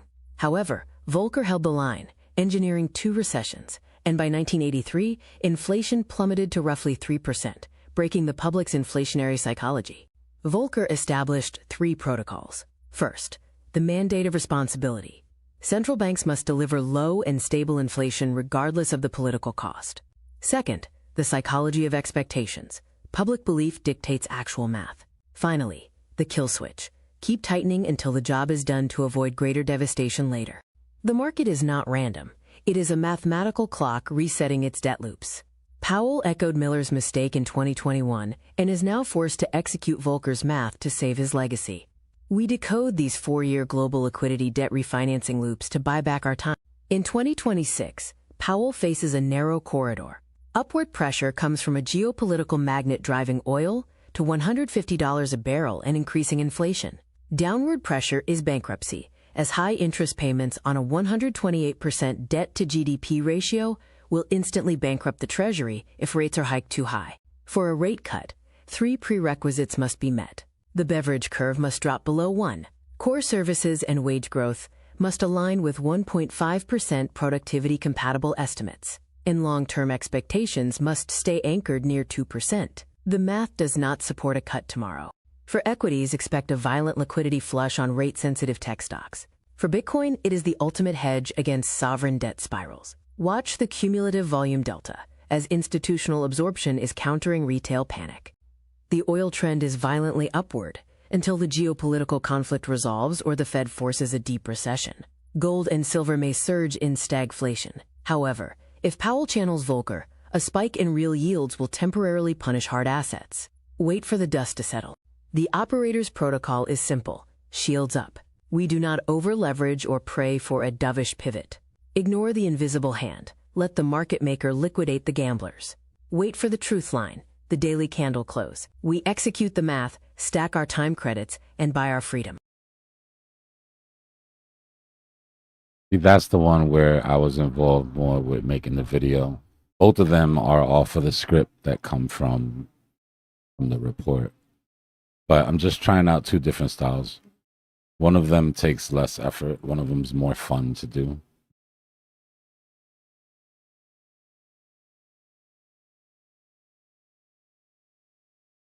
Like the other day when I was making the videos for the hoodies. Have you tried the Google video generator, the 4K one it does?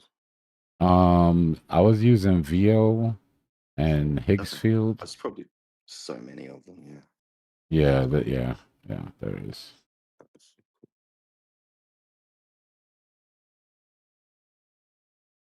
I think the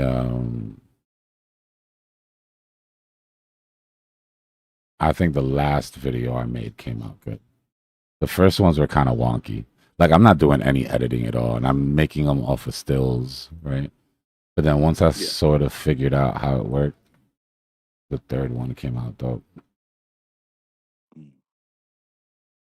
It's good stuff. Hold on, I'll show you. I like showing this one. This one's dope.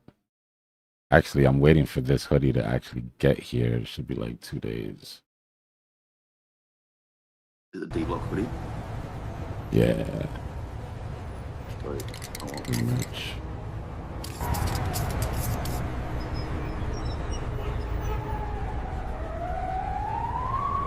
You gonna sign it for me if I order one, Dbloc? I got you. Look at him. Just a little more. What's he doing? Done.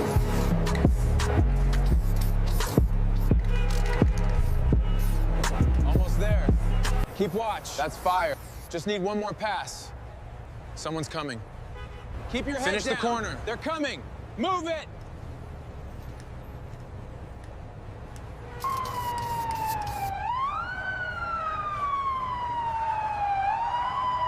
New York police sirens.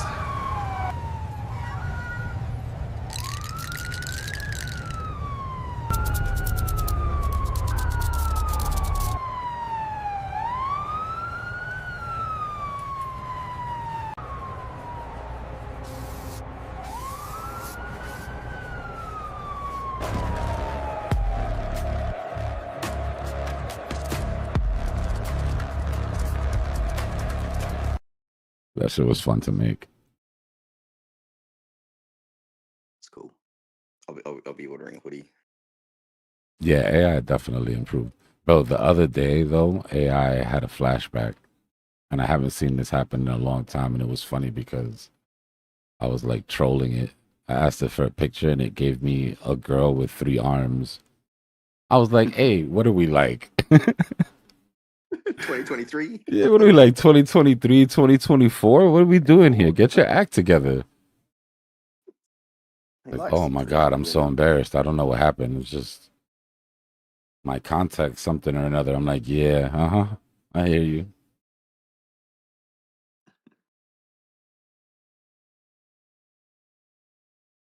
So I've been working a lot on the Discord bot for a fair bit backbone of it anyway. Cool. Did you have a look at the? I'm not going to say the name because I'm not here to spruik. Did you have a chance to look at the landing Bro, I've been so swamped. I haven't seen anything. I know. That's why Nice.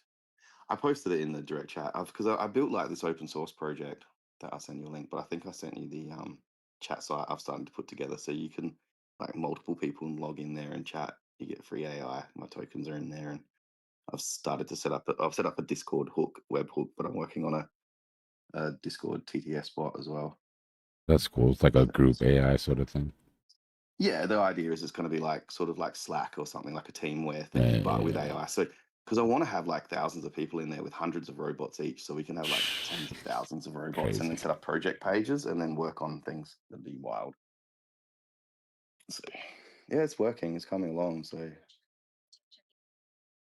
That's good, man. I'm swamped between school, keeping track of when classes, keeping up with man, my I own know tech I stack. haven't even had a. That's why I don't come in and bother you on that. This bro's busy as man. Nah, I mean, I've always got time, but there's always something I that know that. that makes, falls up by the wayside. Yeah, especially while you've been running the Cypher school and stuff. I know you've been. It's been I fun, know man. you It's work. been fun. I've been getting good feedback, which is what's important. You've got great ways of explaining things to people with a real deep knowledge. So that's Hey, rare. Fly, Yo, where can we keep track of what you're doing? again, Is there, I'm really hesitant to be in Dbloc's channel and spam because I sort of want to communicate with Dbloc. I don't know if you chat to Qui-Gon and stuff. Are you in his channel? I'm not in his channel, but I just talk to him on here sometimes. All But right. get I'll on there. try and. Sorry, what's your username here? Screen name? I just don't have it up. Coco. Oh, it's Coco. Yeah, of course. I'll sort something out, Coco. Like I said, I really, really don't want to come across as a, I especially on know. Dbloc's Nah, channel. if someone's curious, you can I'll just send a like DM. directly, yeah, exactly. Yeah, And it has, yeah. it has nothing to do with you. It's just if I tell everybody that they can't post personal projects, then Oh, look, man, it'll I'm look not like like, yeah. I'm choosing favorites, even though everybody I knows don't. Fly's my favorite. But we can't prove it to him. I think he's all of ours. Yeah. It's just ethics, it's just a sort of ethic, especially around when people are trading that. Yeah. Otherwise, people start coming in and Yeah. sharing dodgy things, and we don't Yeah. want that. All right, Coco, I'll sort you out. Thank you. I appreciate it. Yeah, I've got some early adopters like founders. Anyone that gets in there early, and it's probably going to be the first few hundred. I'm hoping they'll have free AI for life because all the rest of the people that pile in, hopefully later, will be paying for our AI. Yeah, I mean, as it should Um, be. That's what I did with the group. You know what I mean? Like, yeah, the people Yep. that help you develop something and help you make it what it is, they should have Test it. benefits. Yeah. Yep. And I mean, it's just even this AI, as much as everything's changing, there's a lot of parts of it that are still same bread and butter business: buy wholesale, sell retail. So if I can get more AI power and distribute it between people for cheaper, then Yeah. it's the same business model that's always been done. There's so many But yeah, advancements, thanks, bro. man. It's crazy. It's hard to keep up for real. Especially like this AI stuff and some of the amount I've been learning, some days your brain is just fried from information overload. You need Tell me about a it. day off. I come off of this and then go to like catch up on what I missed on AI for the day before I go to bed. I'm totally fried when I'm doing most of this. Well, It's all good though. I've gotten like, I always say that like AI gave me back like 3 hours back in the day. You could probably add like another 2 hours to that over the last month. Shit, soon I'll have my whole day back. There's stuff it would have taken me 100 years to have done if I hadn't had AI. 100? Bro, you could have left me alone with a computer for 100 years, and I wouldn't have been able to put out what I put out. I just mean like visually, Yeah, I know. There's just I'm thinking some like, things you're technically like the creativity's there, obviously, or else you wouldn't have been able to tell AI what to do.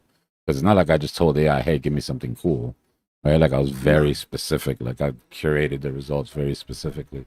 But all the creativity in the world doesn't mean shit if you don't have the technical know-how on how to do it. And that's what's changed now, I mean, some of the things are 2,000 times faster than I used to do. So I tend to wonder, I'm like, well, that's 1 year of work's now 2,000 years of work. I mean, that's a time machine right there.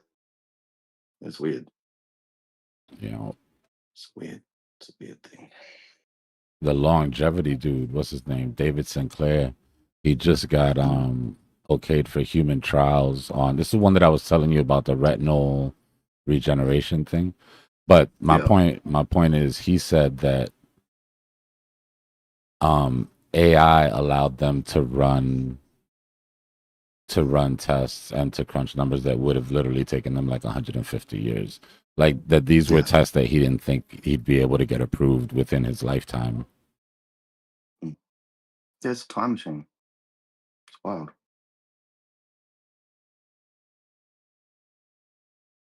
I'm more and more excited just about the whole concept of Web 4 as well, because Web 3 has been so challenging for everyone, like having to manage wallets and understand stuff, and then like the Google does have a payment thing now, because this year is supposed to be the year where you can book flights and pay stuff automatically, but they do have and MasterCard did a demo in Singapore in November last year. There's a few things around the semantic web. I mean, a couple things worry me. Like this Bitcoin faucet that Cash App just did. Right? If you bought Bitcoin, they gave you $5 in Bitcoin. If you bought $10, they gave you $5. If you went and spend any of those $10, they gave you $25 in cash. Right? They only had $1 million in Bitcoin that they were going to give out. I was like, that's going to last an hour. It's going to last 3 hours at max. Right? It lasted 4 days. They can't give this shit away fast enough. Like literally all you had to do was spend $10, get your free Bitcoin, go buy a drink at the local pub or a cup of coffee and get $25 in free Bitcoin. And it was just, I don't know. For me, it was a sign of where we are right now. And especially where we are in the cycle. Right? That's a sure sign of it. If you would have done that in the middle of the last bull, that it would have been gone in an hour. You'd have 50,000 people queuing up and complaining they can't get in. Yeah, it would have been gone almost instantly. And then everybody's live streaming the Bitcoin conference, and the only people there are the people working at booths. Like literally, dead, dead, and they paid thousands for those booths. Yeah, I know Ryzen. I think Ryzen went out there. We had 2 people that went out there from the group. I hope they found something to do, like some parties or something. One guy speaking to him, and he gave his ticket to another guy, and he just hung out the front and went to the after party. And maybe everyone's just over it. They're just going for after party. Bro, none of the OGs showed up, which is one of the reasons people go, right, to get their pictures taken with like the OGs and blah, blah, blah. Yeah. But there's just no hype right now. Yeah, that's the problem. It's a networking event, but there was nobody to network with. I don't have any urgency to be in until after July anyway. How do you feel about a repeat? Like, we can't repeat 2022, but we are 4 years on from 2022, and there's a lot of bleeding, and then FTX blow up at the end. Nah, I'm super bullish for the next bull market. Super bullish. I mean, just start to feel anxious that you're not in enough, though. Not yet. No, I'm not yet either. So I'm happy with that. Nah, not yet. Right now, I'm still in accumulation mode as far as fiat, right? Like on the way down, I accumulate buying power, purchasing power. And then on the way up, I accumulate coin. At the bottom, start my accumulation, and then I flip for coins, not dollars, on the way up. Yeah. But right now, I'm just, any money that I put in is literally just to fade rallies, take some, money off the table. Yep. And add to the bottoms. It'll start to it's going to feel worse than this, I'll warn y'all. That anxiety that you have right now, like when this thing, and I don't want to sound like deterministic about it, but it is, in my opinion, going to happen. When we get the next leg down, our last capitulation, right? That's not the end, but the way you feel right now, like, damn, could this have been? Did I? Should I? Right? That's going to get worse once we do this.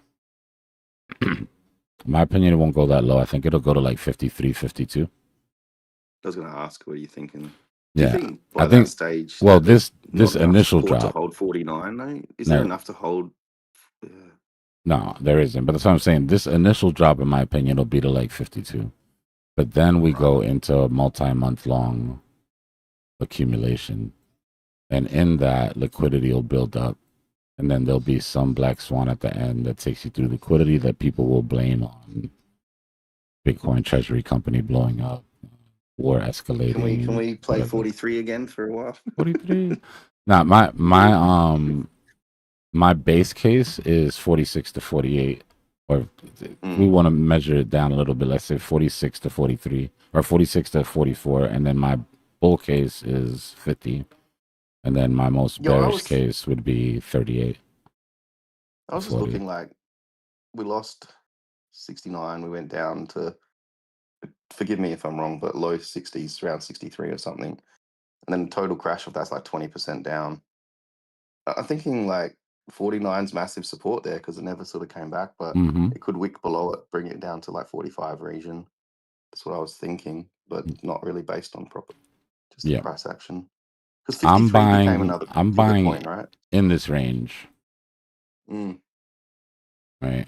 I'm personally calling the bottom on the 6th. Right? That doesn't mean that I'm waiting for the 6th to buy. Once we get from my bull case, from 50 down, then I will be buying lows with the knowledge that that could be the low. Just wait. In next chapter after next, I believe we're going into how to catch the bottom, and that's when we're really going to break down the mechanics. But I don't have any fear of missing it right now. And now if the bottom is just around 50, then the upside's going to be pretty decent. Yeah.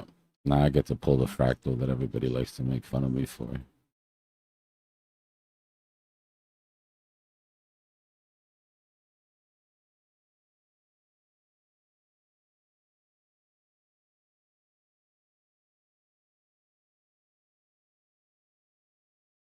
We'll see how funny it ends up when the time comes.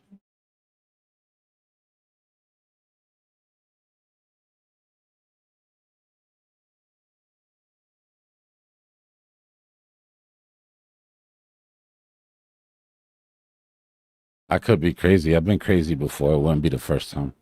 But when you thought Bitcoin was going to 12K and then he went to 15. Or 14.8, but close enough. 13.5. When I made fun of people holding bonk because Solana was dead. That was the second mistake. There's been some epic screw ups, y'all. Solana just because of the name, being stubborn idiots. Oh man, yeah. Don't ever let your girlfriend do that to you twice, man. Yeah, and then don't back your bro up by just backing him and saying, "Yeah, screw her." I'm not buying none of it. It's family, I guess, and since he's putting my business in the street, I guess I can explain to y'all what he's talking about. My dumbass in 2021 didn't get into Solana because that was my ex-girlfriend's last name. And I thought the universe was giving me an opportunity to get screwed twice. And I was like, not today. That's probably the last emotional decision I've ever made trading. I was so bullish in 2021. I'm like, I'm not making the same mistake and falling for this. But to be fair, because I missed out on Solana and everybody was having a ball, I found Jasmine. And Jasmine treated me way better. But still, the point is, don't let your shit cloud your judgment. Don't let your feelings get away in the way of profit. Straight up.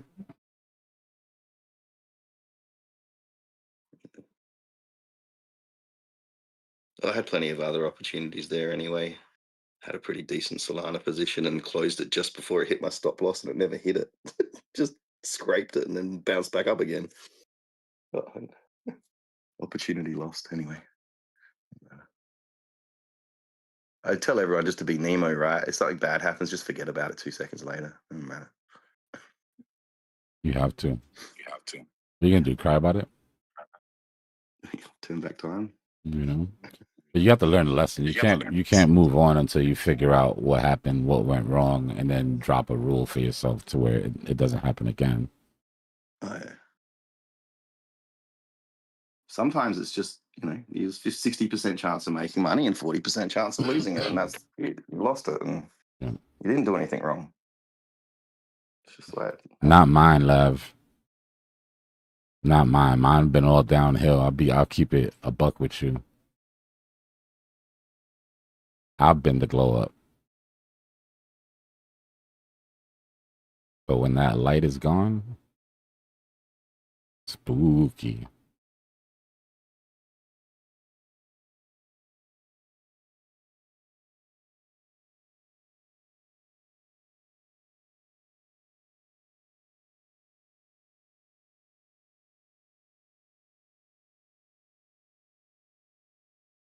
What's Gen Alpha say now? I'm the birthday.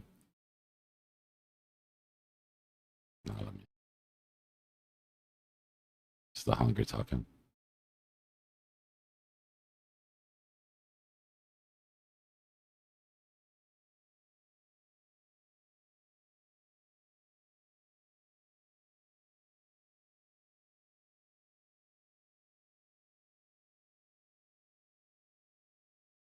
I thought a couple PAL videos would surely bore this thing into a liquidity sweep, but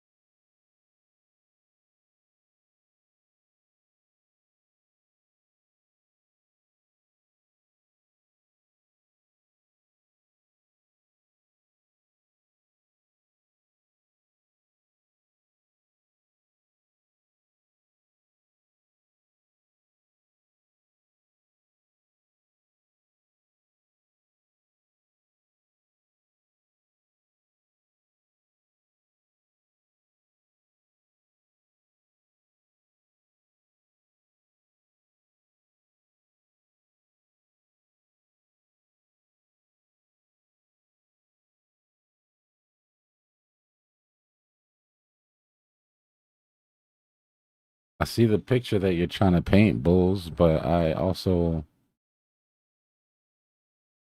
kind of see that nobody's falling for it. Anybody in on type 2s here? Like anybody in on this trade? I'm not. I'm just sitting here bored.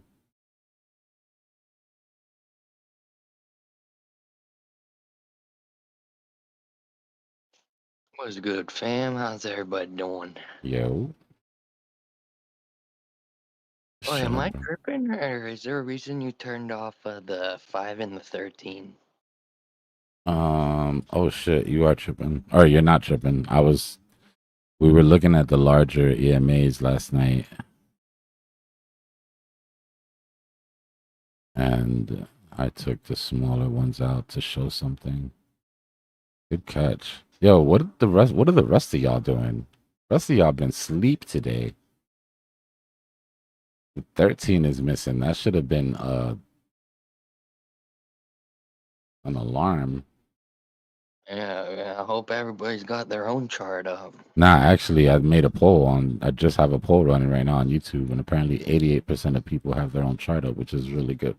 Really good.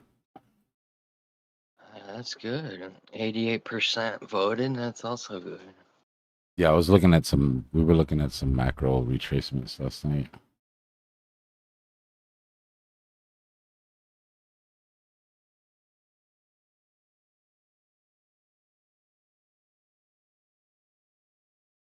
Was it? All right.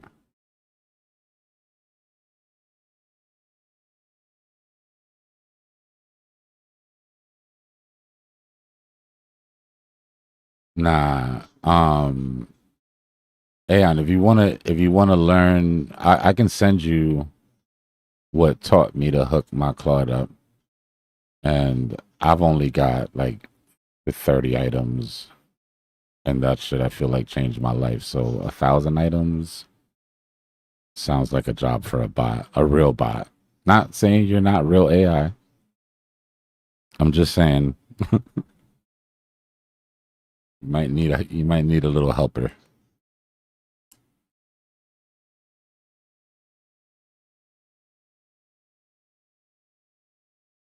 Give me a second to get it together, and I'll send you the videos that I watched.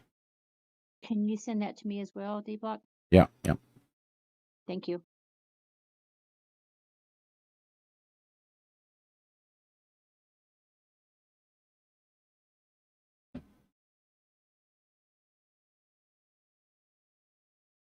I'm trying to get ahead of the game here so I won't be boomer bashed anymore. I hear you.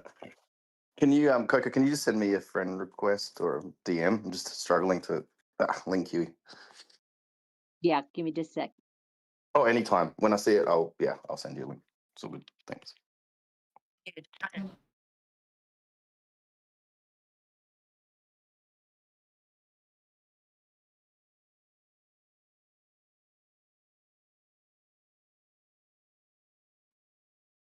It's not all boomers. It's just boomers that are sitting on like $5 million of housing assets and telling you that you shouldn't rent a property or something. Definitely need to buy a house at the top of the market, or you're being irresponsible. I feel sorry for people that are trying to still get in and squeeze their way in. It's like, oh my gosh. It's part of the cycle. I don't know if you've seen the content yet from the class, but when we go to the real estate cycle, we talk about that, right? It's the winner's curse. Like, they've been through enough of their adult years seeing property get further and further away from them. And as we get closer and closer to the top, banks start getting more and more lenient. And then you get that call saying, hey, that loan you've wanted for the last 5 years, we got you. You don't even look at the rates at that point, right? You feel like you're getting away with murder and you take the loan, and then before you know it. Yeah, well, here now you can buy with 5. Everyone can buy with 5% deposit, I think, first homeowners or something.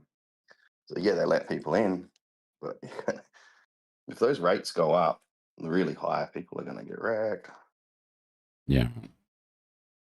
Can happen. I mean, this doesn't count. Excuse me. This doesn't count if it's your family home, right? It's never a bad time to put a roof over your family's house. This counts more when we're talking about investment properties and shit like that. But I mean, it doesn't hurt if it's within your budget to rent for a while, to let things get a little cheaper. Like I said, It's the not even that banks do here. get more desperate because they're gonna have all this inventory. It didn't even matter how much money he had. There was nothing on the market. Like the places that were on the market were not premium properties. There was always something wrong with them. It didn't there's just nothing left here. Bit weird. Just can't find anything. Yeah, I got it, Coco. I'll send you through. Thanks. Thank you. You'll be my first boomer founder. Yes. I need a hoodie that says that, Dbloc.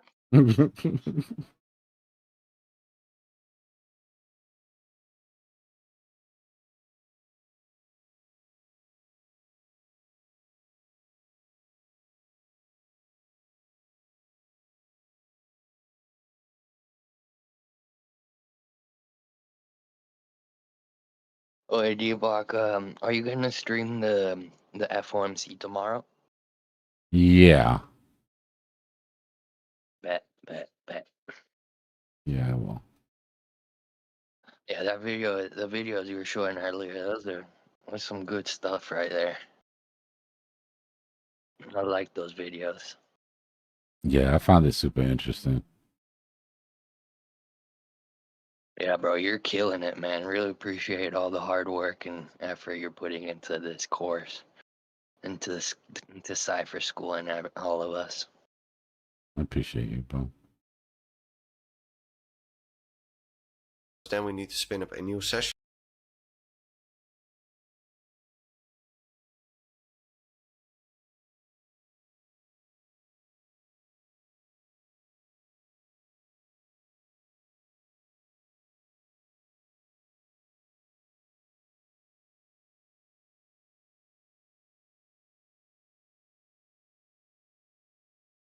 Those are the two that got me started. Yeah.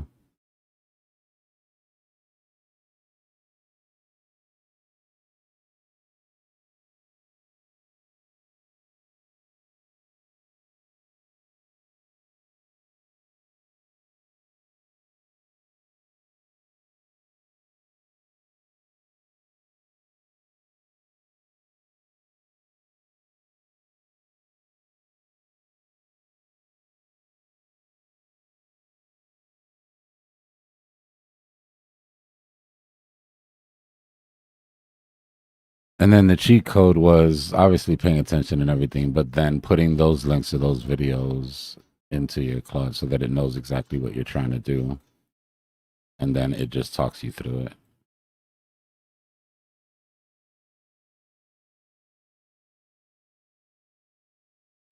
I think I got it. You'll see. It'll make more sense once you watch the videos. Okay, thank you. Mm-hmm. By the way, we've had a cold snap here in Oklahoma, and I've got to wear my hoodie twice. And if I do say so myself, I am rocking it. Nice. Good. Hope the tornadoes weren't by you. Man, they were in my hometown. They were 2 hours away, or an hour and a half away, but obviously far enough. Yeah, right through my hometown. Damn. Yeah, man, Oklahoma's been getting hit hard lately. Yeah, it is that time of year for sure. Yeah, It was very true. 80, 85 degrees a couple of days ago. Today, I think it was in the 40s when I woke up. That's what causes the tornadoes. That cold air and hot air combining, and boom, there you go. Yeah, this price action is brutal, y'all.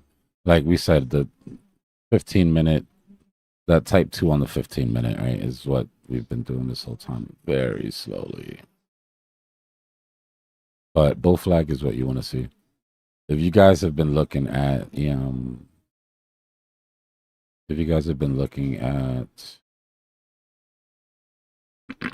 Bulkowski's book, the way that he draws W patterns are like this.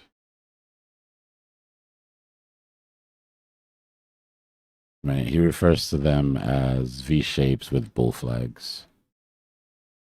Which, if you pay attention to W patterns, you see them, right? It's kind of exactly what it is. Sometimes the bull flag fails, but for the most part, right, a traditional W will be a V shape into a bull flag.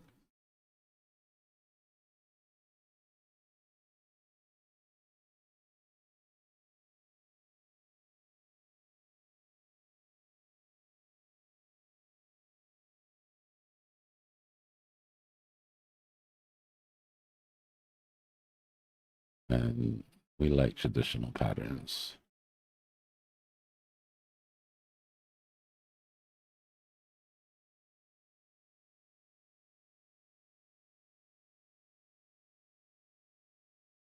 This is so hot in here.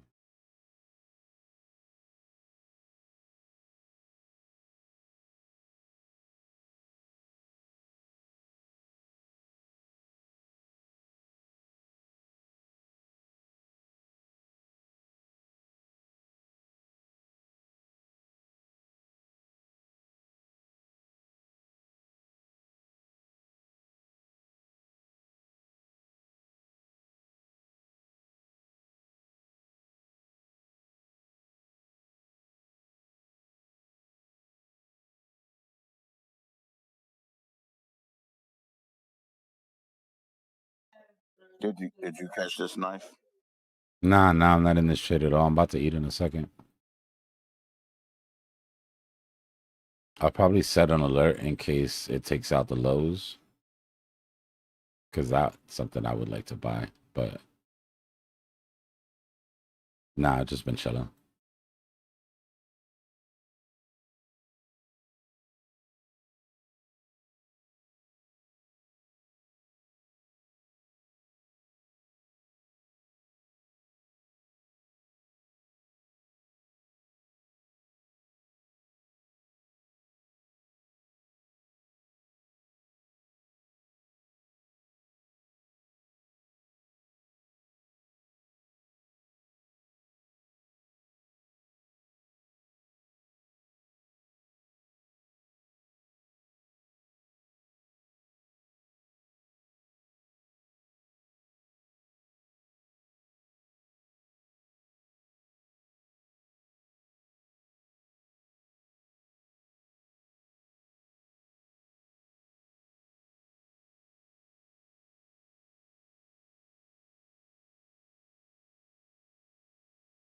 M2 retest where? What do you mean?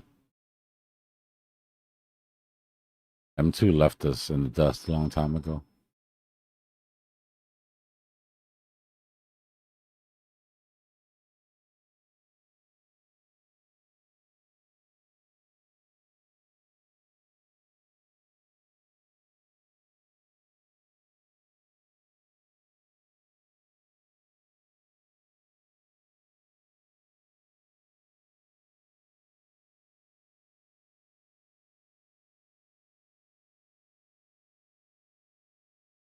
Nah, you're good.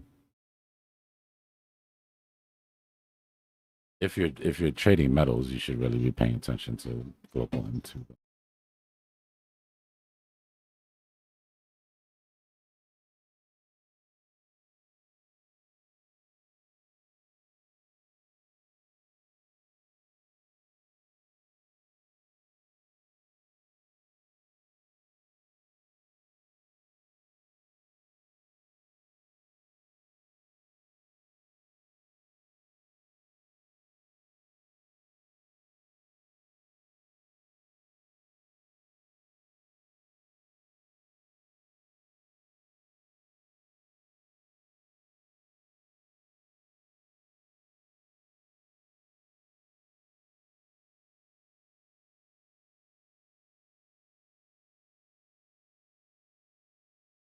Well, we're still on our 3-day down if we want to go to our market maker swing just to catch up.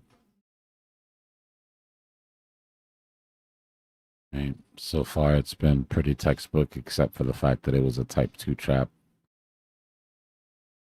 Type 1 trap would have looked more like this. Wouldn't have made a difference, but this was Wednesday, so that's way too early to set your traps.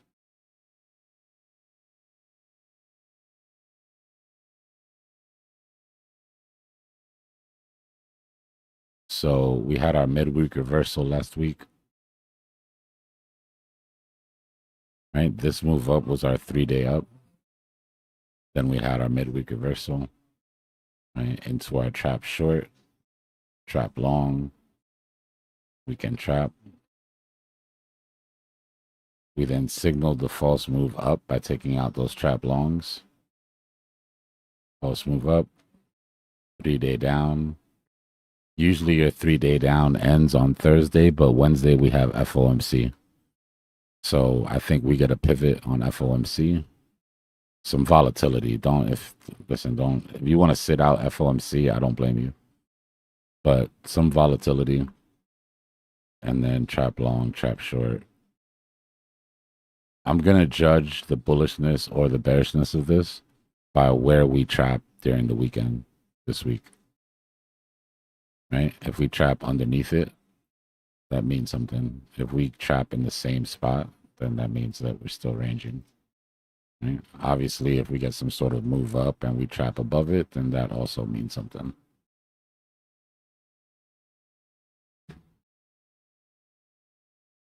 I'm looking to trap lower, obviously.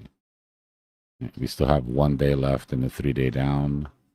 I'm looking for the possibility of grabbing a sweep into my 3 targets and then playing that into FOMC because I'm crazy. But FOMC will probably look a lot more like this. Something like that. Either that or hopefully if we've all become adults by now, it'll be a bit of a non-starter. Nobody should be surprised, right? Poly market's already, sitting on one side for the pause. We just went over why he really doesn't have any other options but to pause. Right, so it shouldn't be a huge surprise that makes people run to, buy or sell. Now, depending on what he says during the press conference, that's a different story. Right? What we're gonna be listening for in the press conference is to see, is he talking about higher for longer? Is he just saying I just can't cut right now, or is he saying I can't cut, and you guys better get used to the idea of no cuts because A, B, C, and D? Right? Those are 2 different things. If he comes in hawkish, then we are going to have drops, right? Because that has to be repriced. Right. The question then starts to be asked: what's the price of all these equities, and what's the real price, right, of all these equities and Bitcoin and all these commodities, if we're not looking at a rate cut in the next 3 months, 6 months? I think it works out perfectly for us. Start cutting those rates right when we get to the bottom of the bull market or the bear market. Right? Why would we want to waste that bullishness now? Okay, they come in, they start cutting. What? We push up to 80 and then reject and still do what we're going to do? When if we wait and we're at our lows and then they start cutting, that could be the fuel that gives us the distance from the bottoms that we need, right? To give us a safe distance from our stop losses where we get to put our feet up and chill. It's the October cut. Yes, please. Imagine. Oh man. They're talking Or about the fuel before, like crisis going before, on because till November. I mean, there's and they're talking about it. there's 100-day lag on M2, right? So like a couple months before, okay. you know, we're good. New Yeah, guy August. comes in May and then doesn't cut until like August, right? Or even if he comes right in May and cuts immediately, that money doesn't start to hit until the end of September, beginning of October. So far it's working out perfectly time-wise. I don't know why anybody would want to rush it. That's what I was asking earlier. Like, do you have enough Bitcoin? Because that should be the only time where you're like, screw this, let's go all-time high, super cycle. Like, what you're telling me is you have enough Bitcoin. I want more. I don't have enough yet, personally.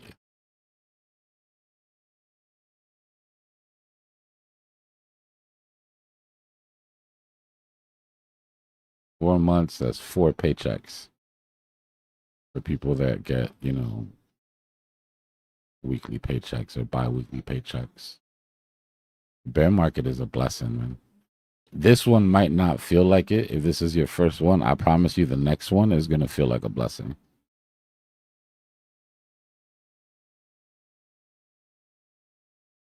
This one probably feels like torture.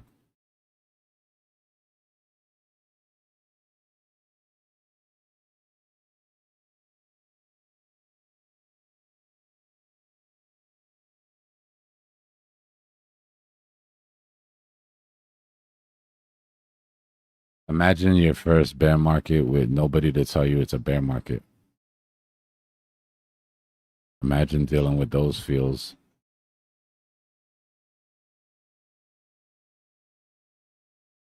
I had no idea what was happening, bro. I didn't know there was an end to it.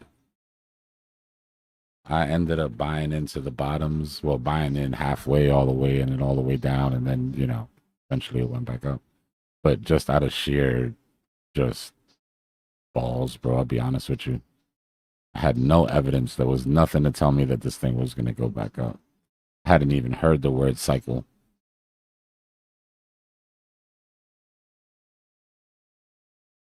So being able to come in brand new, right? And just being able to have some of the answers. You don't even need all of the answers, right? But just having some of the info probably saved you 1 or 2 cycles. It'll save you 4 to 8 years of trading. Just being around the right people.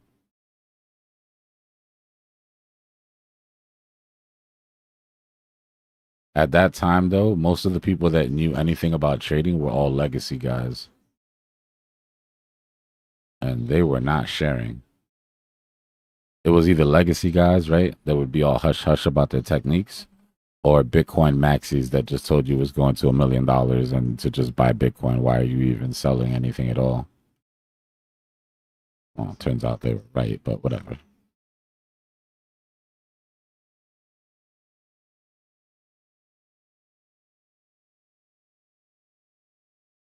Yeah, I mean, at the end of the day, it doesn't really totally matter as much as long as you recognize that this is a low and this is a higher low. right? But once you got that locked down, then yeah, there are variations of W's that are stronger than others, both structurally and like volume wise. Right? There's like a ranking system.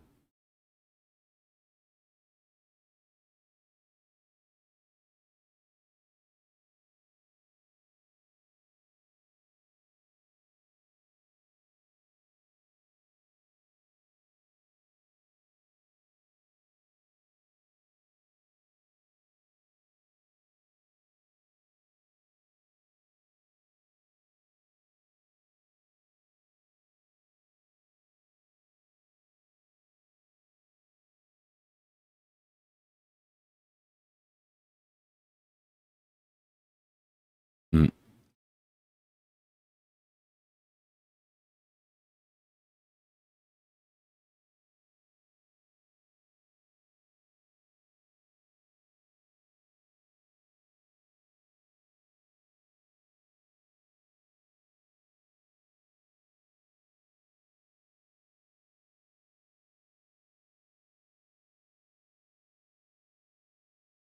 It's like finally understanding how to drive a car and then finding out that there's brakes and a seatbelt.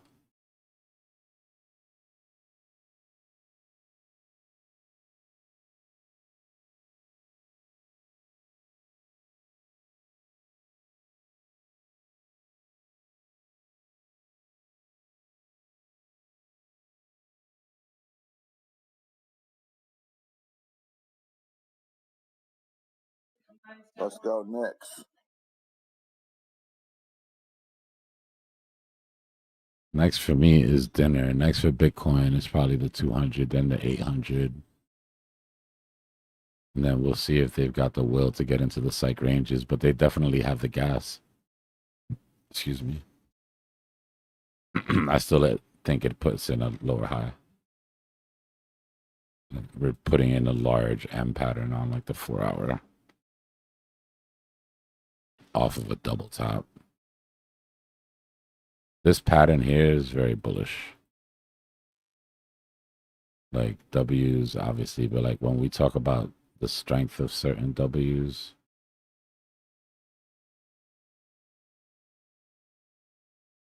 Jody, I was wondering, you don't put any entries on long or short in Discord, right? no, I don't do any signals. Yeah. This pattern right here, right, hasn't played out yet. But if we go to the weekly,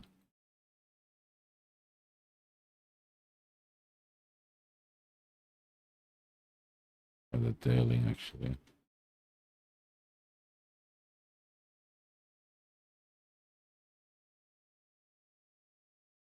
Typically, this is how you get macro tops and bottoms, even if they're locally.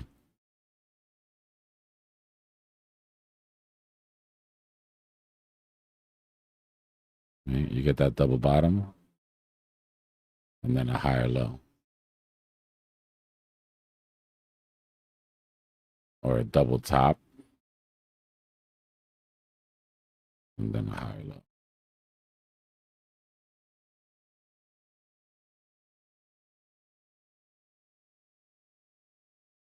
Which on the smaller time frames, like the 4-hour, is sort of what we're looking at.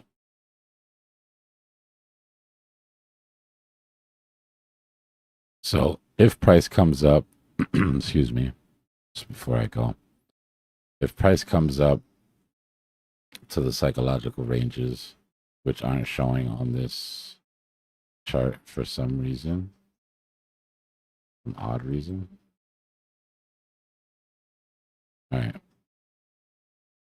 So if price does come up to those psychological ranges, which is market makers, last motivation, and structurally, you would also expect, especially with a trend this long, you would expect a retest of the break of that trend. Right? If things were to play out textbook, which means a retest of the high. Right? Take that out. And then you'd have your double top and your low. That's sort of what I'm looking at. I'm not really too pressed. Like I said, I'm not in this trade, so if it just goes, I'm cool. What I am interested in is if it flushes first.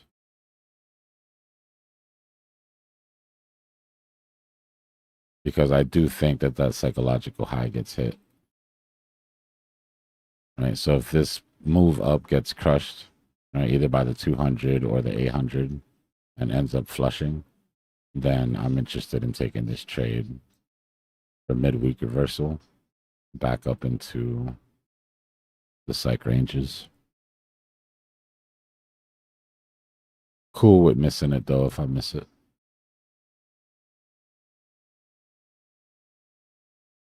As of right now, you'd literally just be type 2 entries on the 15 minutes, so it's not like the trade's gotten away from anybody, but I'm about to go eat and I don't want to have to be paying attention to the chart, so.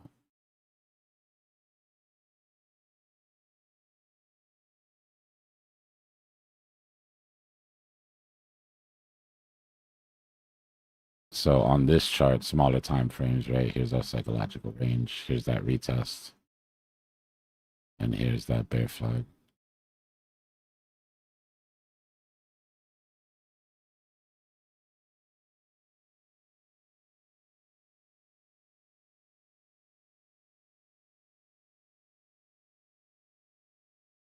I am going to go eat and I'm going to put a W in validation right here. And I'm also going to set an alarm on that invalidation.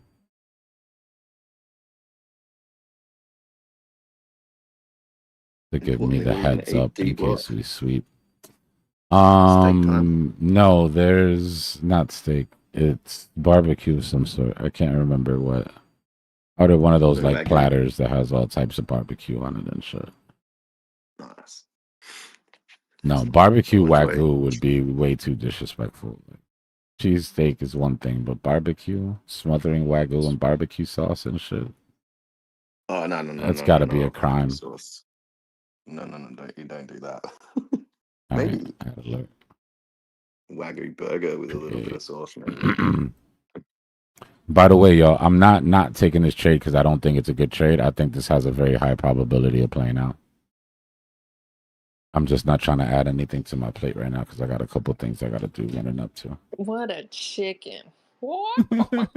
Like, listen, sometimes you got to do outside things. Yeah, I'm with you, Tanner, mate. I think he's chickening out. He actually wants to do it. As soon as you walk, we got the rockets. Yo, I always wanna trade, y'all. That's my default state. You never have to worry about that.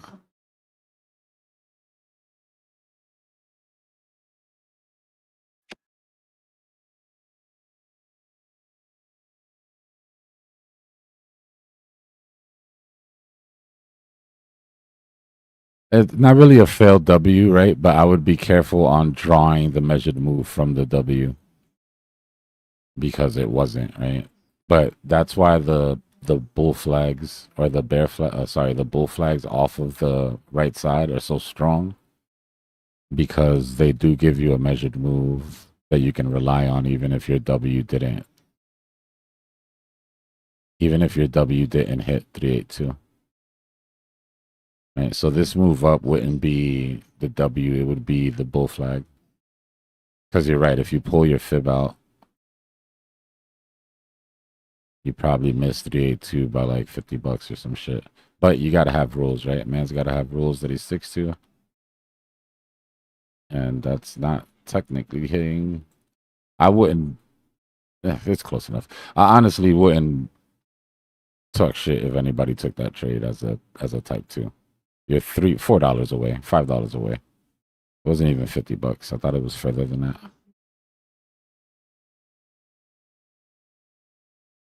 Which would give you a measured move that takes you to the 800. This might happen before my Uber Eats. Who is through with rockets?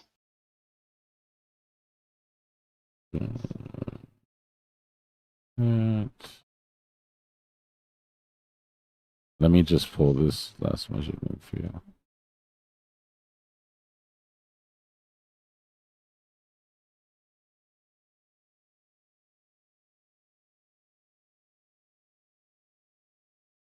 Yeah, see, that takes you to your, conveniently enough, takes you to your 800. You draw your neckline here. All right. Now I can get rid of all this mess. We're about to hit our first measured move here, which is at 7651.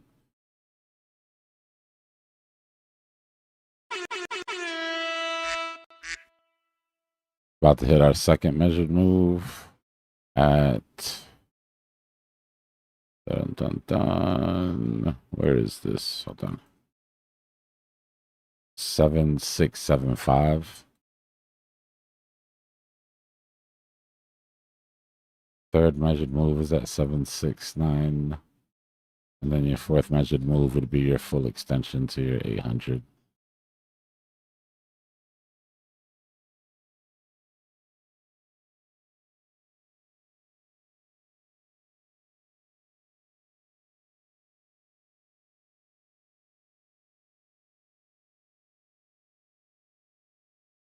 Actually, a little bit lower, but the 800 will be down there by the time it gets to it.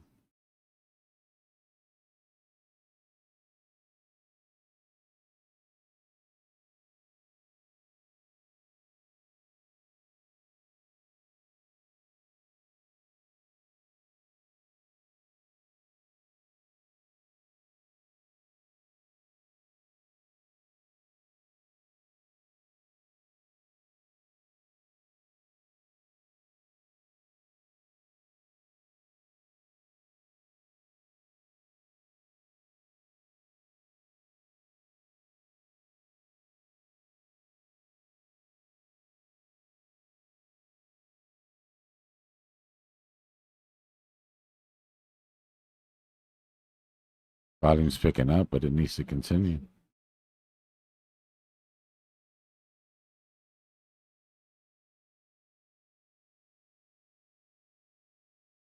Everything is coiled up and ready to break its range, though.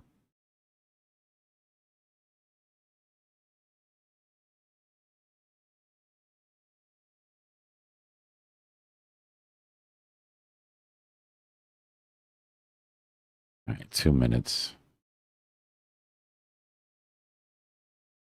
Hopefully it gets here. Not like a target or anything.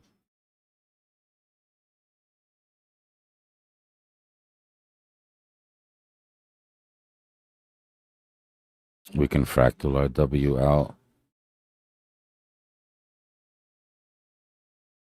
I shouldn't, but honestly, like $4 has to be within the margin of error, right?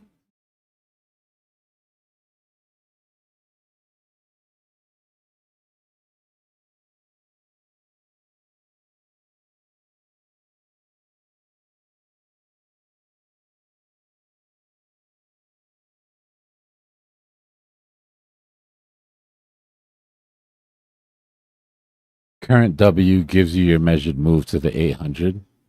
But remember our measured move past psychological highs, right? Psychological high, psychological low, which means don't rule out the possibility of this fractaling into a 30-minute W. Right? To watch that, what we'll do is we'll drop our uptrend. If this trend breaks, let's say price comes up to the second target.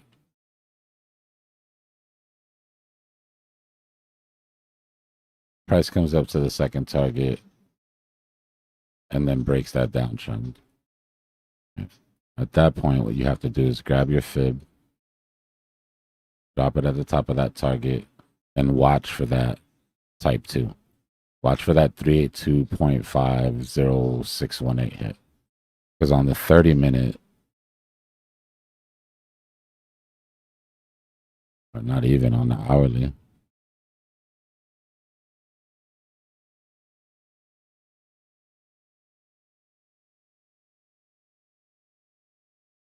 right? On the hourly at that point, you'd be putting in that type 2. It's there, there, or there. If you start to take out the lows, then, you know. So again, like what we were talking about earlier, what's the smart way to play it? Do you just let price hit the 50, don't take profit, and hope that it hits golden pocket? That's option 1, right? You could do that. Do you take your stop loss from your type 1 and move it to your type 2 and just hope it doesn't take it out, even though it's within the zone that would make a viable type 2 entry for the 30-minute? It's possible, but you're putting yourself in danger, right?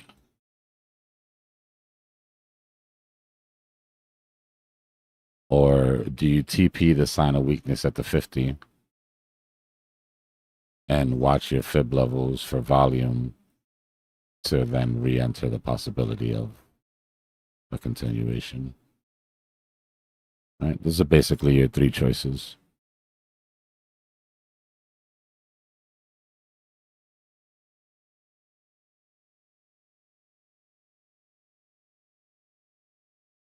Fourth, obviously, is you get to the 50 and you see no signs of retracement, right? You see no signs of weakness. You see no sell-offs. Volume still rising. You know, in that case, just ride it out.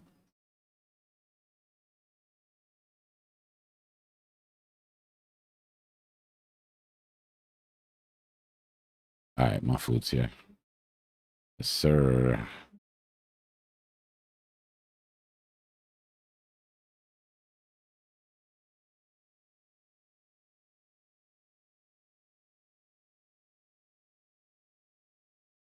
All right, y'all. I'm going to go feed the beast. I'll be back.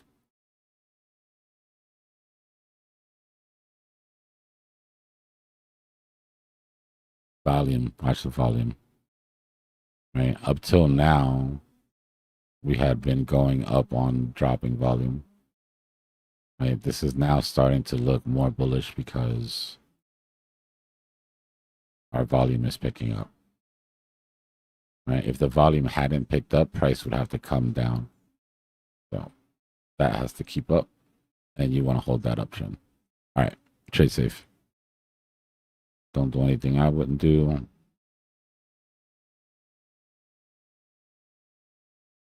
Or if you do, use a tight stop loss.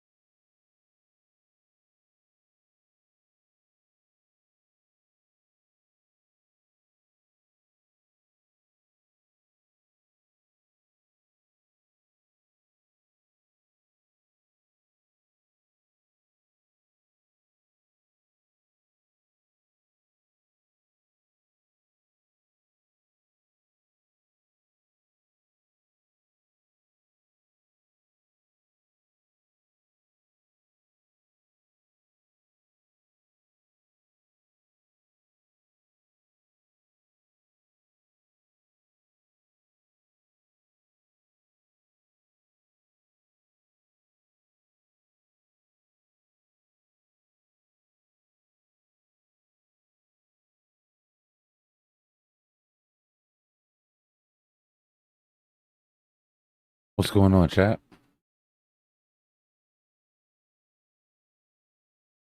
Huh? Nice little move.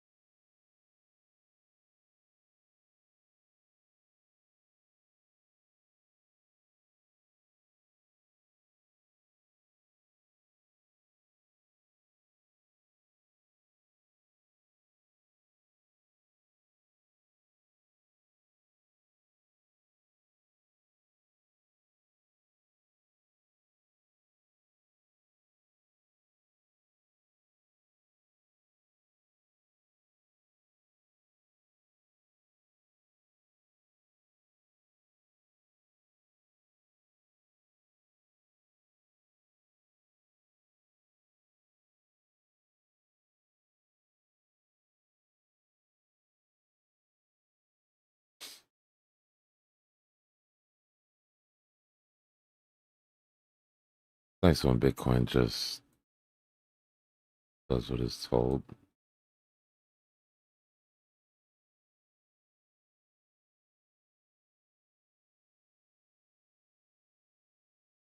I'm here, Biddy. We could finish the move up now.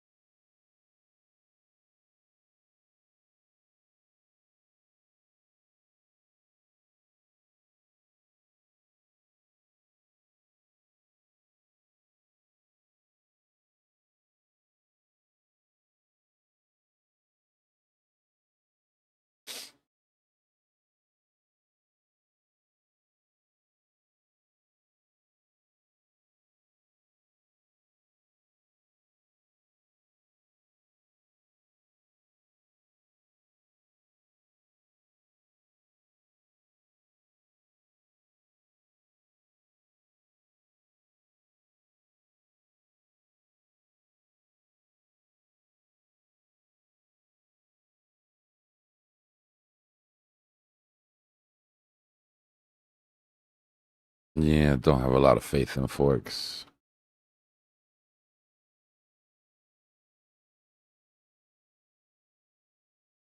Personally.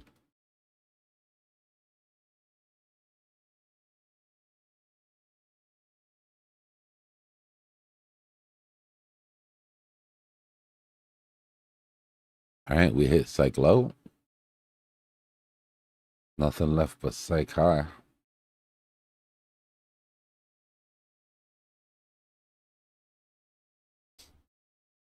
Our last drawn out measured move is 7783. And we have psych high.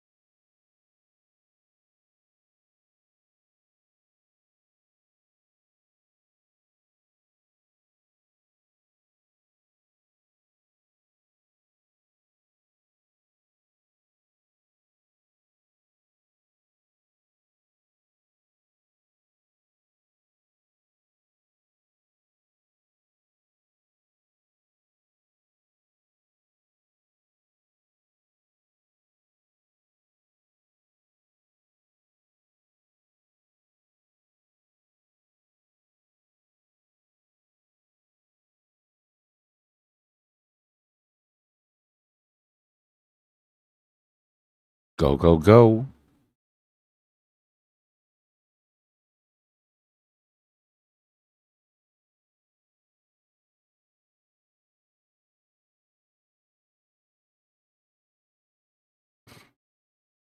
This is the last measure.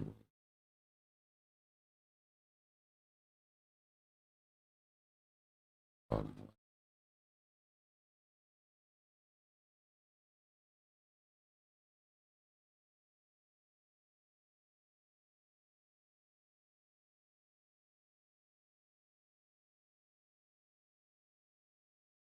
starting to see some whale activity pick up here.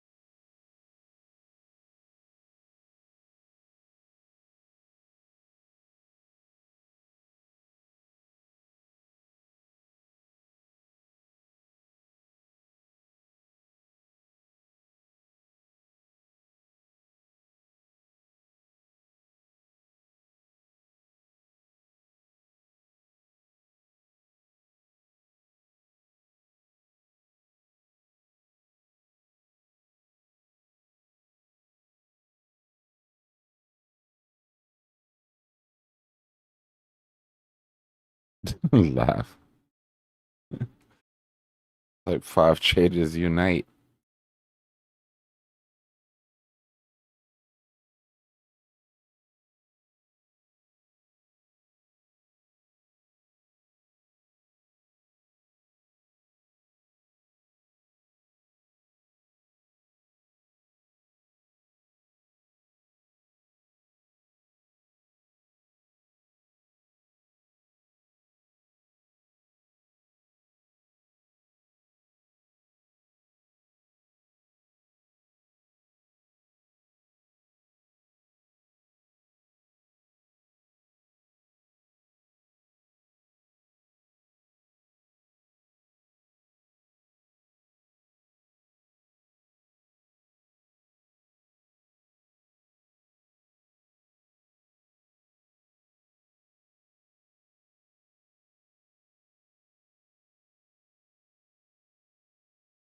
Actually been really decent since I left. Huh?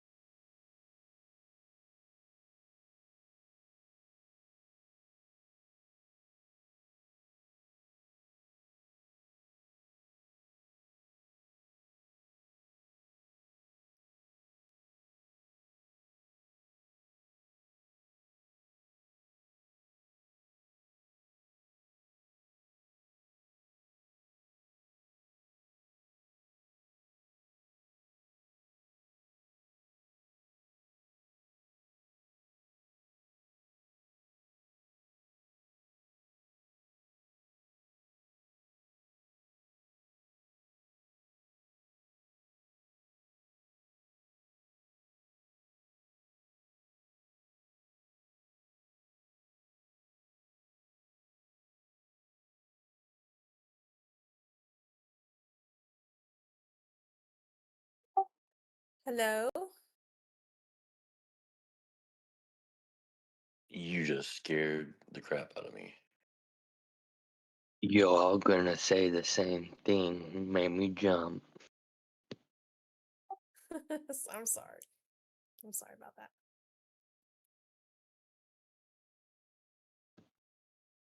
How you tonight? Now I know what to do when I really need to get your attention. Because, like, the chart's flipping out or something. I'm good. I'm just trying to find the Cypher School chapter 3.5 or, 4 or what's happening because my thing stops at chapter 3. I don't know if you guys are able to see it past chapter 3. And then I know the videos exist in the video lot vault, but I'm getting them mixed up. So I'm just going by date. Yeah, I only see chapter 3 as well. Have you gone to browse channels? Because Yep. oh, I've done it. Okay, then I have no idea. It's extensive. My advice. Oh, well, what do you type in to see past chapter 3?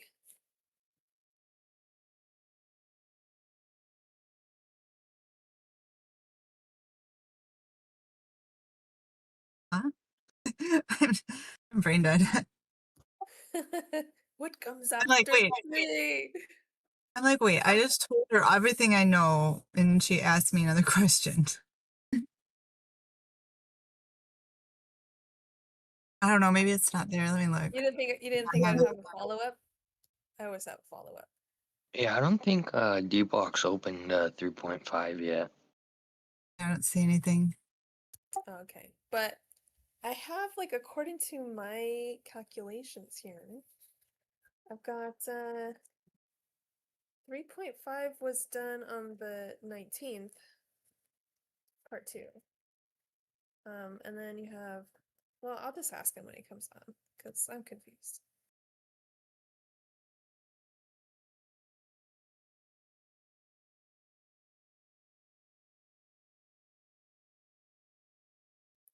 Dbloc, get your booty back over here.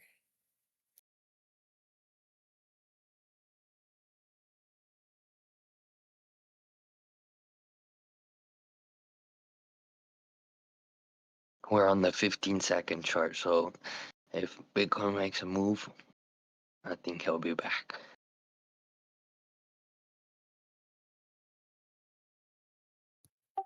Oh, I know he hears me.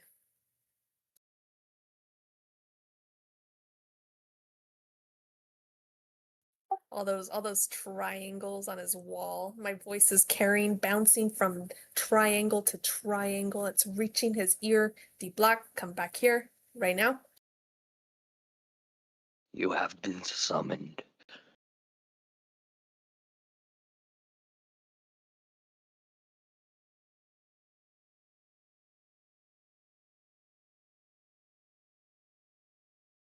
Except for Dbloc never comes when he's summoned. Dbloc, do you think reverse psychology will work on him? You know what, Dbloc? I was literally just waiting for you. You just stay away, Dbloc, okay? I was a little more subtle about it. It's all fine over here. No one has any questions.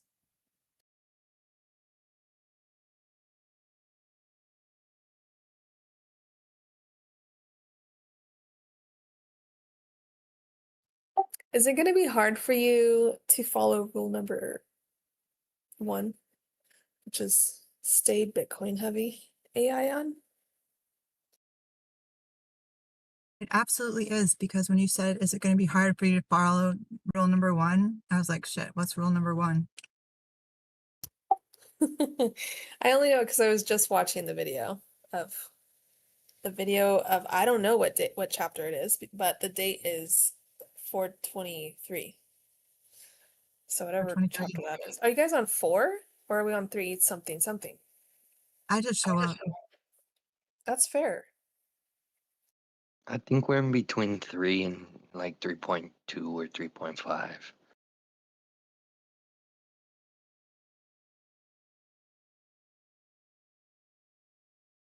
do need to listen to the last class though, because I was highly distracted with work. Yeah, I to do mean, that. I usually rewatch them twice. One all the way through without taking notes, and then another time while taking notes. That seems solid. Also, why is there no chapter 1.8?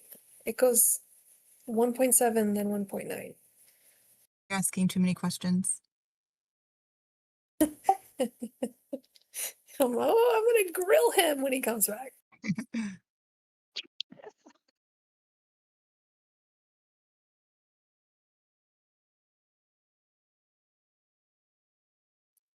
Yes, I understand that the videos are in the video vault. That's where I'm watching them. However, I'm getting them mixed up on what chapters because I'm actively taking a journal down and I have these very organized tabbies going on here. They're all different colors. And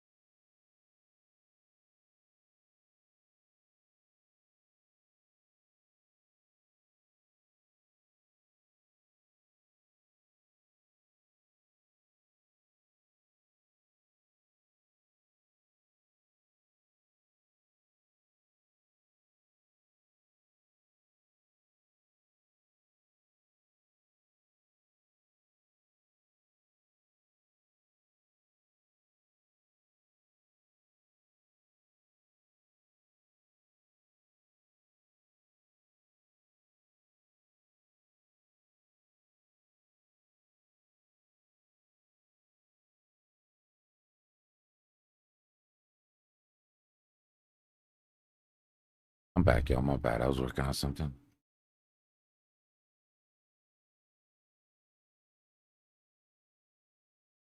Sure, it's still here.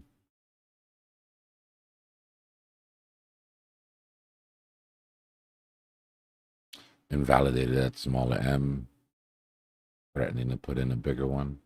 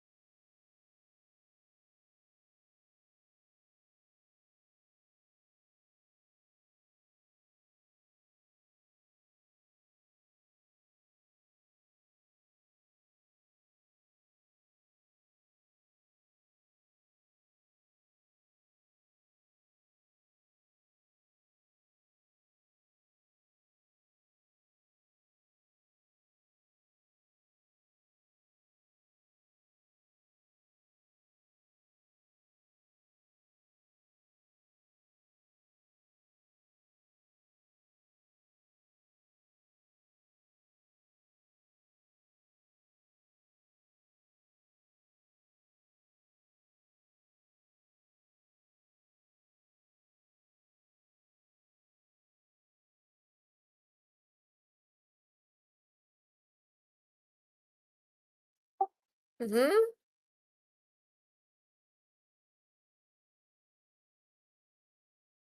What's that? Hmm? Huh? Are you ready? Are you ready for me?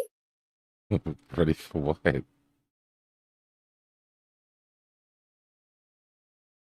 are you talking about?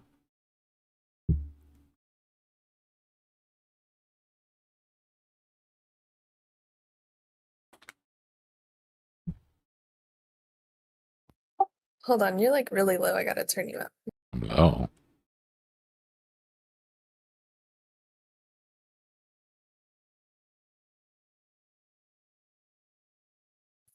Okay. I'm wondering where chapter 1.8 is. It's question 1. 1.8? Oh. Is it not open?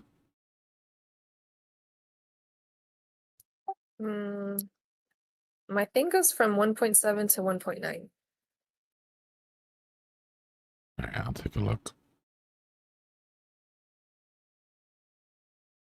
I shall take a look.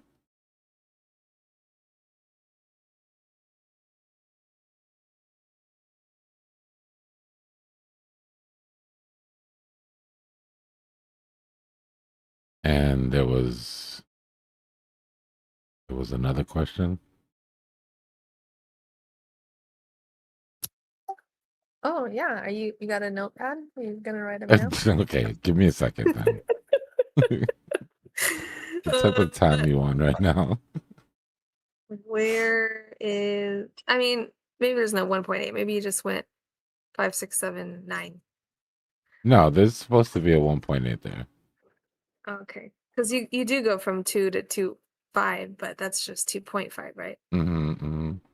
Okay, so my thing ends at 3, but I've been going into your video vault thing and just doing it by date because I'm pretty sure we're not just at 3, we're at 3 something now, right?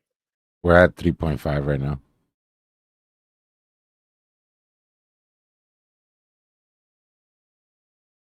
$3.5. I tried to type it in 3.5, but it doesn't come up.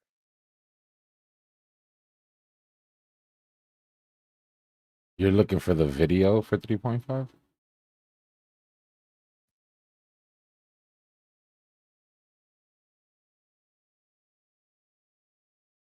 Or you're looking for the... I'll check right now. Give me a second. I'm in the middle of something though.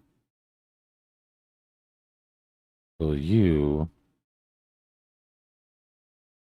are going to have to wait for a second.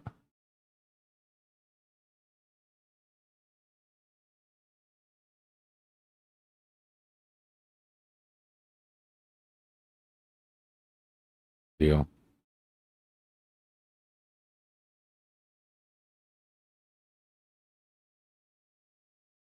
Good.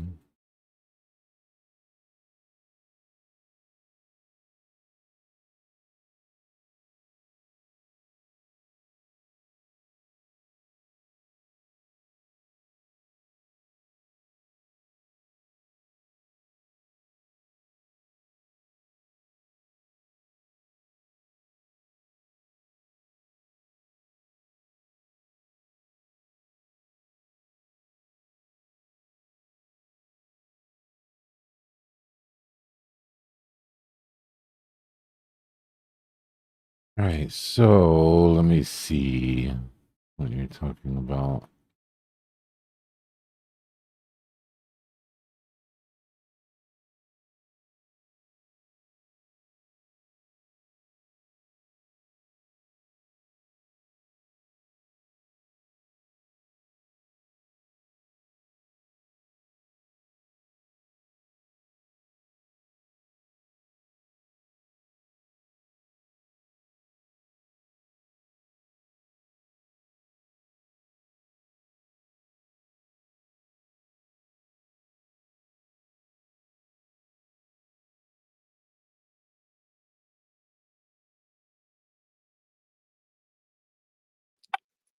If you had $100, would you still follow all of your rules and only be Bitcoin heavy? If I had $100, I would go get a job You gotta start somewhere. and feed. No, I mean, I'm being 1,000%. If I had $100, I would buy the bottom and I would go get a job and I would feed that Bitcoin bag and work my ass off and try to get it as big as I possibly can for the next 3 years as we pump up.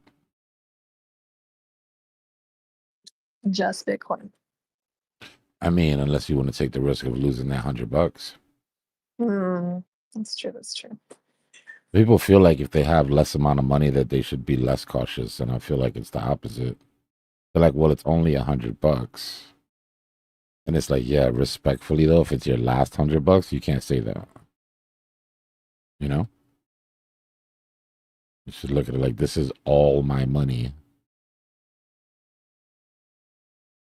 But yeah, there's obviously a cutoff, right? There's if you're starting with $100, this is your learning year, right? This is your learning. You need to bring your expectations down a little bit. Probably not going to hit Lambo by the end of this. You know what I mean? Have you ever hit Lambo? Yeah, unfortunately.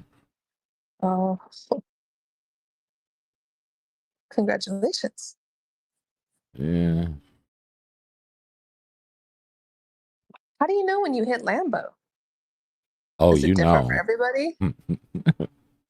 You might, you might, you might not say it out loud, but there will be signs. Oh, it's one of those things.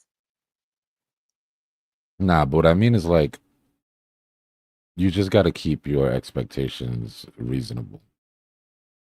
Right? Stop looking at everybody else and start looking at. If you look at it like, what can I turn this $100 into? Then it's different. But if you look at it like, how can I turn this $100 into what everybody else is getting? Then you're gonna end up chasing your tail and making really risky decisions. Mm-hmm. That was probably my first 3.5 years. Yeah, Maybe you even know how 4. I mean, it makes sense. Don't get me wrong. It's like, well, I should just play the alts because the alts gonna do better than da da da. But then they don't. Yeah, but when you come into it in 2021 and you see that what everybody else got, you're like, okay, well, I guess I'll have a turn in 3 years. And then your Yeah, turn doesn't come and you go, what? I was shafted. These yeah. other people got it. I feel you on that. A lot of people feel robbed. That ease of just closing your eyes and throwing a dart at the board, right, and hitting a 5 or 10x.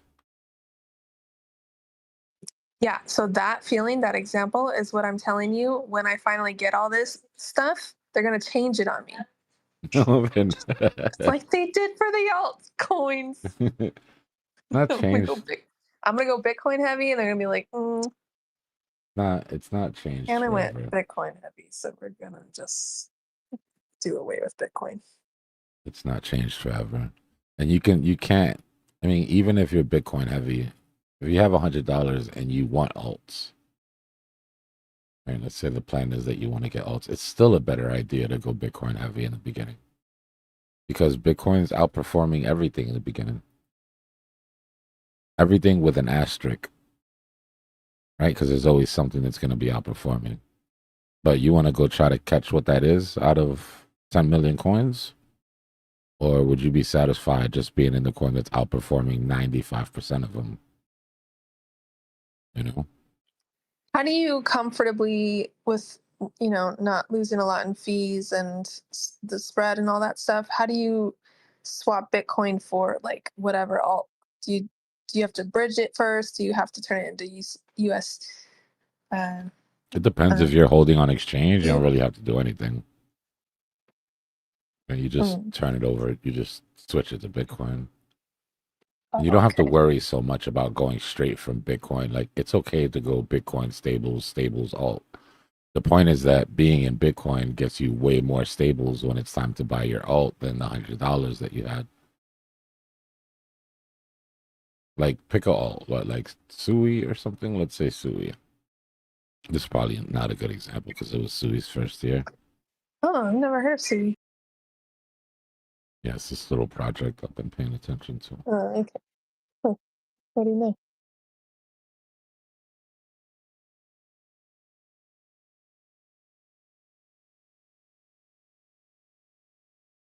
Right, so first of all, if you would have bought Sui when it bottomed, that would have sucked because there was a downturn. But the easiest way to show this is to go to 1 over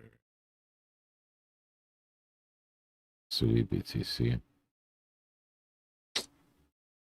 Bro, go to it. Oh, because it's comparison. Sorry. Duh.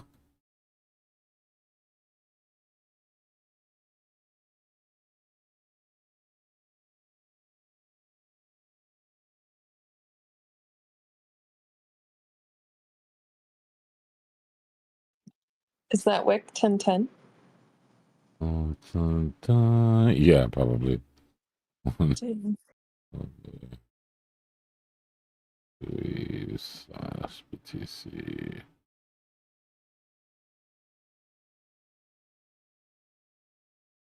All right, so if we go back to the old, let's put on my 4-year cycle indicator. Because there's no indicators on this layout.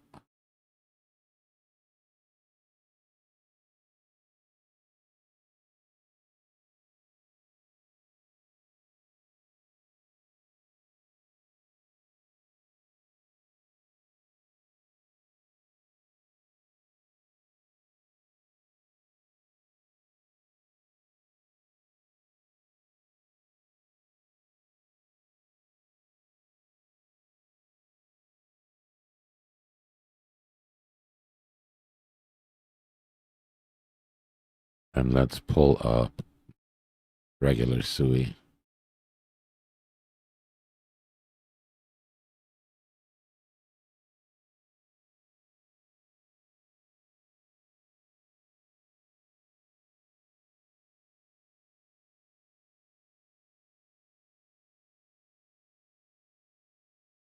So let's say when Bitcoin bottomed, or actually let's pull up regular Bitcoin. When Bitcoin bottomed,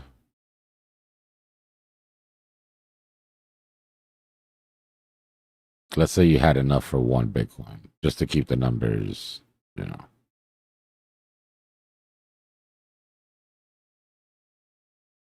Right, so this is Bitcoin at its lows.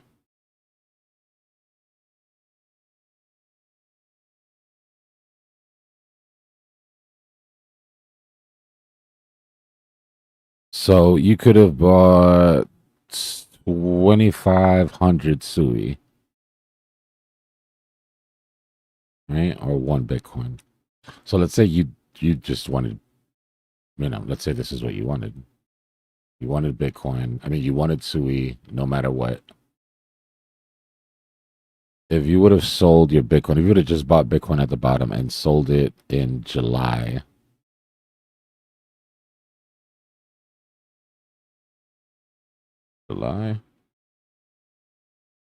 yeah, if you'd have just sold it in July and bought SUI, you'd have 100,000 SUI.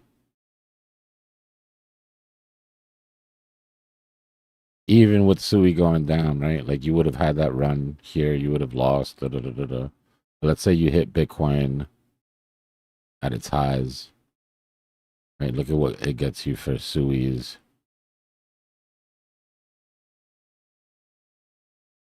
Like it's easier to show it to you on a chart that doesn't have that start at the beginning. Watch. 1 over ETH BTC. Fucking did it again. Dbloc, what is your issue?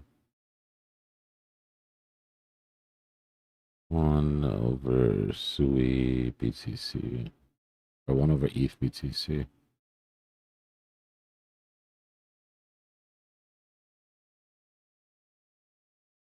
It's a better example because it has a full history.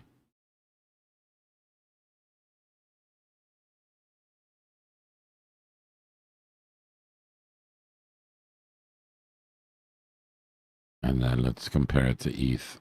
This is the same for any altcoin.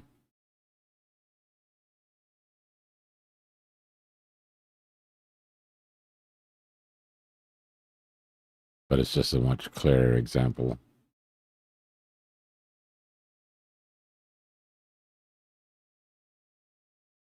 Right, so here's what ETH did during this run. If you made that decision that you're talking about, where it's like, okay, ETH is going to run harder than Bitcoin, right? Because it's an alt. So why not just get into ETH? Well, you could have bought one Bitcoin, right, at these lows, or you could have bought 13 Ethereum. Right. If you bought that 13 Ethereum and you sold it when ETH was at its highs, right, then you would have bought, even if you bought, let's say you bought it at the very lowest, right, you would have bought $1,000 Ethereum. I think it went to like 950, and you would have sold 4K, right? You would have been through hell to do that. But let's assume that you took that 15 and you just bought that one Bitcoin, right? And when you saw Ethereum Bitcoin top out, like this is an obvious top out here. Like you don't even have to be good to know that this is a parabolic top and it's probably going to retrace, right? If you would have sold your Bitcoin into Ethereum at this point, you'd have had 53 Bitcoin instead of 13. And you didn't have to sit in Ethereum, right? All you had to do was wait for that Ethereum BTC or that SUI BTC or that ADA BTC, right? Pair to top out that 1 over. And you would have sold Bitcoin right here and you would have bought Ethereum at the lows when it was sitting at 1,500. and you would have run that up from 1,500 to 4K. So 53 Bitcoin at $4,000 each for what only cost you 15K without putting any more money in the trade. You understand what I mean? Yeah, it is. That's some next level stuff, though. The Bitcoin is stronger than the dollar. When it comes time to buy the coin, you're going to get more of that coin by buying it with Bitcoin than you are with the dollar, because Bitcoin dominance is strong at the beginning of the run. Did you follow that mantra this last season? Or Yeah, I went Bitcoin heavy first. I mean, you can take money to speculate, right? You don't have to be 1,000% in Bitcoin, but the large majority of my portfolio remained in Bitcoin. I played with a lot of really, really low cap, brand new projects in the beginning, because those are the ones that run hard, right? They weren't here during the last season, like Sui. They weren't here during the last season. They don't have any, resistance above. They've got plenty amount of buzz and a low enough market cap to make, to do some damage. But as far as like old cycle coins, yeah, I tend not to get back into old cycle coins until like after the halving.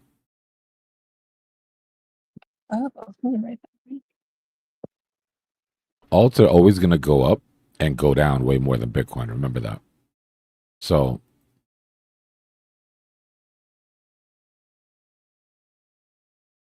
just looking at Bitcoin,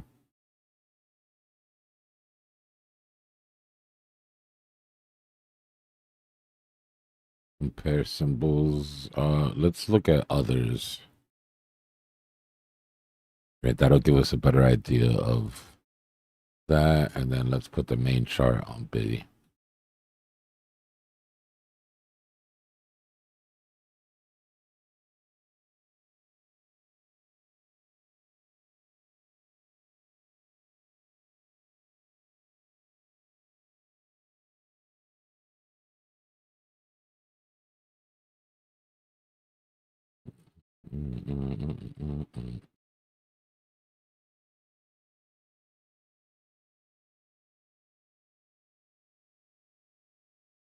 Look at others and look at Bitcoin.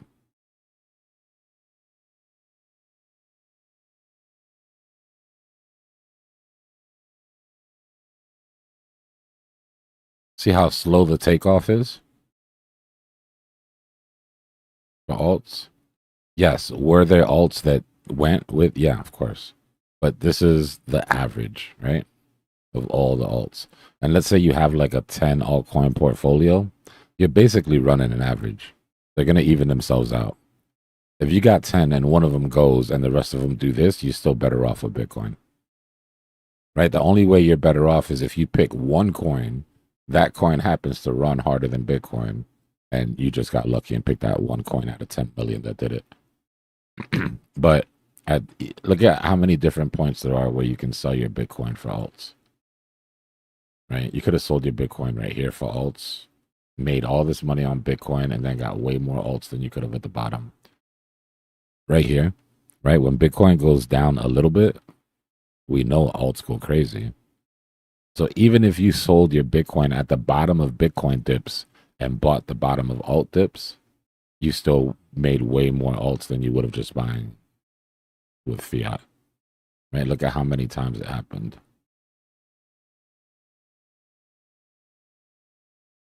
So Bitcoin's like the turtle that just steady sort of moves, right? And then the rabbit outpaces and then falls asleep and then outpaces and then falls asleep. And before you know it, turtle's way up here and the rabbit topped out in frickin' December. You remember the conversation we had where you were like, why does your profit start there? Yeah. And I was like, because that's your take profit for alts. You see what alts did after that point? Yeah, I was too busy watching just the Bitcoin chart though, because I was like, well, the alts follow Bitcoin chart. So Not always. that whole time I was like, oh, we're just barely coming down. It's the rotation. That annoying ass rotation chart I used to pull out all the time. Like we're not That's seeing the that phase rotation one? from Ethereum. Yeah, like we're not seeing that Ethereum, that rotation from Bitcoin into Ethereum into Sol and like the other. Mm-hmm. Like look I at think ETH. I think the whole time I was nervous about missing it somehow. Like I need to be in it before it goes without me, or something like that. Mm-hmm. So I just kept exposing myself, and I didn't get arrested. Well, that's the mistake that we're trying to avoid the next time, right? Yes. Well, man, I watch your videos 2 times, man. I watch it all the way through once, and then I take notes the second time. I work out, I'm watching the video. Working out, listening to you talk about stuff, and then I hear you say things like that totally ring bells from like the past. And I can feel my heart and my brain like combating it, like because I'm trying to No. don't listen to him. Remember how much fun we had losing all our money? Because it's it hits hard when I had that feeling, that thought of like, okay, well, I only have $40, $60 these 2 weeks or that 2 weeks, and I'm gonna just leverage trader. I'm just gonna pop one of these DeFi over here, Web3 like stuff. And you're right, like it's just a way to like have fun with a little bit of money. Of course. But yeah. But then like the big picture happens when I'm watching you just explain the macro. It's really difficult when you're in the moment to zoom out and think like that. And I really didn't understand rotation until You saw it not happen in real life. Yeah.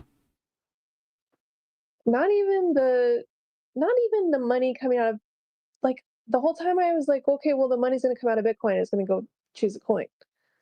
But it just came out of Bitcoin, and then I didn't even think of gold or silver or platinum. I didn't even think of those things. And I keep thinking that the SPY is so inflated that it's just going to come down any second now. But things are so much slower over there. So I'm just like watching things hang out. And I don't know why I always want to trade the opposite instead of watching what momentum is doing, because I'll go, well, as soon as I decide to join in, it's going to turn around on me.